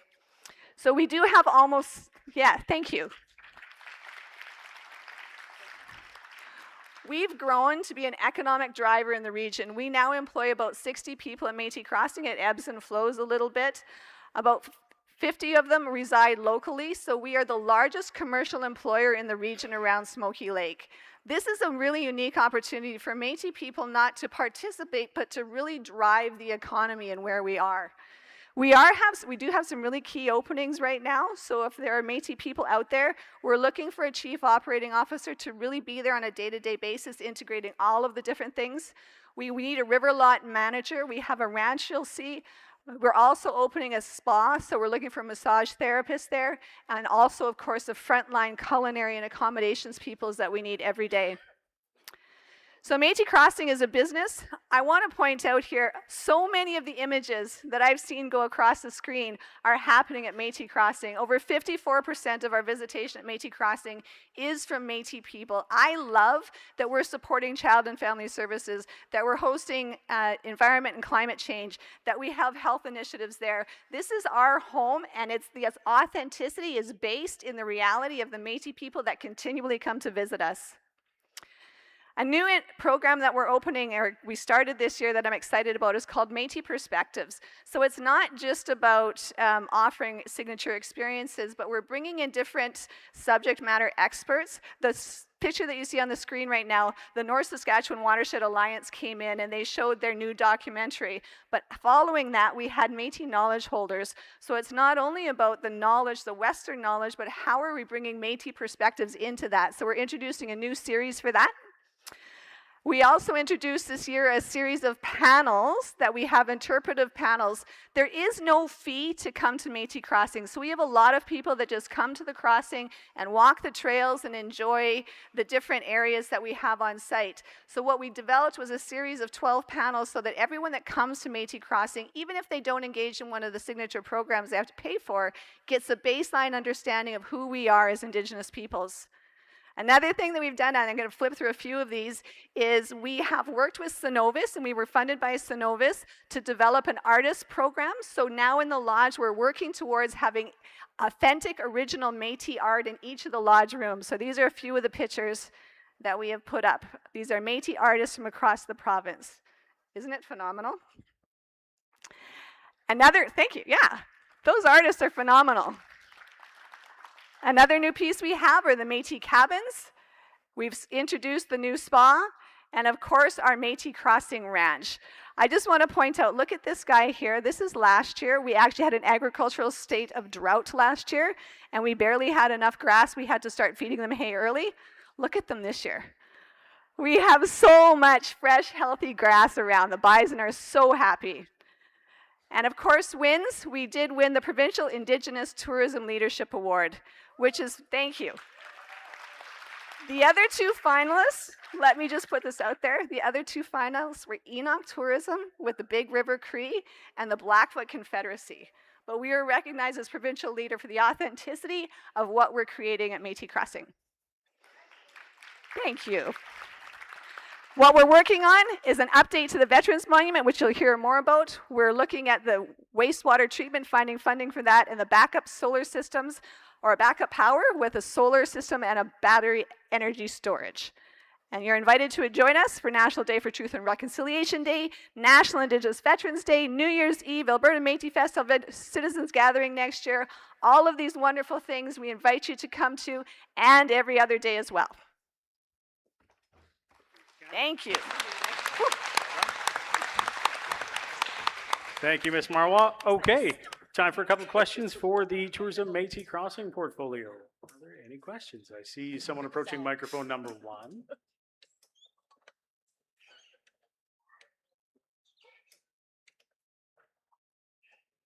Mr. Boucher, go ahead. Hi, Alan from District 19. You mentioned Cougar. Do you have her number? No. At last year's gathering in Métis Crossing, there was discussion about how small the venue is for a gathering. And I think part of the discussion, I had brought this up as well, the possibility of expanding the place, let's see, facing south, expanding it to where the deck is and moving the deck further out. Whatever became of that, anything new with that? Because, like I said, it was a small venue when you have about 800, 900 or 1,000 folks, Very good. Thank you, Mr. Boucher. Panel? So I'll start by saying no cougars that way. That's not what we were talking about. You have to be careful. When we designed Métis Crossing in 2018, the Métis Nation had 34,000 registered citizens. Now we have over 80, so absolutely our citizens have grown. So the Otipemisiwak Métis Government and the Métis Crossing Board have been working together to come up with options and opportunities, which will be discussed tomorrow, for how we're going to deal with this. I will say we're not looking at expanding the Cultural Gathering Center. We do have other ideas and dreams for other buildings down the road. There is not a plan to expand the Cultural Gathering Center, and there are other options for the Citizens Gathering next year. Very good. Thank you. Any additional questions? Microphone number 1, please.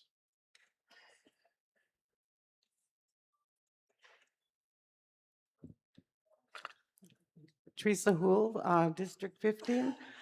I just want to bring a little bit more to Métis Crossing prior to 2018, how this land ended up being with us. I had the opportunity to work with a youth group out there when the zip line was still there. And anyways, the family that owned the land, and I really think this should be part of the history when we talk about Métis Crossing, because it was a German fellow, name has slipped my mind. Schaefer's. And he had a heart attack. And he came to Métis Nation and said, this never was my land. You should buy it. Métis Nation wasn't in a position to do so at the time. 10 years later, he passed away. He left a letter to his 2 kids, and they said, whatever you got to do, get that land back to the Métis Nation. So I just want that to be a big part of the crossing in some way. Thank you. Thank you, Conley, for that. Thank you. Any additional questions, or did you have something to add? Very good. Okay, then please join me in welcoming thanking President Andrea Sandmaier and CEO Juanita Marois for the report on tourism in Métis Crossing.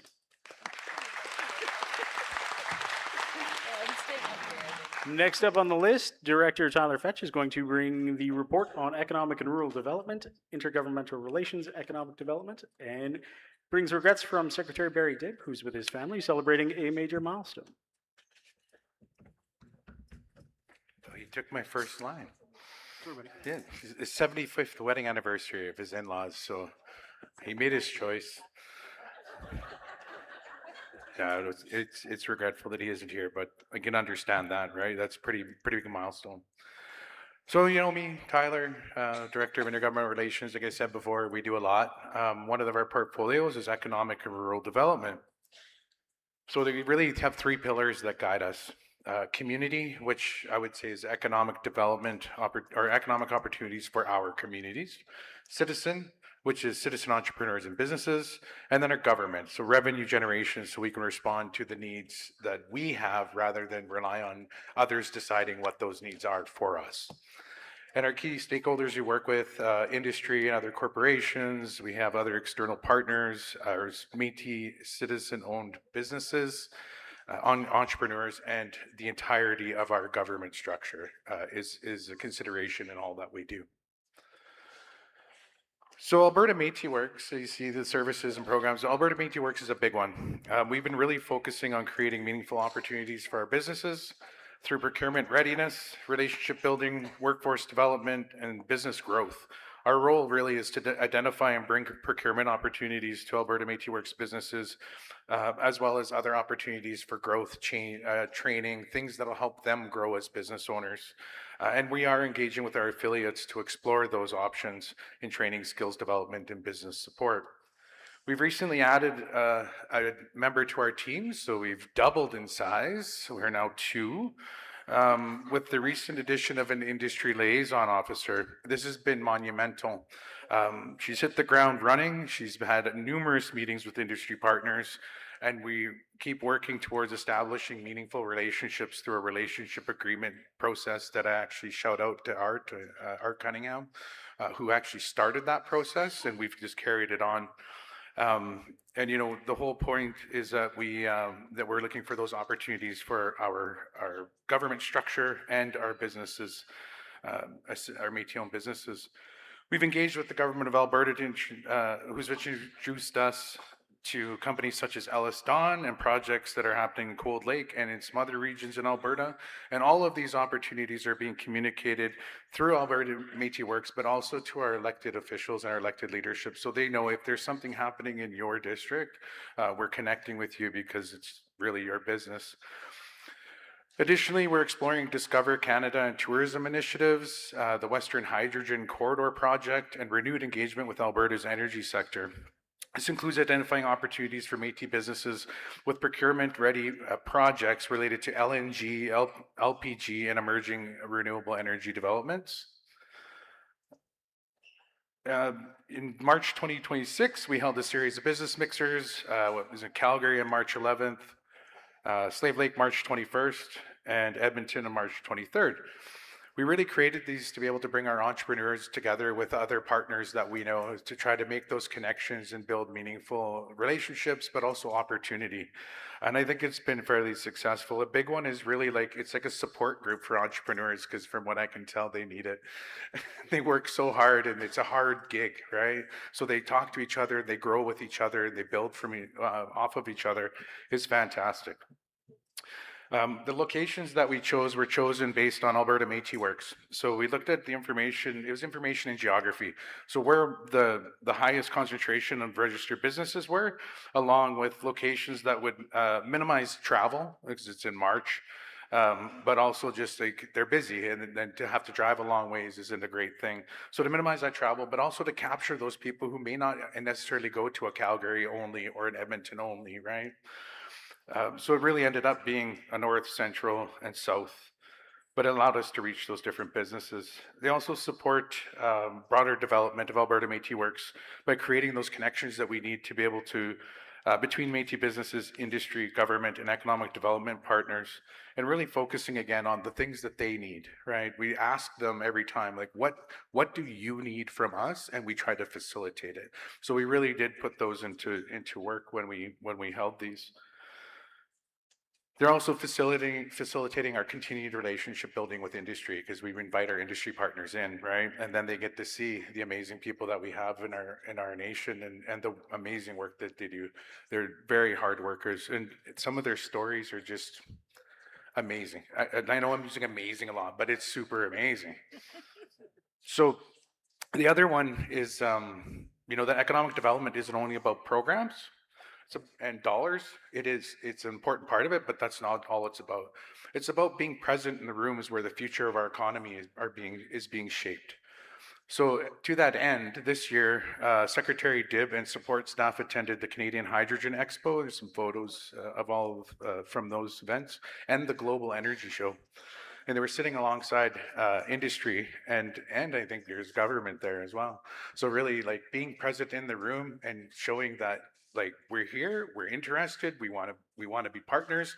Let's talk about that. And you know, it really meant building and deepening those partnerships across emerging growth areas for economic development, and not really just only focusing on the ones we already know about.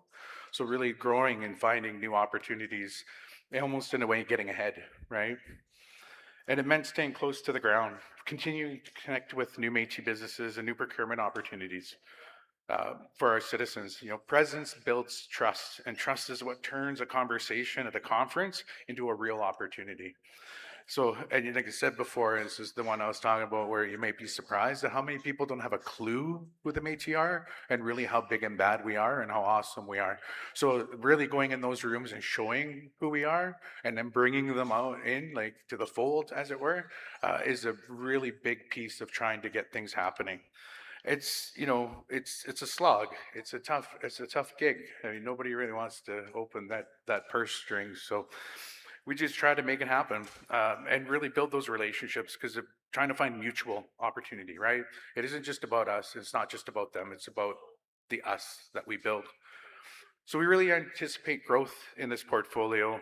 Like I said, we've doubled, which is huge, and actively pursue funding to support future summits, business development programming, emerging opportunities for Métis businesses and citizens. You know, federal attention has shifted to major projects, so we continue to seek opportunity to deliver shared benefits for industry and our people through that. You know, while this is a long-term goal, we know we have to have some short-term wins, and we're really working hard to have that happen. And I think we've made meaningful progress in a year, just having one person come on in April and just start hitting the ground and really building those relationships that are going to make us successful. So that's all I got, keeping it short.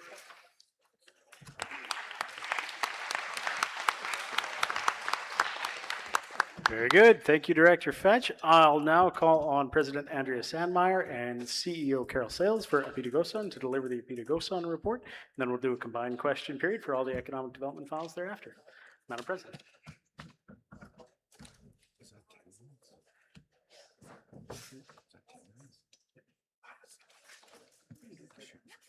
Okay.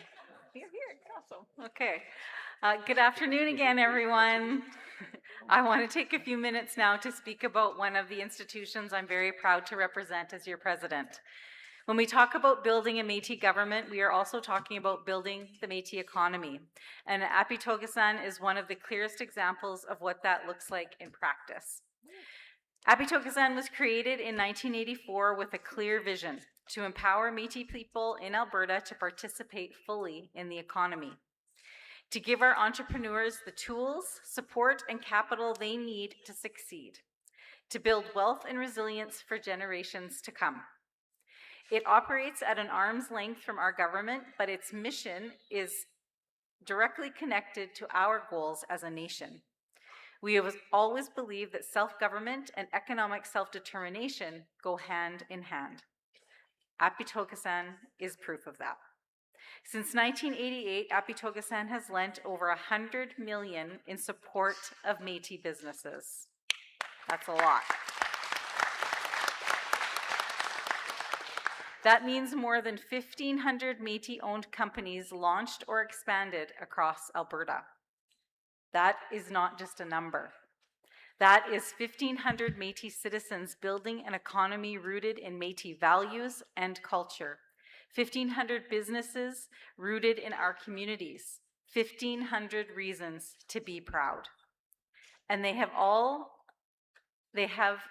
done all of this while maintaining their original capital base, recapitalizing that original $8 million investment 12 times over. Mm-hmm.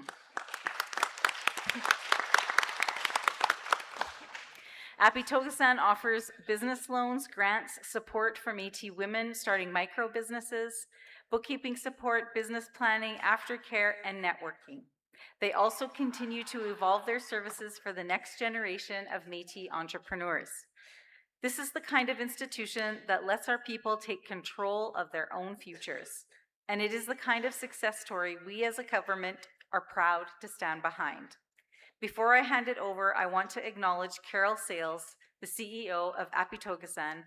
Carol brings vision, commitment, and genuine care to this work every single day. Thank you, Carol.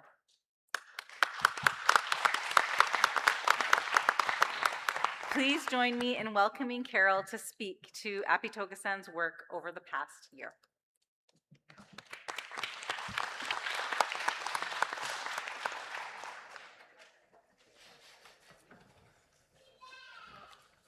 Well, hello there. So the annual report for Apeetogosan does touch on exactly what President Sandmaier was saying. Like, these are really good numbers. They show a really progressive movement into Métis entrepreneurs and supporting them. And it is, the numbers tell a story. You know, every loan is a person with an idea and a business and a vision for a better future. So our purpose and our part of what we do for Métis entrepreneurs is to help them achieve those business successes and to build economic resilience for themselves, for their families, and for their communities.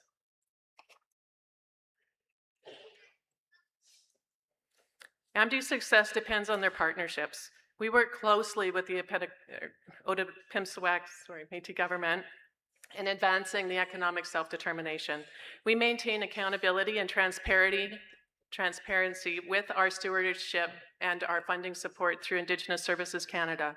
And we also collaborate nationally with the Association of Métis Capital Corporations, which is the other Métis financial institutions in Canada. And we work together to share best practices and to strengthen economic development across Canada. These partnerships help us maximize impact for Métis entrepreneurs. AMD's approach is built around 4 pillars. First is access to capital through business loans and grant programs. Second is business planning support. Many great ideas need help becoming finance-ready businesses, and our advisors help entrepreneurs strengthen their plans and applications. Third is aftercare support. Unlike many lenders, our relationship doesn't end when the funds are approved. We provide advisory and bookkeeping assistance for up to 2 years for financing for businesses that desire it. Fourth is reach. We serve entrepreneurs across all Métis districts in Alberta. It's important to understand that AMD is a development financial institution, so our role is different than a conventional bank. We provide access to capital. We also provide business planning, guidance, and aftercare support. We are not a lender of last resort, and we are not a social program. We are ready for businesses that need viable plans, sound fundamentals, and an expectation of success. During the past year, I'm really happy to show you that we had 205 applications representing every single district in Alberta. This is a really good chart for us, and it shows that we're seeing entrepreneurs, not just from major entrepreneur centers, but from rural communities, northern and southern Alberta. Everybody's looking for opportunities to start, grow, and strengthen their businesses. AMD is evolving from a lender to a partner for entrepreneurs. As we work towards 2030, our vision is to help build a self-sustaining, resilient, and culturally vibrant Métis economy. This means continuing to remove unnecessary barriers, improving our technology and application processes, expanding programs and partnerships, and increasing our reach across all of these districts. Our work is also about being present. Over the past year, AMD participated in 30 partner collaborations, 23 client and district visits, 10 business mixers, 9 trade shows, and many other networking and community events. These activities are important because they allow us to build relationships, listen to entrepreneurs, and to better understand the unique needs of the communities. The numbers here tell a powerful story. Loan applications increased from 160 to 205 last year. This represents a growth of 22%. We also approved more than $3 million in loans during the last year. This demonstrates an increasing awareness of AMD and the growing trust among the entrepreneurs. When we talk about economic impact, we're talking about much more than dollars. Every successful business supports self-determination. Every barrier removed creates opportunities for future entrepreneurs. Every networking event strengthens community connections. Every aftercare service increases the likelihood that businesses will survive and thrive. AMD's work contributes to stronger families, stronger communities, and greater economic independence. Looking ahead, our priorities are clear. We will continue streamlining processes and removing unnecessary barriers. We will expand programs and partnerships. We will increase access across all districts, and we will continue investing in the supports that businesses need after funding so that they can be successful for the long term. The future is focused on growth, accessibility, and impact. Applying has never been easier.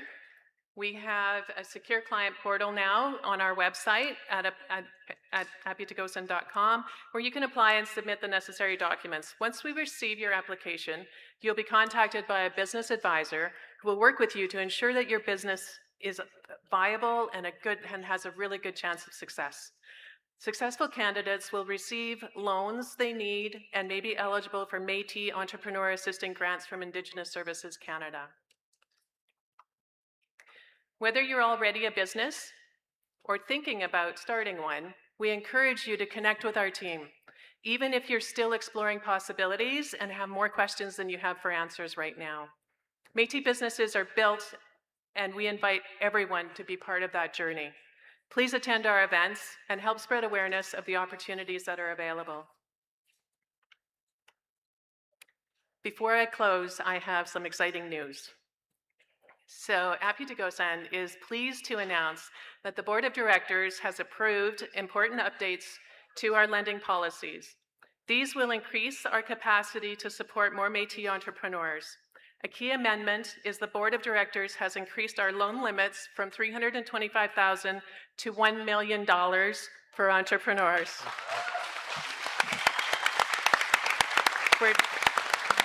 I can't tell you how excited I am about that. I'm just so thrilled. I'm emotional about it. It's so great.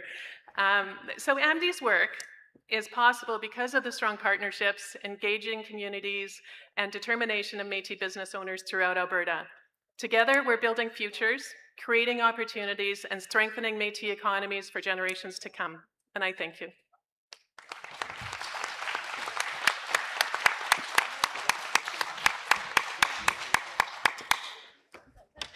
All right, thank you so much, CEO Sales. Okay, questions with respect to the economic development reports, either on economic and rural development or Apeetogosan. Looking to the mics for questions. Microphone number 3. Jimmy Flett. I live in North Edmonton. I volunteer for St. Albert, Métis District. My first one is for ECTEV, so to fetch. What's the nation's role in the district generating own source revenue?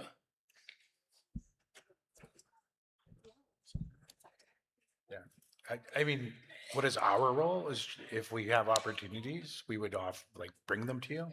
Like, we're just there to try to, be in the rooms where it matters. Very good. Thank you, Director Fetch. Any other questions? Microphone number 1. Elaine Bruce, District 5. Sorry, Kevin. One of them. Sorry, Kevin. I have a question about the AMDI. Is that not a sort of a foundation building block to become more of a conventional bank? A lot of credit unions kind of started like this, like Service and some of the others. I was wondering if the government has looked at that possibility and be sort of more of a broad service to citizens. Thank you, Ms. Bruce. To the panel. So, is my mic turned on? Apeetogosan has looked at opportunities for creating other financial institutions as well. There was an analysis done through the Métis National Council nationally that explored exactly this. And there is some work in progress for some analysis on what a credit union might look like. Right now, we lean heavily on our affiliates and our partnerships. So we have partnerships with other financial institutions that can pick up where we can't pick up. Things like lines of credit, for instance, we don't do that sort of thing. And so for now, we have partnerships with other institutions that can support. Very good. Thank you, CEO Sales. Mr. Flatt, back to you for the last question. Thanks, Jimmy Flatt, North Edmonton. I'll do that again. Carol, congratulations on the 2 million dispersed and the 3.1 approved. My question is regarding note 11 of the financial statements. It shows quite a change in investment on the financials of minus 6.7 million. Could you speak to what that was? It was a change where our investments had increased. Is that the one? I'm not sure what note you're talking about. Item 11 on the financial statements, investing activities. I don't have them. I Do we think ask that that tomorrow, then? the increase in the financial and in our investments is we had quite a bit of cash sitting in our checking account, and we moved it into short-term investments. Awesome. So that's the change. Great. Thank you. Very good. Thank you. Please join me in thanking President Andrea Sandmaier, Director Tyler Fetch, and CEO Carol Sales for the economic development reports. That takes us into the Registrar's report, and normally would also be delivered by the Secretary of Registry, Secretary Joe Shizycki, but he delivers his regrets as he's unable to join us today. So please join me in welcoming your Registrar, Sean McKay.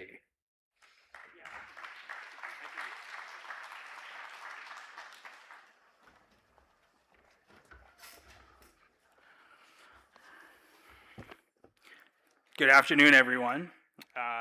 As the chair had mentioned, Secretary Shizycki couldn't be here today, and so he asked me to read just a few comments on his behalf. So good afternoon, citizens of the OMG. It is with sadness and regret that I must inform you that due to a recent operation, I cannot attend the gathering this weekend. As much as I was looking forward to visiting with old and new friends, doctor's advice was not to drive at this time. I assure you that I am healing very well and have started walking around the block. So with that, I want to wish you all an enjoyable gathering. Have fun and be safe, and we'll see you again soon. Joe.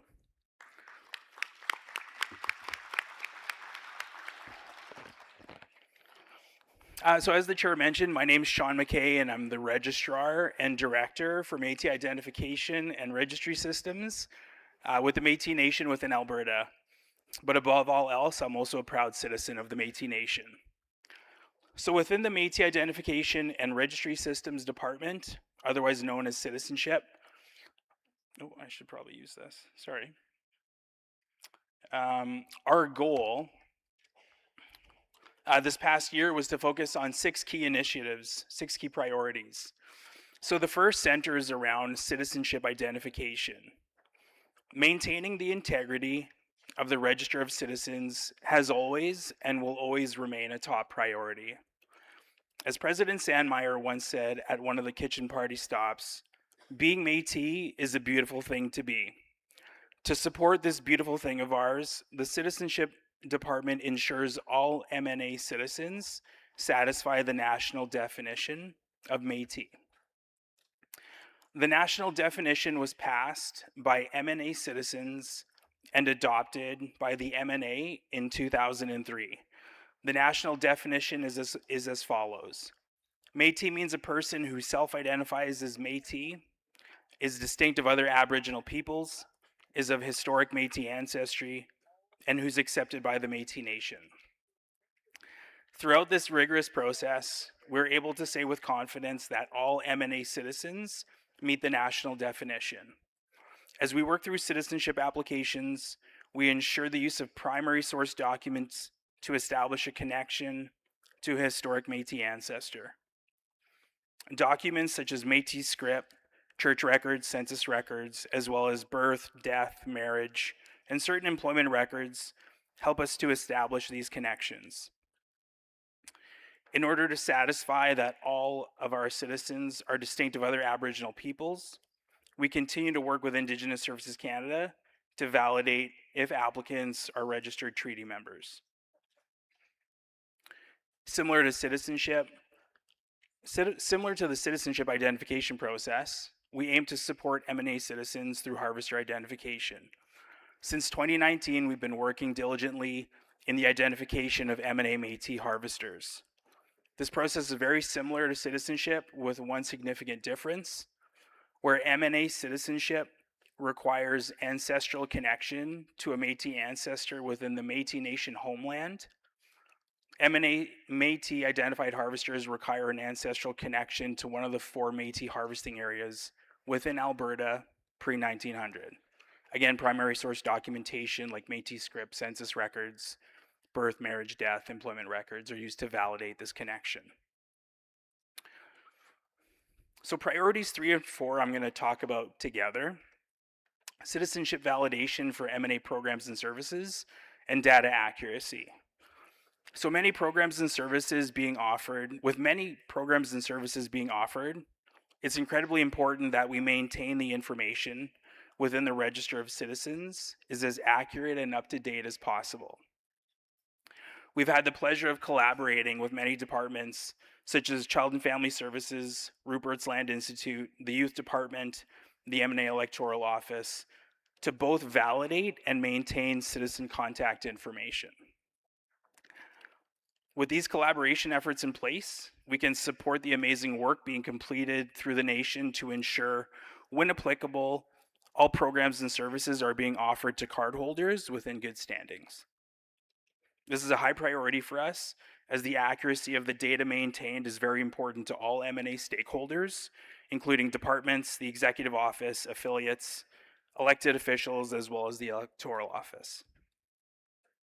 We continue to ask other departments to reach out to identify opportunities to collaborate regarding citizenship validation for their programs. Through 25-26, we were able to verify over 22,000 individual program verifications for the M&A citizens accessing programs and services. This accurate information is also important when it comes to M&A elections. We want to ensure that the people who vote reside in the correct district that they're voting for. Due to this importance of our elections, staff have been directed to reach out to citizens directly. In January 2025, a motion was resolved by the Citizens Council that the Registrar be directed to implement a proactive communication strategy that must include direct contact from registry staff to citizens, aiming to ensure that all registered citizens be encouraged to update their physical address information with registry prior to the final voters list being released. Upon completion, this will extend this strategy to all districts of the Otipemisiwak Métis Government on an ongoing basis.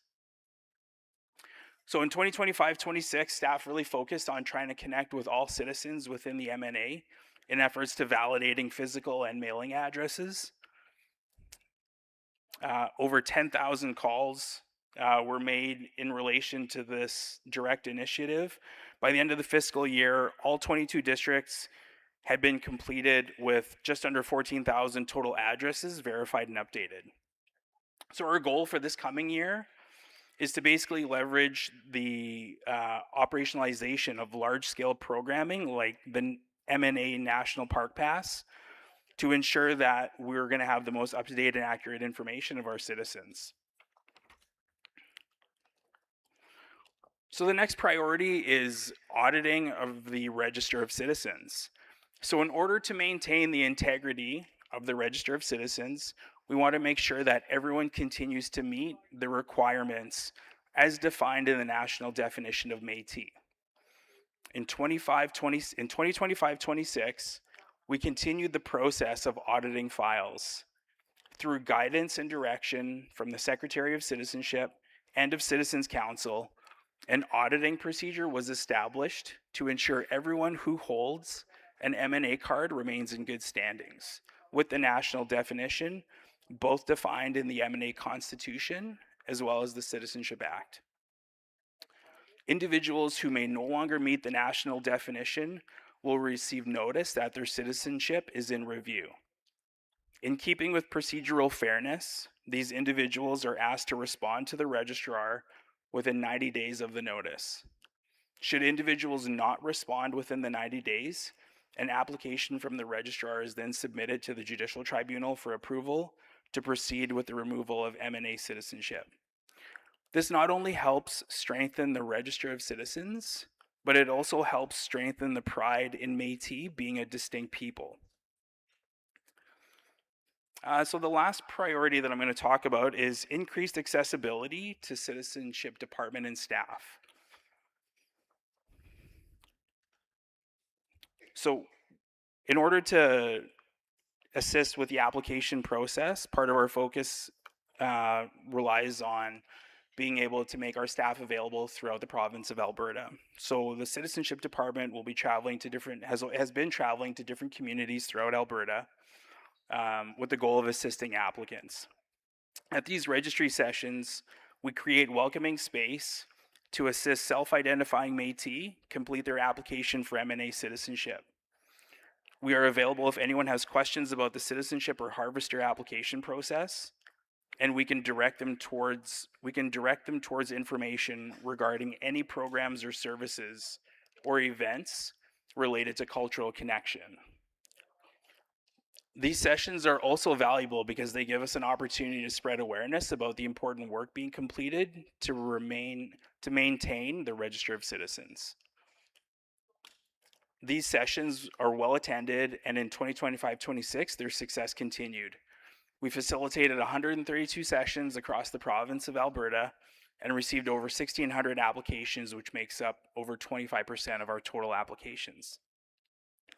The citizenship team takes a lot of pride in engaging with applicants throughout Alberta. Being able to assist elders, seniors, families, and individuals supports a connection between the staff processing the applications and the applicants themselves. Additionally, we're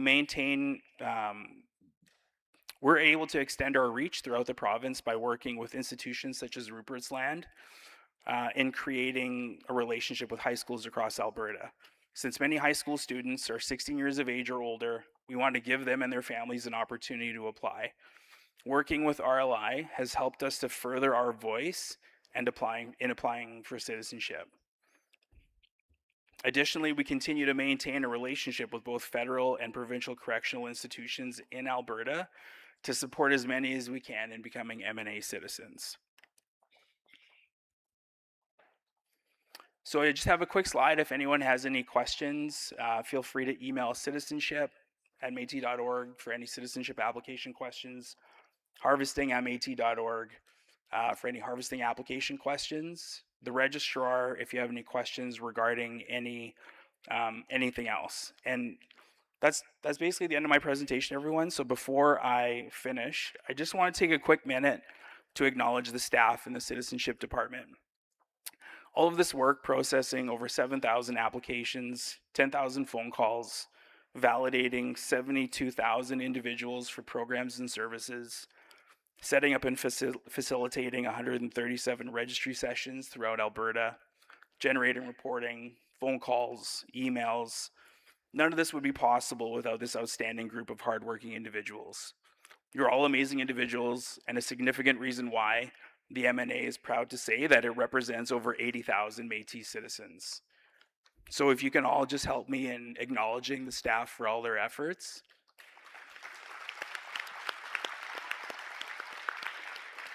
Thank you for everything that you do for our applicants and our citizens. And thank you very much, everyone. Enjoy the rest of the gathering.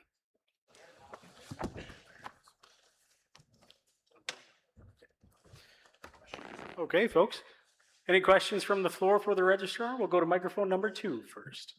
Good afternoon, Alana Newton, District 4 Councillor. I just went through an election process myself, and I received my electoral list. I had a 37% return on emails alone. So I guess one of the questions I have is does it have to be just one particular area that you can, like I would have thought maybe you would have said to me, you know, could you keep track of the ones that come back? Maybe we can research them, because I had over 5,400 citizens on my list. And, you know, but I did send out a text to a whole bunch of them and I didn't have any bounces.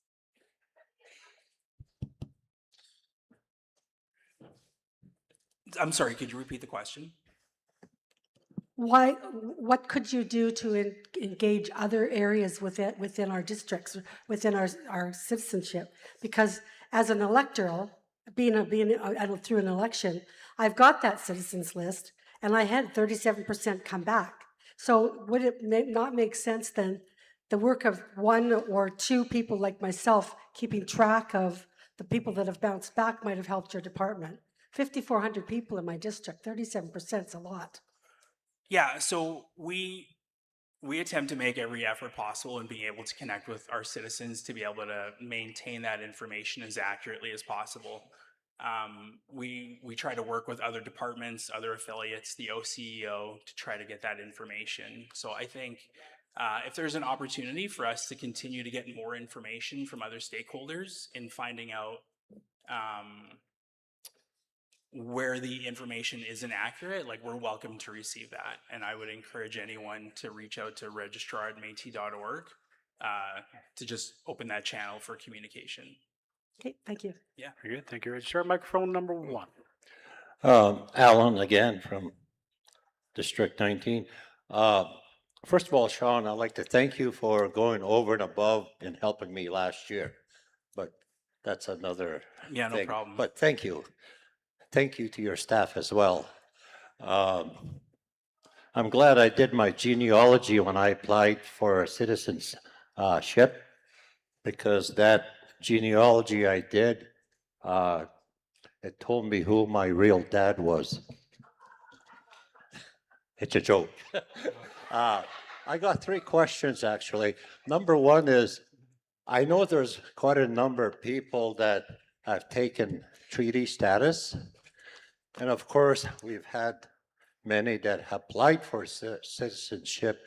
I don't know if you keep a scorecard, but do you have an idea what the net and losses are as far as that goes? That's one question. The other one is, how do you keep on top of those folks who decide to keep or go treaty status without notifying you guys?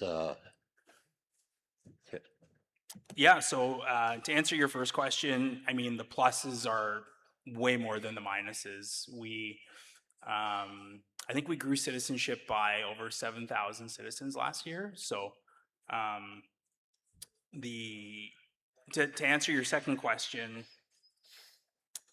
we work with Indigenous Services Canada on a semi-annual basis. So every 6 months, we will submit a list of the Register of Citizens in order to audit the list. And then that's where that entire process goes through, where we need to get in contact with them, provide them with the 90 days. So we're validating from the component of the definition to satisfy distinctive other Aboriginal people every 6 months. Very good. Thank you, Mr. Registrar. I think that's all the time we have for questions on that portfolio. So if you'll join me in thanking the Registrar for his report for this year. Thank you kindly. If you want to just hold your question until the Citizens Proposal section either tomorrow afternoon, or you can catch the Registrar on the side. You can follow him around. He'll go to the parking lot at some point and follow him there too.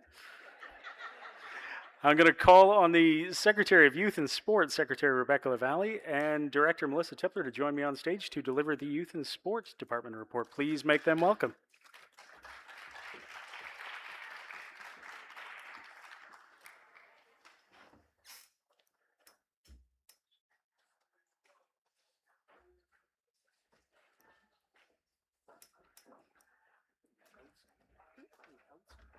Am I what? No. Okay. Perfect. Is the presentation up? Oh, is it up on the screen? Is there? Okay, perfect. Wait, how do I work the clicker? Gotcha. Sorry, I had to figure out the clicker, guys. Okay, so my name is Rebecca Lavely. I am the provincial youth representative, and I am also the secretary of youth and sports. Little about me. Well, my portfolio specifically. I do have the youth portfolio and the sports portfolio, and those are all of my kind of mandates. So I just ensure that all policies and programs of the Otipemisiwak Métis Government are responsive to the needs of the Métis youth and reflective of Métis traditions and values in youth development. I ensure that Métis youth voices are represented at both national and international spaces, which is one of the big ones that I do in my job is youth advocacy. And the next slide, I'll kind of go into a little bit of that stuff.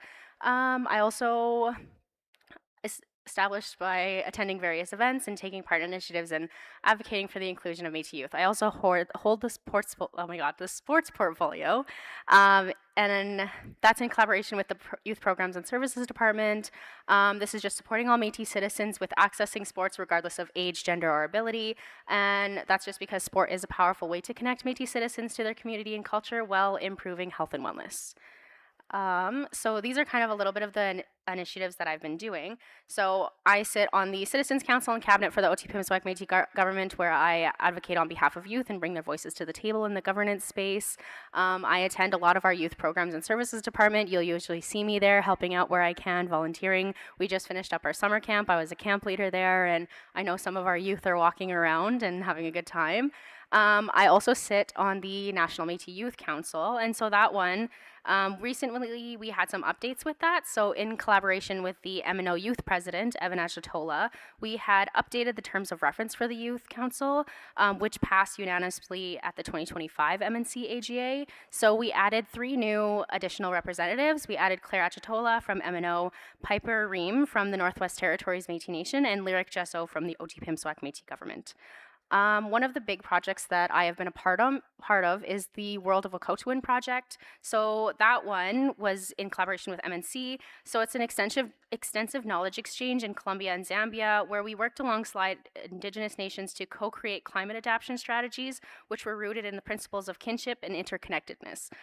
This global project had concluded in May, where we actually were able to bring delegates from Colombia and Zambia to Métis Crossing, and we were able to share our Métis culture and knowledge with them as well. Recently, the YEG Elders and Knowledge Keepers Circle, that one just started up again, so I continue to be a part of that. So that one's where we work to continue to expand the Indigenous space within the Edmonton International Airport. So that one is still ongoing, and it's in its early stages of development. And then I continue to advocate for youth across multiple federal and national forums. I have spoke at the Senate for the hearings on youth homelessness. I participated in various policy forums, leadership summits, and I've also spoken on various panels about youth leadership and including them. As for the sports portfolio, I continue to build connections and relationships with various other sports organizations and partners.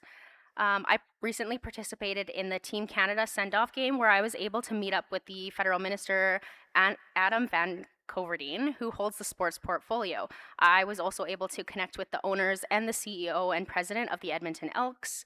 I've also connected with the Sports Central organization in Edmonton that focuses on helping families in need of sports equipment. So that's a relationship that we're continuing to build on. I was also invited by Hockey Canada to participate in the Hlinka Gretzky Cup at the Canada versus Sweden game. So I was able to start off the game by dropping the puck, and when it finished, I also was able to present the Player of the Game award. We were also given additional tickets where multiple youth who had participated in our Métis Cup were able to join and cheer on Team Canada. And finally, I continue to support the various sports events and initiatives put on by the Otipemisiwak Métis Government, such as our Métis Cup and our Métis Games, which is a big one. So that's me. So I would like to invite Melissa Tippler, who is the Director of Youth Programs and Services Department, up, please.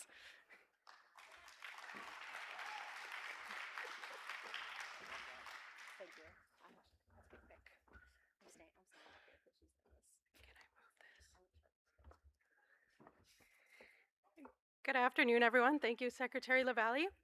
My name is Melissa Tippler, and I feel greatly privileged to be the Director of Youth Programs and Services and to be so immersed in community with this work. I'm honored to present on what we've done over the past year, but I would first like to acknowledge the staff of the Youth Department. I know there's only 2 of them in the room right now, Riley and Larissa. Give them a wave. The rest of the team is outside leading activities for the weekend, but we are a small, mighty, and resilient team of 8, and they not only support the youth as they deepen their understanding of Métis history, but also helping carry forward our culture, teachings, and traditions. So I greatly appreciate all of you. You got, okay. Or no, go back. Oh, sorry. There we go. Okay, so our mandates are supporting the priorities and goals of Métis youth aged 12 to 29 across Alberta. So in supporting them, we are committed to empowering them by providing safe spaces where they can grow, lead, and thrive, strengthen Métis culture, identity, and belonging with culturally grounded programming and land-based learning opportunities, support youth development with life skills and mentorship opportunities. So Secretary LaValle and I recently had the opportunity to collaborate with Rupertsland Institute and sponsor 12 youth to go to Halifax for the Inspire Soaring Conference. And it was a 3-day conference for high school Indigenous students to learn about all different career opportunities, and yeah, we incorporated some cultural elements in there as well. So I also want to thank some of our youth who I noticed right away at lunchtime jumped up and offered to do elder food service. So if you're in the room, Ty, Jasper, Lincoln, Caitlin, Ash, and Trey, thank you so much for supporting with that. Okay. Okay, so we have 3 key successes that I really want to highlight quickly. I'm going to do it fast because I'm running out of time here. So we celebrated a decade of our youth and seniors gathering, so 10 years of bringing youth and seniors together for that intergenerational knowledge sharing. So we had tons of laughs, a very tense crib tournament, lots of dancing, lots of laughing. It was an incredible event and our largest turnout to date. And then we had our most recent intake of sports and rec. So this is a reimbursement program that offers up to $500 for youth to be reimbursed for their registration costs for sporting. So we were able to approve 2,251 applications, which was an amount of $1,02,356.95.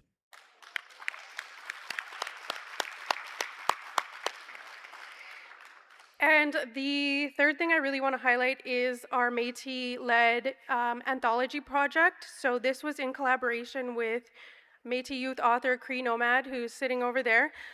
She did several sessions with the youth to assist with their writing, with their editing, and in total we had 14 submissions from poems to short stories, songs, and it just recently got submitted for publishing. So stay tuned for our youth anthology book.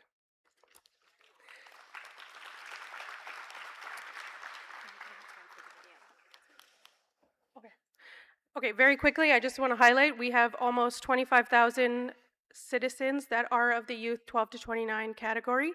So we make up 1/3 of total citizenship within the Otipemisiwak Métis Government. Our programming is split into 2 key areas. So we have our district initiatives, which includes the cultural programming, the life skills programming, the youth group, and our virtual programming, which includes our virtual midship lessons, our cooking lessons on YouTube, and our monthly mail-out kits. And then we have our provincial initiatives. So as I mentioned, Youth and Seniors Gathering, Alberta Métis Fest. So this year we had a turnout of 3,000 people come out to Alberta Métis Fest. Our land-based learning cultural camp, which we just finished last week and had 37 youth come out for a week of on-the-land learning. And then our wellness summit. So that is happening in October. Okay, so this is a brand new initiative that we just launched at Youth and Seniors Gathering. So we created a youth sash, and this was in consultation with youth of what colors they wanted to see in this sash and why. So you will see this bright yellow sash, which is on brand with our youth and seniors. But I'm wearing it. okay, she is modeling it right now. So the colors were chosen because youth again matches with the branding of Youth and Seniors Gathering and signifies prosperity, happiness, and possibility. Magenta for youth, innovation, and creativity. Violet for inspiration, imagination, and possibility. Green for growth and harmony. Blue, creativity and expression. And then white is our connection to the Creator, peace, and guidance. So our first recipient was this year's Outstanding Youth recipient as nominated by the community, Lyric Gesso. So Lyric, if you would like to stand up.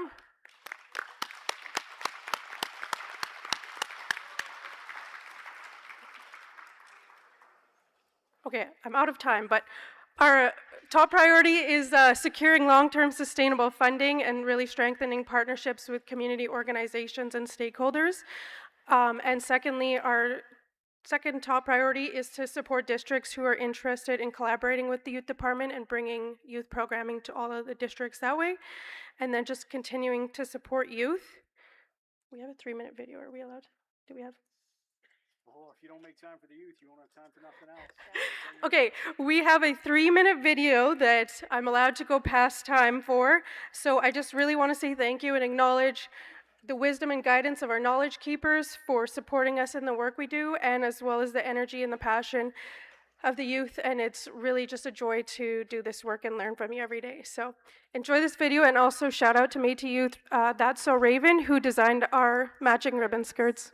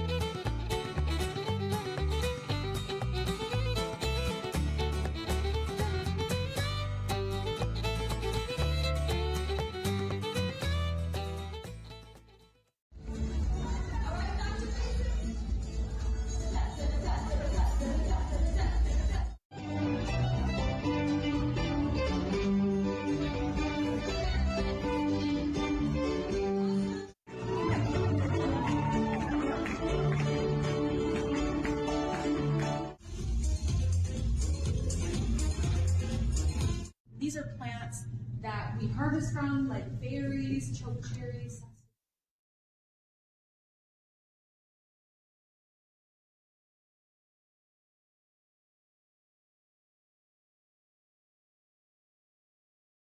Tanse and good morning, everyone. It is so good to see this room filled with familiar faces and, of course, with laughter and stories and generations sitting side by side. This gathering is incredibly special. This year marks 10 years since we first brought Métis youth and seniors together in this way. Seeing our leaders, our doctors, our officers, our officials, you know, everybody from our elders, seniors, youth, newborns, and just seeing new citizens, seeing family members. It's always a great event to come to and just meet people, meet family, catch up. Thank you so much, everybody, and I look forward to continuing this great work. And yeah, if I haven't met you yet, come by and say hi. And yeah, I'd love to have some dinner with you. That was just so excited to be here with a senior, and she was saying that she was like, I just need to share my stories, and I need to talk to the youth, but I also want to hear their stories. And she said it so perfectly, and that's exactly what I want. I want to share my stories and my experiences, but I also want to get them from other youth and from other seniors so that those stories are going to continue to live on.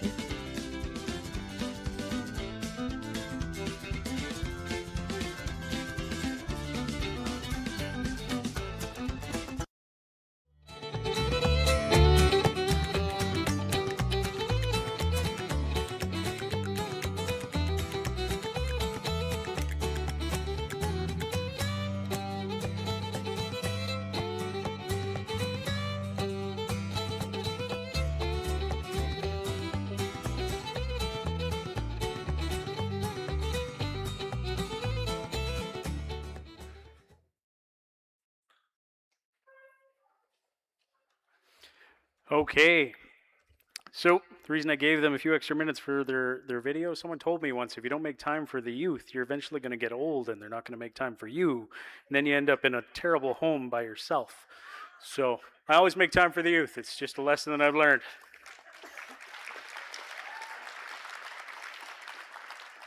With that, we'll go to the floor for a few questions. I did give them a few extra minutes, so we're a little tight on question time. Are there any questions for the youth and sport portfolios? Microphone number 2. Oh, shit. Am I on? You're on. You didn't hear me swear, did you? I hope not. Okay, good. Brenda Janai, Lesser Slave Lake Métis District 21. It's so great to see the all the activities that you guys do for the youth. But at what point are those physical activities going to happen in the districts for the youth in the districts? I noticed there's lots in, you counted Edmonton and Calgary and the north. We may be under 5,000, but our youth are just as important as the urban ones are. Thank you, Captain Janai. To the panel, thoughts? Hello? Okay. Yes, absolutely. That is a priority. Unfortunately, with some funding cuts that we received, we did have to downsize our team a little bit and make some really unfortunate decisions. But as I said, our team is extremely small and mighty, and we're trying to travel when we can. And our biggest priority is how we can hit the rural areas and still give them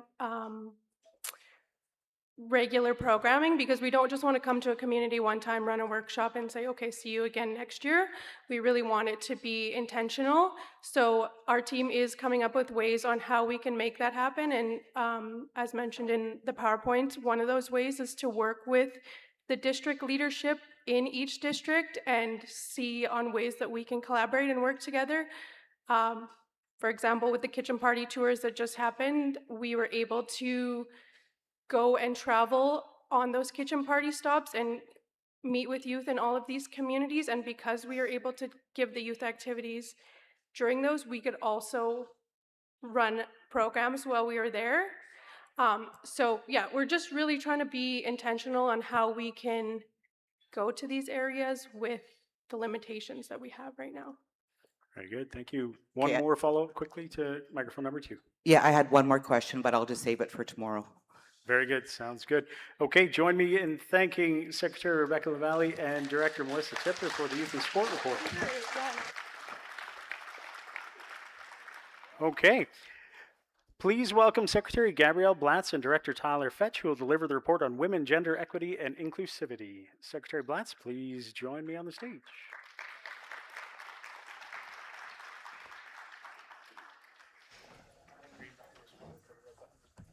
Perfect, thank you.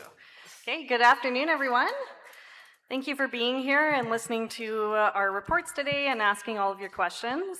My name is Gabrielle Blatz, and I'm the Provincial Women's Representative and the Secretary of Women, Gender Equity, and Inclusivity. I'm one of the newest faces to your Citizens Council, having only been in office for about 5 months now. And because of that, my report will look a little bit different, so you'll notice that I'll only have 2 slides because I'll just be giving you a verbal report. And a lot of that is because the reporting period is actually for last year, and of course I was not here until March. As I only got elected in March, I will be spending some time reporting on what I've been working on since I've been elected. I am also in a unique position as I don't currently have a department, and much of the work being done right now is through the combined help of other departments. In the first 155 days as your provincial women's representative, yes, I counted, I have focused on establishing a strong foundation for the work ahead while advancing meaningful action for Métis women, girls, and 2S LGBTQIA+ citizens across the Otipemisiwak Métis Government. This period has been guided by relationship building, listening to community priorities, and strengthening partnerships. This report provides an overview of the key activities and initiatives undertaken during the first few months in office.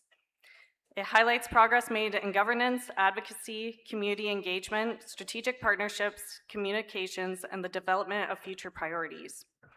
While many of these efforts represent the beginning of longer-term initiatives, they establish a solid framework for continued collaboration and meaningful outcomes, many based on the findings of the PICS report.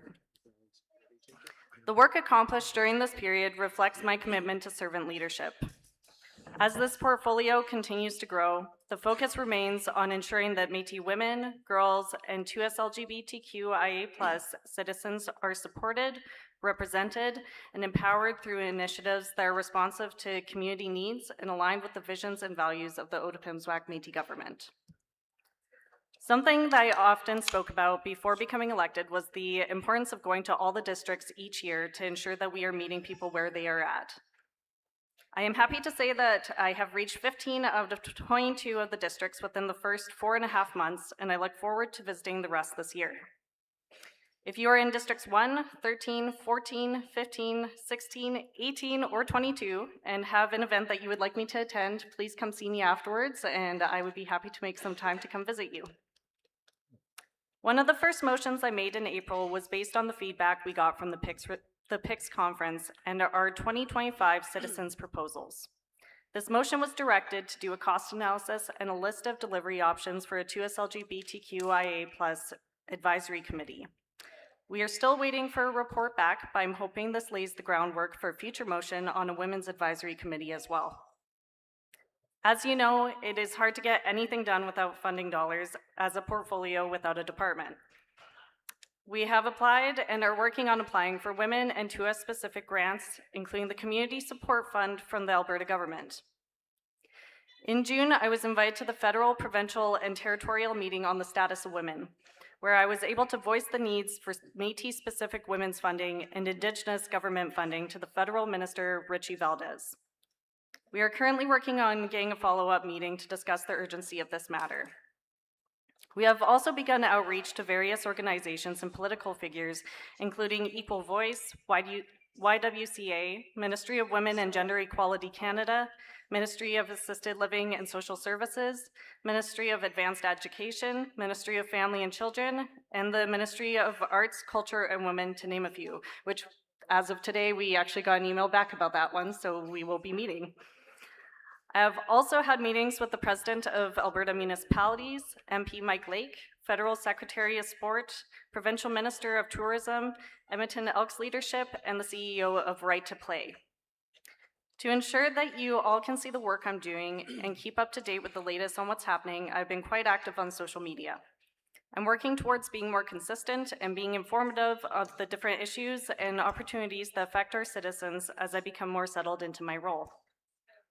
Moving forward, I have some staff who are working with me on a strategic plan to guide my work over the next year and focus on what we can do before the term ends, which leads me to our next slide, which is a survey. So we have worked on a survey for you, and please scan the QR code if you have a phone, and if not, we can make this available by other means after the gathering, so this won't be the last time you see this survey. You are the people who elected me, and I want to ensure that your voices guide my work over the next year. Please be sure to have your say, and I will integrate what I hear from you in the plan coming forward. So since I'm in a unique position where I'm very early on in my role, I really want your voices to guide my work. I have about a year left, and so I want to make sure that I'm getting as much work done, and that means listening to you, hearing what you want to see from me, and trying to implement those. So I'll keep this up for the duration of the end of my presentation, and so just be sure that you fill it out. I would love to hear from all of you, and if you'd like to see it in an email, if you'd like me to give you paper copies, let me know, come find me, and we'll make sure that we hear from you. Thank you for your support, and it's been a joy getting to know all of you. Please be sure to ask me any questions and to also come find me this weekend if you can think of anything else you'd like to add or collaborate on. Thank you very much.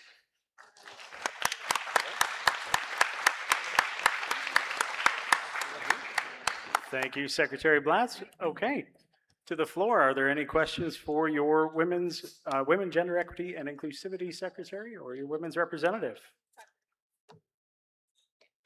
I see no one running for the microphone, or do I? I don't? Okay. Join me in thanking the Secretary for Women, Gender Equity and Inclusivity, Secretary Blatz.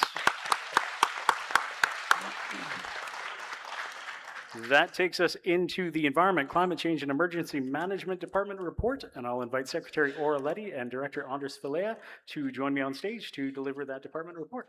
Please make them welcome.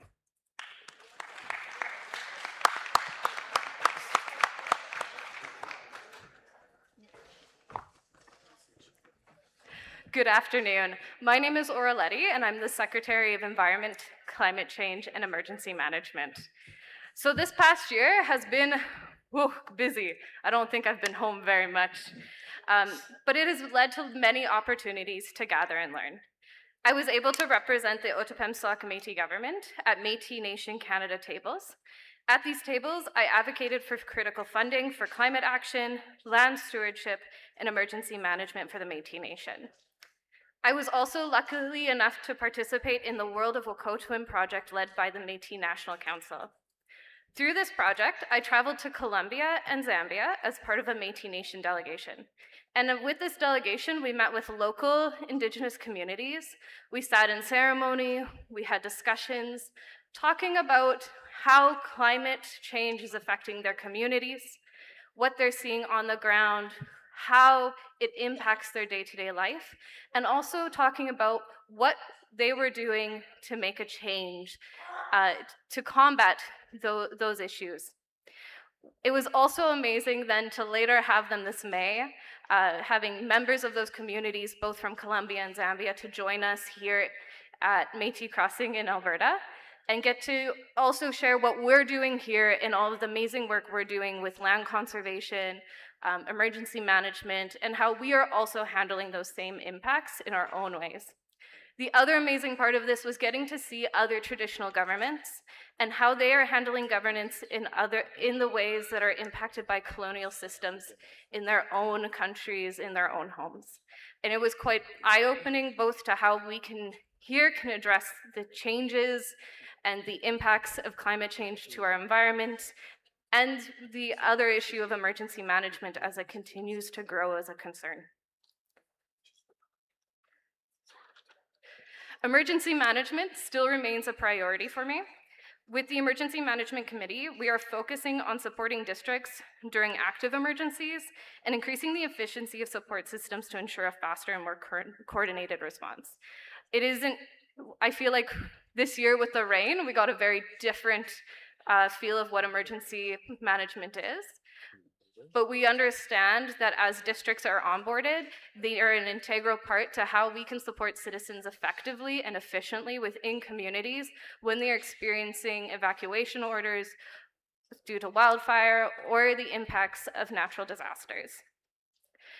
As we are running a little late, and I understand there's still a little bit more to come, I'm going to wrap up from there. If you have any questions, I'm happy to answer them today, or you can talk to me as we're walking around. And I'll now pass it on to my director, Andres, who will share all of the amazing work that the Environment and Climate Change team has been able to complete through this last year.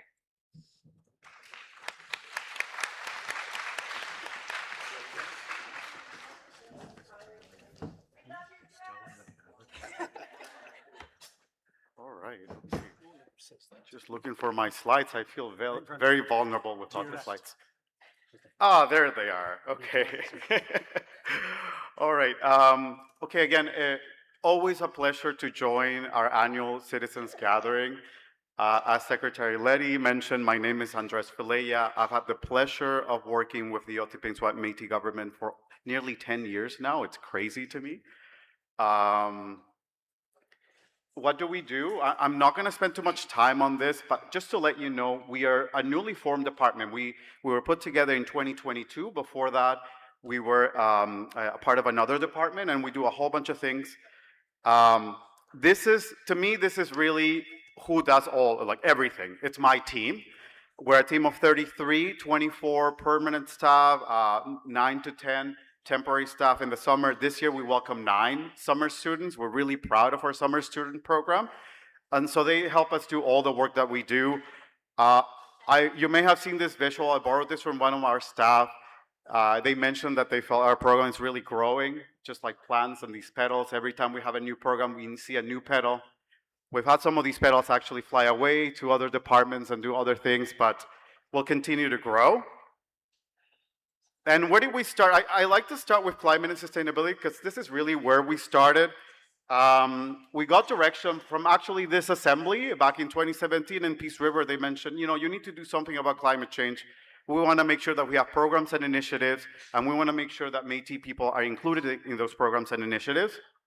And you may be aware, we've installed 36 microgen or rooftop solar in a lot of our properties across Alberta, including 25 of our Métis housing homes. We want to expand that. It's been a little while since we put some of this solar on rooftops, and we're working really hard to make sure that we can expand that. Salé Prezan was the next step. You know, 36, small enough, but we wanted something bigger. Salé Prezan, Michif for A Gift from the Sun, is our Otipemisiwak Métis Government owned and operated solar power plant.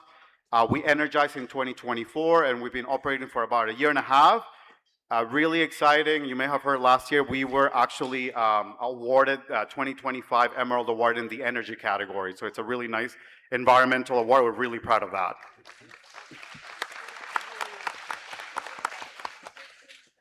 And we're also making sure that our buildings operate more efficiently. So you'll see on the left there, it's a photo. We're looking at thermal imaging. We're assessing our buildings to make sure that we're using our energy efficiently.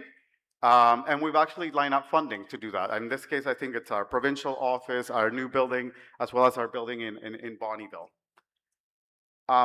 Here's an example of what that looks like in practice. It's a bar graph. I love bar graphs, but the yellow bar there is our electricity use in our provincial office in Edmonton. It's gone significantly down, even though we've gone from like 30 people to like more than 100 in that building. And it's because we've installed renewable energy and we do some energy efficiency work there. So we're seeing our energy use go down. It means that we're producing less emissions. One of the earliest experiences that I had working with the Otipemisiwak Métis Government was talking to community members. And I recall in 2017, one of the first things they told us was, we want to have an M&A or an OMG-led energy efficiency program. And so since then, we've been advocating for it, and I'm really, really happy and proud to say that back in 2025, we've secured funding for it. In partnership with Métis Housing, we launched our energy efficiency retrofits program, and we provided 50 homes, 50 Métis Nation of Alberta homeowners, up to $20,000 so that they can do energy efficiency retrofits in their homes. And we will do that next year, this year and next year again. So we got funding to do 6 years of that. So that's really, really exciting, and we want to make sure that we make it better next year. It's also getting a lot hotter every year.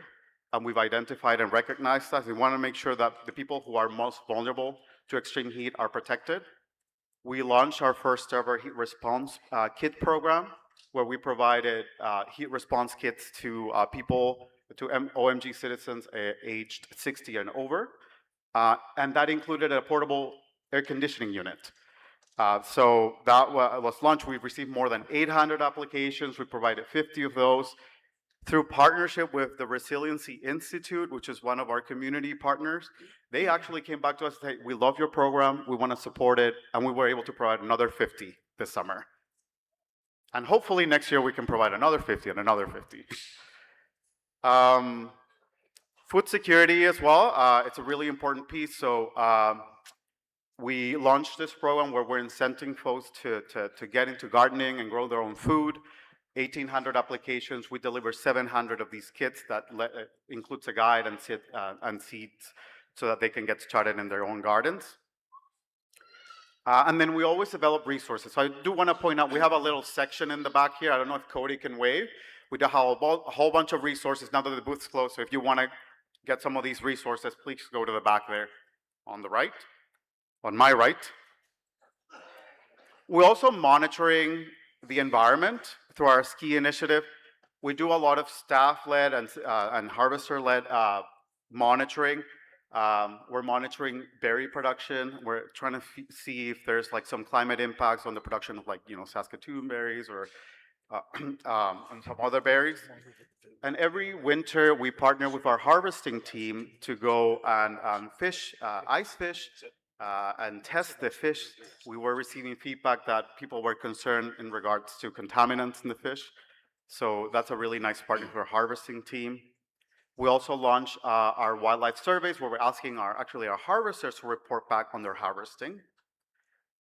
On community base, we have a series of surveys where we ask people, if you go out fishing, if you go out berry harvesting, let us know what you're seeing, because you have a lot of eyes and you know the land better. So if we're starting to see issues being reported in a certain area, we have that knowledge and then we can advocate for it. We can identify a potential issue. We can talk to the government. We can talk to industry. So these are our fish health, berry health, and wildlife monitoring forums. And then 2 new programs that launched this year is our Water Guardians. We have trained 10 OMG citizens so that they can do water quality testing in some of those lakes. We were hearing, there's water quality issues in some potential lakes. And then we also launched our community-based bat monitoring workshops in recognition of the importance that bats have in the ecosystem. And hopefully we will continue with a program on monitoring there.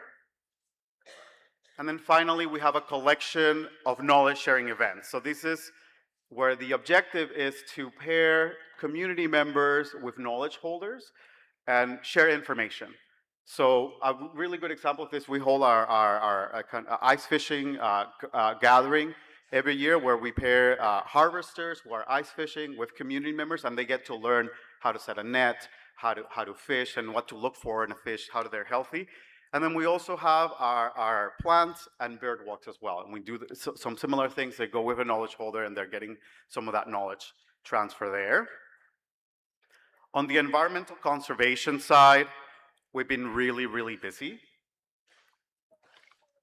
Our Protected and Conserved Areas Initiative aims to establish a network of areas around Alberta so that people can access this land, can feel connected to the land, can experience it, can harvest. And now we've grown to a total of more than 2,400 acres across Alberta, 8 properties. You can check out a virtual tour of one of those properties. Again, go to the section in the back. And most recently, we actually launched this yesterday. We produced a small documentary talking about the connection of land. I'm seeing a big stop up. 2 more minutes. We're also doing some land restoration. We've planted more than 590,000 trees in partnership with Registry. We're partnering with NATE to establish OMG-led seed center and greenhouse. And we also held our first ever tree planting event with citizens in July 2026. And we also continue to host a series of native seed gathering events. Species conservation, if you heard about our Bee Hotel program, that's still ongoing, 130 this year. We've done more than 1,000. And the nice thing is that that's aimed to support with habitat with species. We actually now, because we have IPCAs, we're identifying species at risk in these IPCAs. So this is essentially, species that are at risk are actually using these properties to live. So that's really nice in terms of land stewardship. And we also have a nice other documentary on the connection of species at risk in the Métis community. And then just finally, with emergency management, we've been producing a lot of resources here. I'm not going to touch too much on this, but if you're interested in these, please come to the space in the back. And that is it. Thank you very much.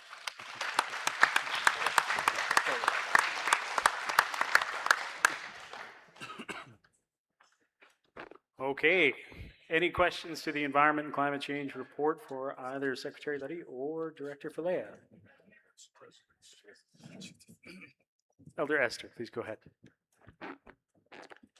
Andre, is it Andre? Where are you? Anyway, okay, when you said testing, something about testing, who's going to test the waters, the plants, who does the testing?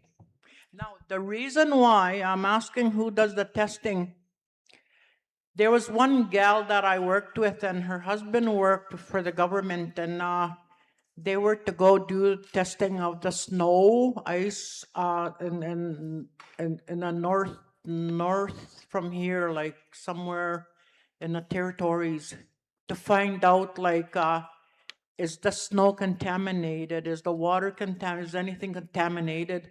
And you know what? It was contaminated. And I'm talking about 60 years ago. They said that it wasn't, but the government told them that no, it's not contaminated. So who would you trust to do the testing? I'm really curious. All right. Okay. So, you know, so we probably want to talk to you about this concern. So, what we do today in our programs is either our staff or through the programs that we launch for citizens. Our citizens do the testing with our training. We collect those samples and we do send it off to a lab to get like analyzed. So that's what we do. So we are collecting. It's not the government representatives right now. It's like we do it or our citizens do it. Follow up to Elder Esther. Whose lab? Oh, yeah, I would have to check with my staff. So like it's labs that do like chemical analysis and analytical analysis of this sort. Very good. Thank you, Director Falea. Thank to you. the roving microphone, one last question and we'll move on. Good afternoon. My name is Walter Reeve, and I'm a citizen of Lesser Slave Lake, District 21. There are times I go into the bush and I see some of the impacts of both the industrial activity on the land, but also on the water. In particular, you know, I'd like to focus on some areas in which have runoff into streams and rivers that animals use for drinking. I witnessed at least on one occasion seeing the drain come off of a great big compressor station, which headed directly to a stream which had numerous hoof prints all around it, but what I don't know what to do is once I've made those observations, where do they go and how do they get addressed? The director talked, and I should have mentioned to you this earlier, Andres. There must be a form that one can fill out and maybe help delineate and grab that information and maybe put it on the list of an area that needs to be monitored. So I'm happy to hear that we're adjusting to that reality, particularly with all the activities that are planned for the far north here over the next northern Alberta over the next 5 to 10 years. So thank you very much for the report. Thank you, Mr. Reeve. Any other questions? One more up the front here. And this will be our last one, and then we'll go into education. Beatrice Demetrius. When you mentioned solar paneling in Métis houses, is that in the houses that the Métis Nation owns, or is that for any Métis houses? So we have two. So the 25 that we did was on Métis housing owned properties, but through our retrofits program that we launched last year, that retrofit program can be used for any citizen who owns a home. Okay, right. So we launched that for 50, and this year is going to be, more. Well, my daughter and her husband just recently, it cost them a lot of money. They got the solar panel, and I didn't know if this program was going on. Just thought I'd mention it. Very good. Right. Thank you. But can you please join me in thanking Secretary Orletti and Director Andres Falea. I'll now call upon Secretary Lisa Wolfe and Director Lisa Saville to deliver the Education and Training and Rupertsland Institute reports. Come on up.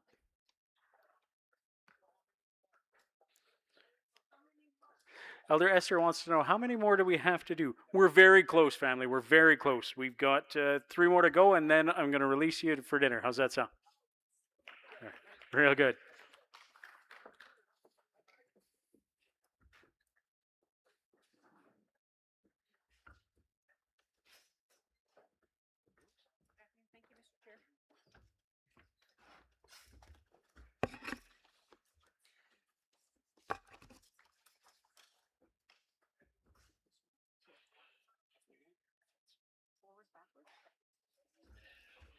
Okay. All righty. Well, good afternoon, everybody. It's a nice, warm sunny day in Slave Lake, and boy, are we ever blessed. It could be a rainstorm, it could be half a tornado warning, it could be hail that comes across, but today we get to really enjoy the day and have a warm day outside, but a super hot, muggy day inside. So thank you for staying with me this entire afternoon, and we look forward to presenting the Rupertsland reports, but also presenting them in a way that you can ask some questions afterwards, and then we'll do some Métis Education Foundations, and then we'll go into the Veterans Affairs portfolio. So thank you for being here. Good afternoon. My name is Lisa Wolfe, and I'm the Secretary of Education, Training, and Veteran Affairs. Today with me, I have Director Lisa Saville over there on the stage, and you can wave at her. So we're the Lisa team today. So basically, I will read through the report, and I'll be pleased to answer questions directly after the presentation. The report is found on page 182 under the affiliate's annual report. So if you wanted to switch over there, that's where we're going to be talking from. Now, let me see if I can work this. Yes. Oh, perfect. Thank you. Okay. Am I not doing it right? Do I have to push it? There we go. Excellent. All right. So the education report is now called the Education, Training, and Research. You're going to hear me respond to the ETR. So the education at the ETR supports Métis learners at every stage of their educational journey. This includes K-12 programs, initiatives, post-secondary education, funding, and student supports, lifelong learning opportunities, and continued collaboration with the Métis Education Foundation to advance educational success and achievements. The training at ETR helps Métis citizens prepare for, secure, and advance in meaningful employment. Through the Métis Training and Employment Program, ETR provides career planning, job search assistance, skills training, targeted wage subsidies, and workforce development projects that respond to labor market needs. Research at ETR informs programs, policy, and future opportunities through applied research, labor market analysis, strategic partnerships, and the continued development of the Rupertsland Centre for Métis Research within the University of Alberta. You can see that our core mandates are education, training, and research, hence the new heading. The stakeholders here with ETR is the Métis citizens, of course the Otipemisiwak Métis Government, government partners, education and training partners, and industry, community, and employer partners. You're going to see that the Otipemisiwak Métis citizens looking to pursue education and training opportunities, including but not limited to post-secondary degrees, trades, and diplomas and certificates, do come to us. Métis Education, Training, Information Services, advisors, and job coaches who connect and assist with the Otipemisiwak Métis citizens pursuing education and training opportunities do come to us. Citizens across Alberta learning more about our services and programs have the Mobile Métis Services Unit come through their area. And I think throughout the last few, I would even say 6 months, you've been seeing our mobile units come to the community. K-12 educators interested in professional development opportunities and online courses do register with us.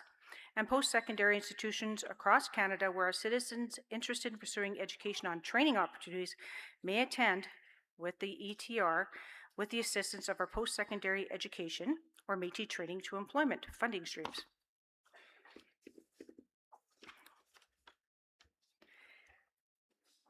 On this next slide, you're going to see our ETR services, programs, and activities.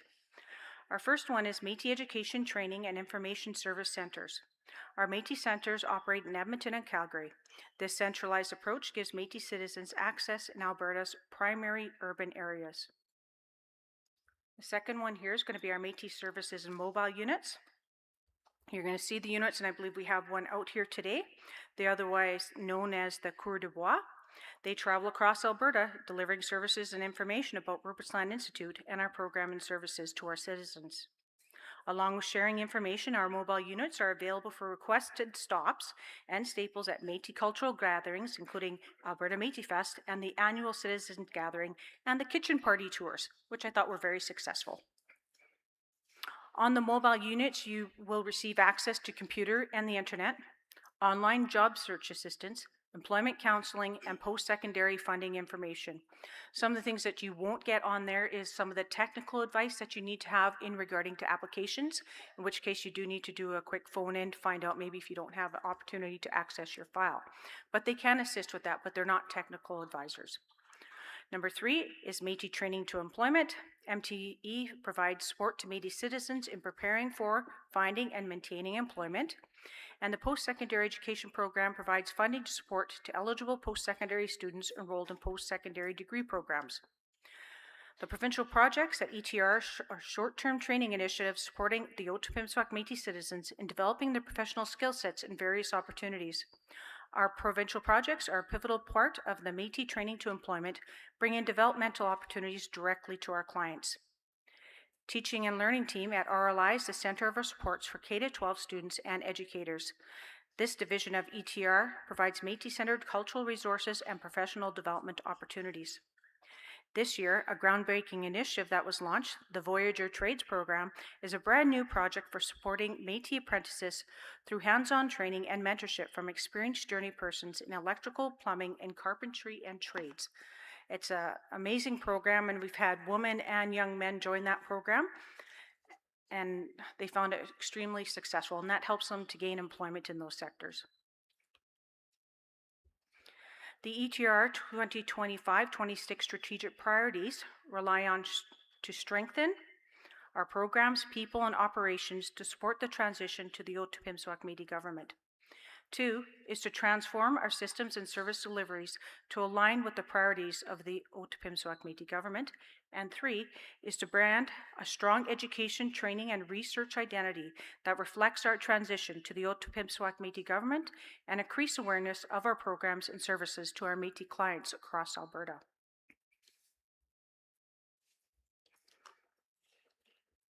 The MTE program, delivered by the ETR, which is the Education Training Research, and funded through the Indigenous Skills Employment and Training Program, otherwise known as ICEP, of the Employment and Social Development Canada, which is ESDC, is dedicated to assisting Métis citizens across Alberta to achieve long-lasting, meaningful employment through training and education. Similar to the post-secondary program, which supports university students through the Métis education to post-secondary strategy, MTE focuses on job training and employment services tailored to the needs of Métis citizens.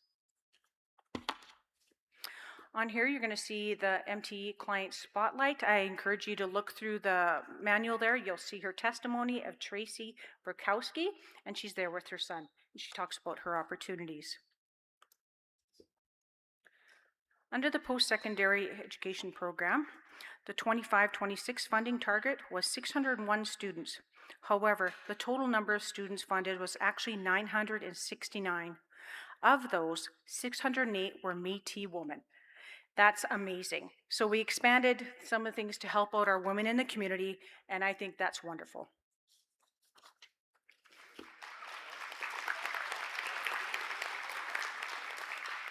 As you notice here, we have another testimony of Juliana Olson, and she talks about her opportunities for higher education with no student loan debt. That's really what we try to provide here, is that your kids, your grandkids can all go to school, not incur debt, but we can continue to assist them. And I like to thank the Government of Canada and the ESDC for helping us in those initiatives, because without a partnership with the Government of Alberta, we cannot provide these kinds of loans. We cannot provide funding to students. So that's part of my team, is when we go there and we negotiate on behalf of our students, this is what it's for, so that they don't have to carry loans and debts. They might have children, but you know what? They're not stuck in a circle of economic, what do you want to call it, being poor all the time and just pay the bills. So we want them to be free of that. You're going to see it, well, it's true, right? How many of us had student loans in the past, and you sit with that for about 10 to 20 years, depending on what you were doing. So in this, you're going to see a teaching and learning snapshot. Now, let me see. Let me just, there it is. Okay, our teaching and learning snapshot. We had over 1,000 Alberta educators reached in professional learning sessions. We had over 80,000 views of Métis-focused digital resources produced. We have 100 plus Métis teachers registered for the Métis Teachers Gathering. We had 900 plus subscribers reached through the educational newsletter and 4,700 plus Facebook and Instagram followers engaging with Métis education. So as you see, we have people that are engaged, that want to learn more, and that's really what our services are all about. And the fact that we're now going online really encourages our younger generation to be involved. Some of the things that you're going to see out in our community is the mobile Métis services. Our drivers do their very best to serve our Métis clients in a community setting. So you'll see them out there. They tell you all about the programs. I did talk about it a little bit earlier, but you can look through the report and see what our mobile services do. This is a big one. This is our provincial projects. In 25-26, we continued building Métis capacity and representation in the emergency management and first responder roles. I'm going to briefly go through the provincial partners here. We have a lot that we partner with. The provincial projects delivers responsive short-term training that helps Métis citizens build skills, earn certificates, and access opportunities in Alberta's workforce. We've got a lot of training projects. Our projects from 2025-26 includes Emergency Medical Responder Certification, Rupertsland Emergency Industry Skills Drone Certification, some of you would have participated in that, Security Guard Certification, Class 5 Driver Training in Calgary and Red Deer, Medicine Hat, Bonnyville, St. Paul, Cold Lake, and Lac La Biche. So we are getting around the province. We have a Dental Office Assistant, Métis Youth Guide Camps, Professional Projects Administrators, Women in Micro Businesses. Actually took that one. That was great. That was before I became part of the OMG. Métis Entrepreneurship Workshop, Digital Marketing Bootcamp. That's a great one for all you young techie guys that are gaming. Great one. Employer Apprenticeship Incentive Projects, Virtual Upgrading with Norquest, a Tattoo Artist in Training, okay, for some of you that want to do that on the side, and get ahead of your future with Youth Career Exploration events in Fort McMurray, Red Deer, and Grand Prairie. And lastly, we have the Otipemisiwak Workforce Expos in Calgary and in Edmonton. This is the Voyagers Trades program that I just recently talked about. This is the current mentorship opportunities in carpentry, electrical, and plumbing. Exceptional program. Again, they get hands-on experience working in those fields. So overall, that is our education, training, and research portfolio. Please review it in the binder. I would love to hear your thoughts about it, as well as Director Saville over there. So what I'd like you to do is stay in contact with us. We have our general inquiries, mobile Métis websites, Rupertsland Institute on social media, Métis Teaching and Learning. That's a great website for all you on the teachers, and the Voyager Trades if you're interested in a career in electrical and carpentry.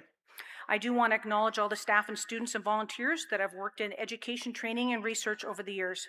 You are a positive and asset to our Métis community, and I want to say thank you for your dedication to our team.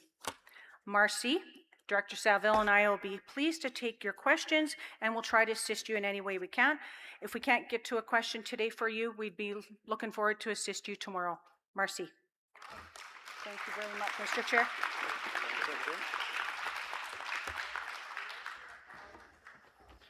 Before we go to questions on that portfolio, I will ask President Sandmaier to join me to deliver the Education and Training Métis Education Foundation report. Hello again. I want to take a few moments to speak about an institution that is helping shape the future of our nation, the Métis Education Foundation. For more than 30 years, MEF has been investing in Métis learners and building something that will last for generations. The foundation was created in 1991 with a clear purpose: to improve education outcomes for Métis learners and create greater opportunities to pursue education. And today, we can see the impact of that vision. Through partnerships with 21 post-secondary institutions across Alberta, MEF has built long-term endowments that provide Métis Scholar Awards year after year. These are not one-time investments. That means a decision made to invest in Métis education today can support a Métis student 10 years from now, 20 years from now, and generations from now. That is the power of the Métis Education Foundation. Through the Community Legacy Initiatives Funding Protocol Transfer Agreement, Between our government and Métis Education Foundation, we have strengthened the foundation's ability to impact future generations of Métis citizens. MEF now has the opportunity to grow its endowments, build new partnerships, attract new donors, and create even more opportunities for Métis scholars. The vision for MEF is simple but powerful. Empowered Métis scholars through legacy, growth, and community. Because when we invest in one Métis scholar, the impact reaches far beyond education. It reaches families, it reaches communities, and ultimately it strengthens our nation. I'm now pleased to introduce the Executive Director of Métis Education Foundation, Lisa Sabo. Lisa has spent years working alongside our citizens, students, and post-secondary partners. Her commitment to the foundation comes from knowing that the legacy we build today will outlive us, that the investments we make in Métis scholars now will shape the opportunities available to our children, their families, and generations of Métis citizens to come. Please join me in welcoming Lisa Sabo.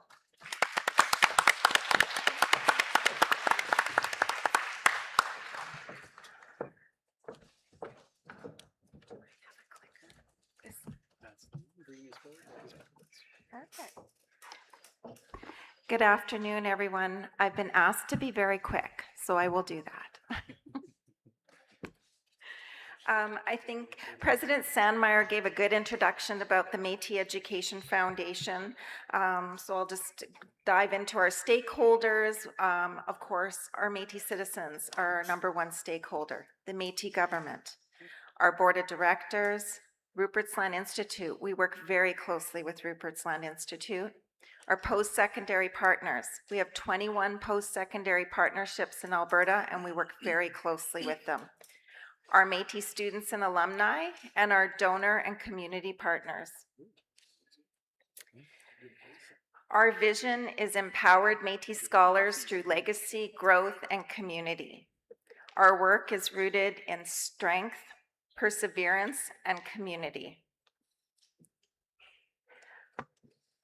I have a wonderful job and I get to work with some wonderful people. I would like to introduce you to somebody that I get to work with on a regular basis.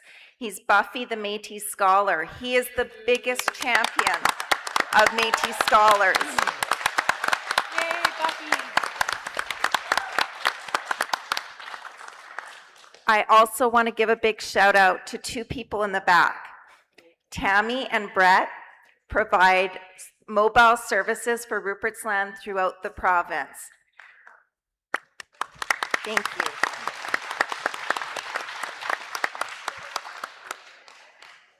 I'm going to skip over these. I have a Métis Education Foundation annual report. It'll be at the Rupertsland RV tomorrow. It'll have a lot of what's in my presentation, but I do want to emphasize one thing. I talked about our 21 post-secondary partnerships, and we have 2 internal endowments as well, and our total investment right now is $40 million. One day, and I hope we don't see it, but our Rupertsland funding will sunset. But the money invested in our foundation will be here for Métis citizens forever. Right on. This past year, is something to be really thankful for. This past year, we were able to support 204 Métis scholars. That is 204 citizens who did not receive Rupertsland funding. So our reach extends beyond what Rupertsland can do.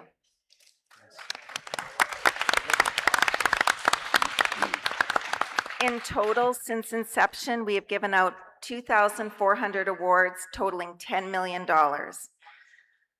What we want to do is invest in our Métis students today so that the Métis Education Foundation builds a brighter future for the entire Métis Nation.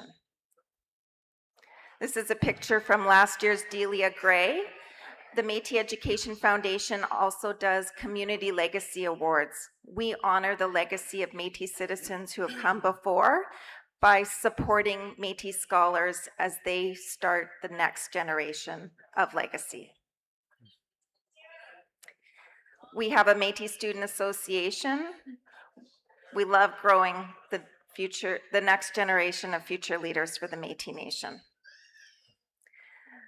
We had a busy year. I won't go through everything. Like I said, it's in our annual report, but Buffy likes to get out everywhere, so we go to a lot of places. This is pictures of some of our activities. Key contacts. I'm going to be here tomorrow. We've got the Rupertsland RV, so we're very closely partnered with Rupertsland, so please come and visit us. If you see me and you have any questions, please come see me. And now I'll take any questions.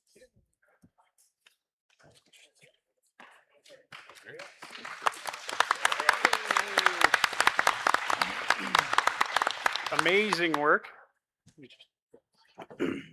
So we have combined questions for the Education Training Research, Rupertsland Institute, or the Métis Education Foundation. Are there any questions for either of those portfolios? Going to microphone number 1. Hi, for Rupertsland. So my name's Leah Wood. I'm from District 14 and I have 4 children.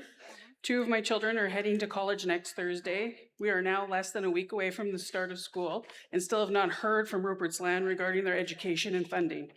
With the closure of the Rupertsland rural offices, I'm concerned about rural Métis students being left in limbo. Students' families need to know whether their funding is in place, especially when tuition, books, housing, and other expenses are due. What is Métis Nation doing now to address the situation? What are the concrete plans being put in place to ensure rural Métis students can actually reach someone and get answers about their application, funding, and not left scrambling and putting their education at risk? I've emailed all of you up top there. I'd like to have an answer to that, please. Thank you, Ms. Wood. To the panel. Director Siddle. Thank you for your question, Leah. Our staff are working hard to process hundreds of applications right now. Next week, students will start hearing about which students are funded. As far as like access for rural clients, that's what our mobile services do. We have 4 mobile service units as well as 4 drivers, and they are out everywhere across the province. We have not, our services are still for all of Alberta. If anyone needs services, they just have to call our office. Thank you, Director Saddle. Microphone number 3. Christina from District 13. I want to know who made the decision to shut down both of the Peace River and Grand Prairie offices without any form of consultation with us. That's for RLI, so you shut both of them down. Our citizens' representatives were unaware when I contacted them. There was no communication with any of us and no consult. So I am a mom of 5, as well as I know many students out in the community. And again, to the sentiment of Ms. Wood, nobody yet is aware if they have funding or not. There's consistent and constant changes with the rules for Rupertsland, what qualifies you for funding and how you achieve that funding. There is a student who is straight A's and had full-time studies last year, is now being asked to pay back some of that money and has been denied Rupertsland funding for this year. That means that this student who is already stressed out in their first year from their exams might not be able to attend their second semester, and when they spoke to an advisor, was told to personally fund their education. Can you answer that for me, please? To the panel. I can't answer individual unique cases, but what I can do is if you come see me, I could look into the case for you. Very good. We don't ask students to pay back funding. Okay, so who was it that decided to shut down the Peace River and the Grand Prairie offices without any consultation with anybody within those citizen districts? Absolutely. So Rupertsland administration in conjunction with Otipemisiwak Métis Government administration. So since 2014, we have been talking at Rupertsland about decentralizing to 2 service centers. When COVID hit, the way we delivered services to clients completely changed. We didn't have clients coming in. So we have this year, we have hundreds and hundreds. We have over 1,000 applications for funding, and we can't fund them all. So we had to make decisions. And I know they were hard decisions. They were hard decisions for the staff as well. We know it impacted community. That's why we increased our mobile services out into the community. We're everywhere across Alberta. Can I ask a question for President Sandmaier? I'll come back to you. We'll give follow-up to microphone number 1, and then we'll come back to you for the last question. Microphone number 1. Same as the follow-up. You guys said you have the bus. I went to the bus. They could tell me nothing. They passed me off to a person in Calgary. She was communicating with us, and then I called back the next week, and she's like, sorry, I can't even answer questions. Nobody's hearing nothing. We've heard nothing from you guys. So, I don't know. All you're standing up there and telling everybody that, oh, we've got all this funding and whatnot. We haven't even heard if he's getting funding. We haven't had an advisor. We've had nothing. We're a week away. So I'm like, I don't know. I've emailed everybody. We've heard nothing. The rural offices are definitely needed. Marlene and Peace River, amazing. Like, you guys need to bring them back. Those buses are doing nothing because they couldn't even answer my questions. Thank you. Microphone number 1. Well, thank you for the question. So first of all, our RV drivers, they don't ask, they're not our advisors. So they drive the buses. Usually with the bus, we have an advisor go out with them. So the advisor should be able to answer your questions. But with respect to your individual case, you do need to contact us and we can assist you. I've been working on your file, actually. And I've heard nothing. And I have contacted you guys. I've heard nothing. You guys give me the brush off. So. Okay. We're going to go last question to microphone number 3, and then we'll move on to Veterans Affairs. 3 years ago, when we were asking questions in rural areas from the north and the south, one of our biggest concerns was the centralization of the government. And we were assured that that was not going to happen, that the citizens' districts were going to be listened and heard and be at the tables that they needed to be at. All I've heard at today, including from Rupertsland, is due to budget cuts, they've centralized services into Edmonton. So my question is, why are we centralizing services in Edmonton instead of reaching out to those councils and those districts where they're incredibly important, keeping the RLI offices open in rural areas instead of centralizing services, which is what we were told when we cast our vote was not going to happen? Director Sandmaier.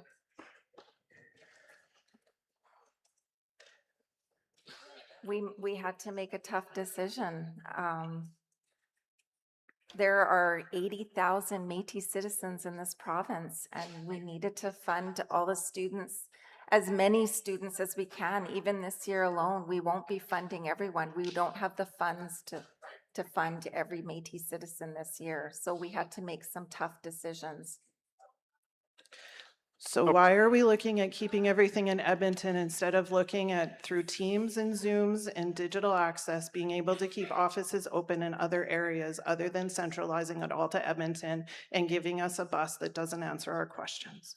We have an office in Calgary as well, and we do Teams videos, and when citizens don't have access to the technology, that's when we send our mobile units out to them with an advisor. So if a citizen contacts us from Peace River and says they want to access our services, but they don't have a computer.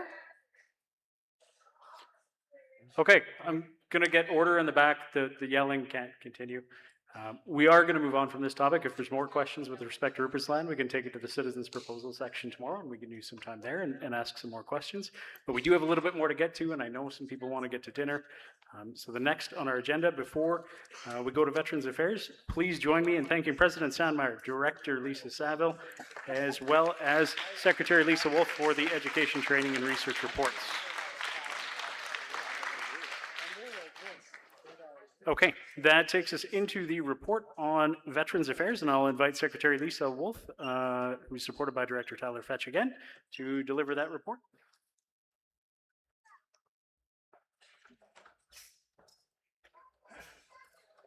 Thank you very much, Mr. Chair. And I thank you all for waiting for the end of today. I know we're all getting hungry and there's a lot of things and a lot of questions everybody has, but I will do my very best to get us done shortly. So this is our 2025-26 Veterans Report. First of all, I'd like to thank our elder Esther Auger for her prayers this week. It's very much appreciated. We all need that here. We work tirelessly in our titles, and this is one other title that I work in, so thank you for that. My name is Lisa Wolfe, and again, I'm the Citizen Representative of Lac St. Anne Métis District and the Secretary of Veteran Affairs Portfolio. I am a Métis veteran of the Canadian Air Force, and I was a commissioned officer, rank lieutenant in the forces.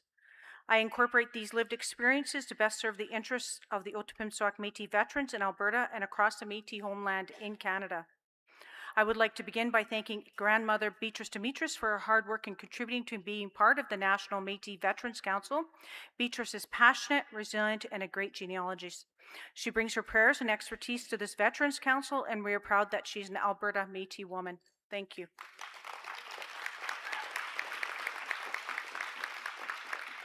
So some of the things that we focus on here in regards to the veterans is the focusing of addressing the unique needs and experiences of historical injustice faced by Métis veterans.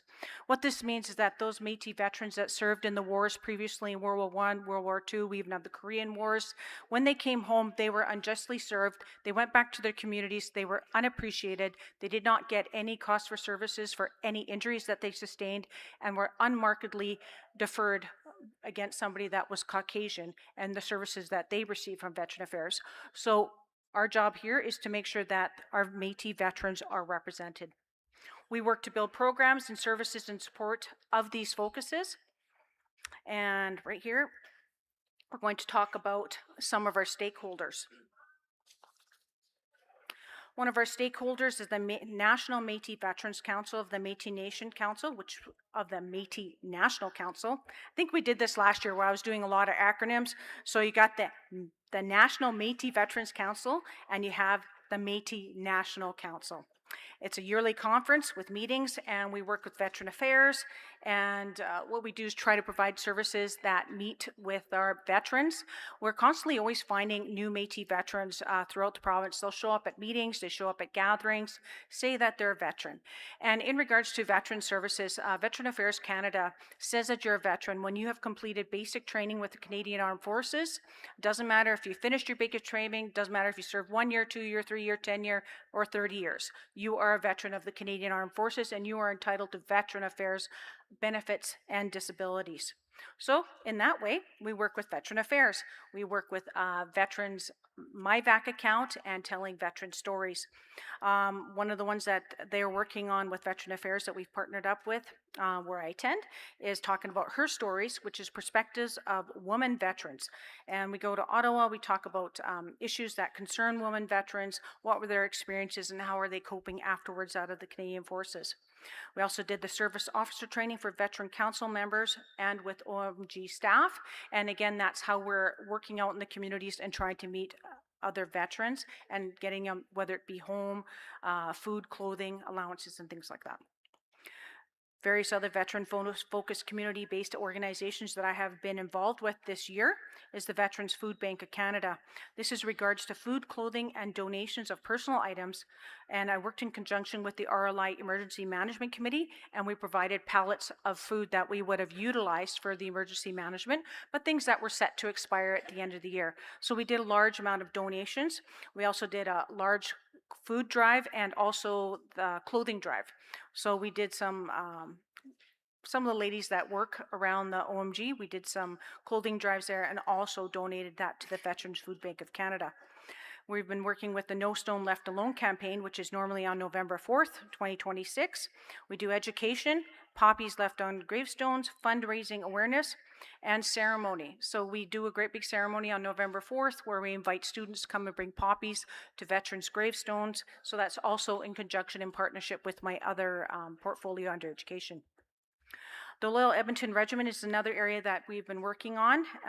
In this particular area, I was actually just recently granted status of being inducted as an honorary member of the Loyal Edmonton Regiment, so that was really good. And we do fundraising and honorary gatherings of veterans.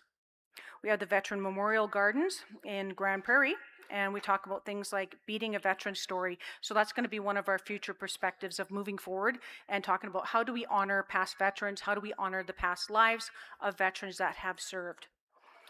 We had the Edmonton Prince of Wales Heritage Centre, War Archives Museums, where we have identified other Métis veterans just through photos that we haven't had before. So you're going to start seeing some of those pictures come out, and I'll be talking about those at Remembrance Day. Every year at Remembrance Day and just before National Indigenous Veterans Day, you'll see that I post a video. I talk about the heritage. This year, I believe we're going to be doing the Air Force. So every year I try to do a different service, whether it be Navy or the Army. This year I'll be focusing on the Air Force and Métis veterans and their families directly. We do Remembrance Day activities. We assist at the Loyal Canadian Legion activities. We do poppy beating for veterans. This year, I'd really like to work on our special Métis veteran sash, which was on our book last year, but we'd really like to have focused on for this year and having that done.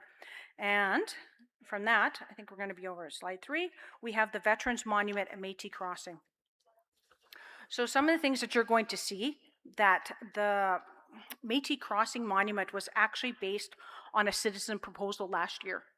So somebody brought it up, and I have the names, but I don't want to embarrass them today. But they had brought up the proposal saying that Citizen Council should consider directing resources regarding funding or communications that needed to ensure that the monument expansion is completed by November 1st, 2026, in order that veterans, first responders, and families can celebrate this effort on National Indigenous Veterans Day every year on November 8th, 2026. So this year we have the approval, we have the contractor, everything is ready to go, we have the funding, and I am inviting you to come out to National Indigenous Day on November 8th, which is a Sunday this year, to come and see the new monument. We have a number of 7,569 names that are going on this monument of families that are yours. So it's a big thing. So thank you to all our partners. I'd like to thank you for the Métis Veterans Legacy Fund for assisting with that. And again, that will be the proposed date that it's supposed to be done is by November 1st. Give or take a few days, and I'll be hosting that along with Métis Crossing. That will be a grand affair, and we're looking forward to our executive committees supporting us on that initiative. It has been a great pleasure for me to serve and support the veterans of Alberta. Within Alberta and Homeland and across, we work in partnership with the Aboriginal Veterans Society of Alberta, which is Chuck Isaacs, and he's down over there, and their team, and they come out and they do things like our grand entry. They come out and provide supports to other veterans when we get them notified in community. So thank you very much for that. Just remember that our veterans are entering their senior year, like they're quite old. So, you know, if you see a veteran, know a veteran, please keep them in your prayers, but also if you see that they have needs, let me know. You can let Chuck Isaacs know or anybody here. We have a veterans email that I will show you at the end of this. And you'll see that my email is on there. You can send general inquiries to veterans@metis.org. Now, the one thing I do want to note is that if you do not have your family listed on our Métis Veterans Monument this year, do not stress. I do have a soldier's biographical data sheet here, and our lovely elder, Beatrice Demetris, can do the research for you based on where your family's located from. So we can add those on to future veterans expansion. I want to thank you for your time today. I hope you have a wonderful gathering as we sit and talk about family, meet new connections, and of course, Marcy. Thank you.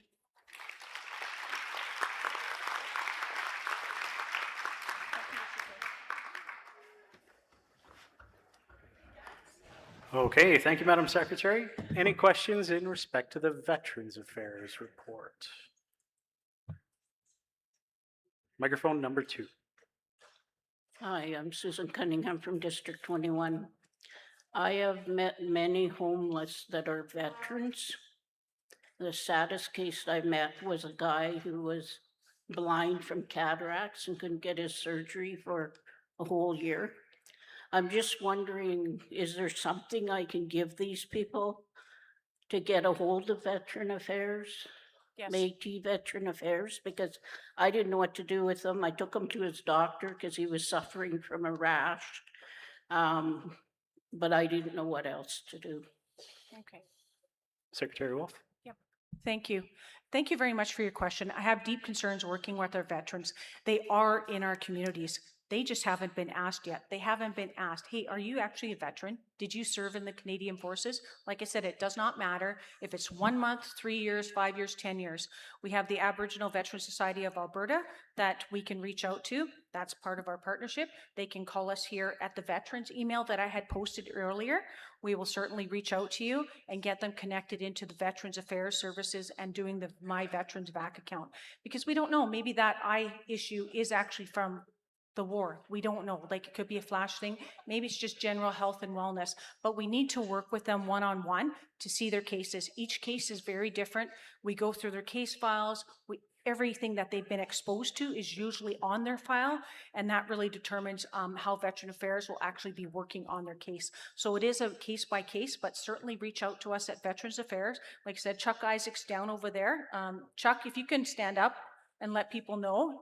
This is Chuck Isaacs, Aboriginal Veteran Society of Alberta, and he also works on the Métis National Council as well on our veterans files. So that is part of it. So please bring the information. You can even bring it to me today, and I'll do what I can to try to get some information on them. They are in the homeless community, a lot of these people. We do have the Home for Heroes if he is homeless. That's located in Edmonton. So we can do things like that and try to get them homes, get them in the medical care. And again, you know, thank you for reaching out, because that's really what it is. As citizens, we take care of each other. We are cousins, we are family. So you can bring me his name. I'll be glad to look him up, and then Chuck and I will take a look at his file. Thank you, Marcy. Secretary Wolfe. Any other questions? If not, please join me in thanking Secretary Wolfe for the Veterans Affairs Report. With that, Madam President, the floor is yours for your closing remarks for the first day. So close. Almost there. Thank you, everyone, for being with us here today. It's been a great first day of our business meeting. But before we close out, I want to take a moment to thank many people who made today possible. Elder Esther Auger, thank you so much for opening us up today.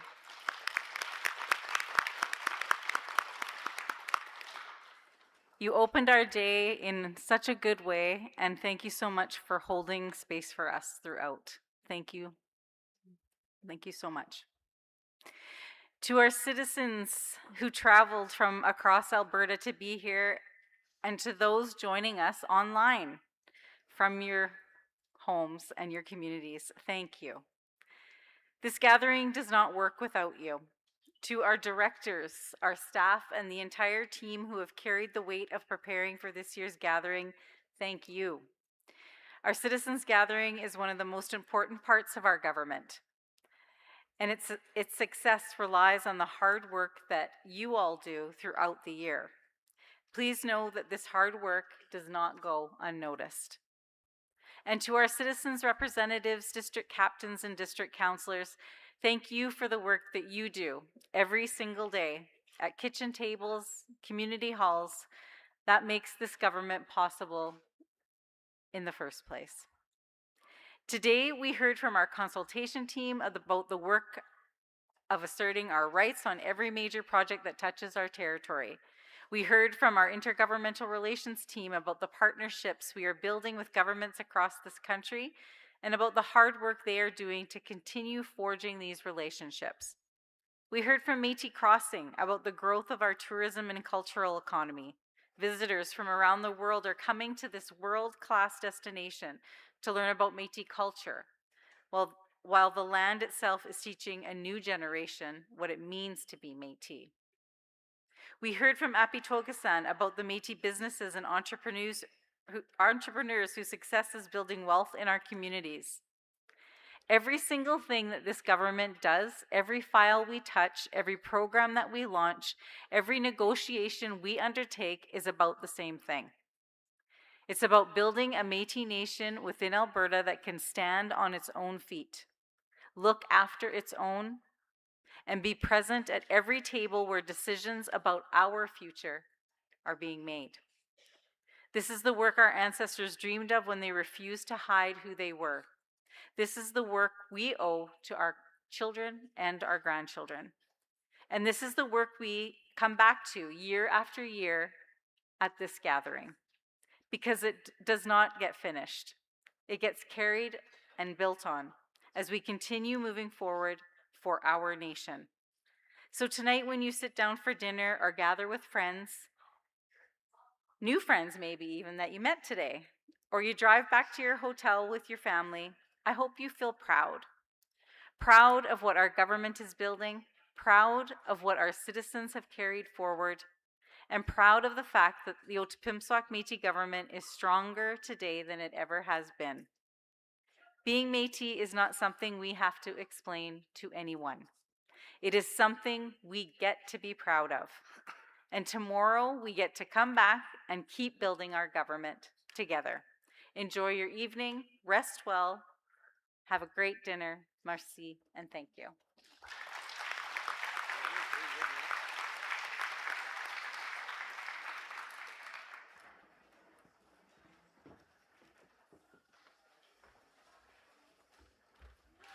Okay, so it's the master of ceremonies duties for you. Just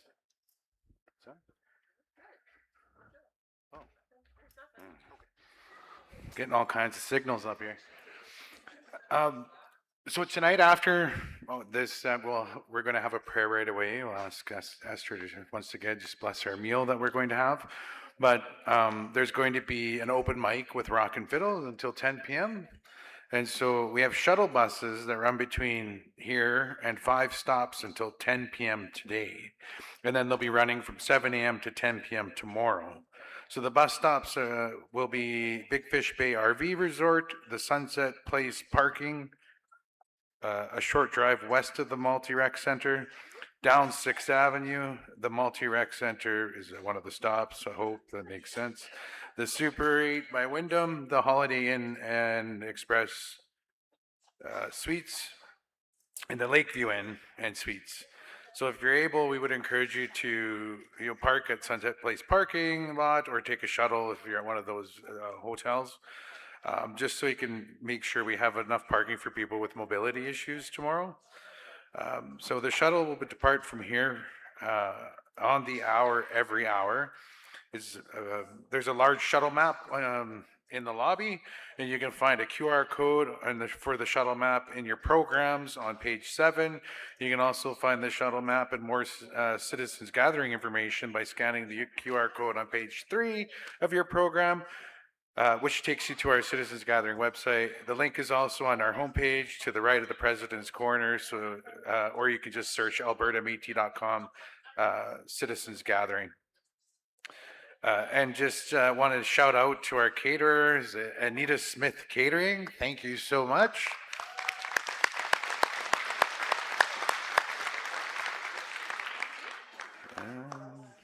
That is all the updates I think I have. Yeah, I know she says I'm good, so I'm good.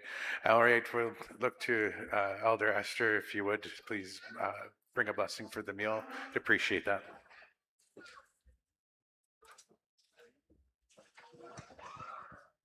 This is going to be a long, long prayer, so bear with me. Can you hear me? I would like to ask you first, in your mind, think about the power greater than yourself. And in your heart, feel that gratitude that you have. Like even just waking up this morning or feeling good and you're able to eat and all those good things, simple things. Think about that and feel that in your heart. I know that we had a long day, a lot of things going on, a lot of emotions. Just a quick, taking a deep breath and let it out. Breathe out the old, bring in the new. Breathe like that, really nice and slow. And I'm going to pray now in Latin. Oh, no, Nihil. How manto ka nanas kom na nos kagi sega kumakakyo kapi mamawapia kuta. Nstahe sichtigi un spayo. Bogumaga ka mamau muhtia kamamauiatia, kamamaupuhtiak, muiawia kagihpiagop muhtiu. Kipa goma kasah ki kamitsok. Igo hindot tamat na indot ikuitsam ta kakiakoi kasawihta manomakaw himitsiak mitson. Sawihta kamioskaguya. Gwasawim kahkiyaw ay sino tahkapitakse. Sawim nan kahkiyaw. Matanen di hekotse kananaskong nan anoskagisagag. Creator, I ask you to bless the food that we are going to eat and bless all the people that are here. And we thank you for our day. And thank you for our meeting all day. And thank you that we are able to all work together here. We thank you for everything, for our lives, for everything that we do. We thank you for this morning. We get up and thank you for we are a lot of us that we are able to eat. And we thank you for everything. Thank you for blessing our food. And we are very grateful. Very grateful. And again, very grateful. Ikse. Iksamaga.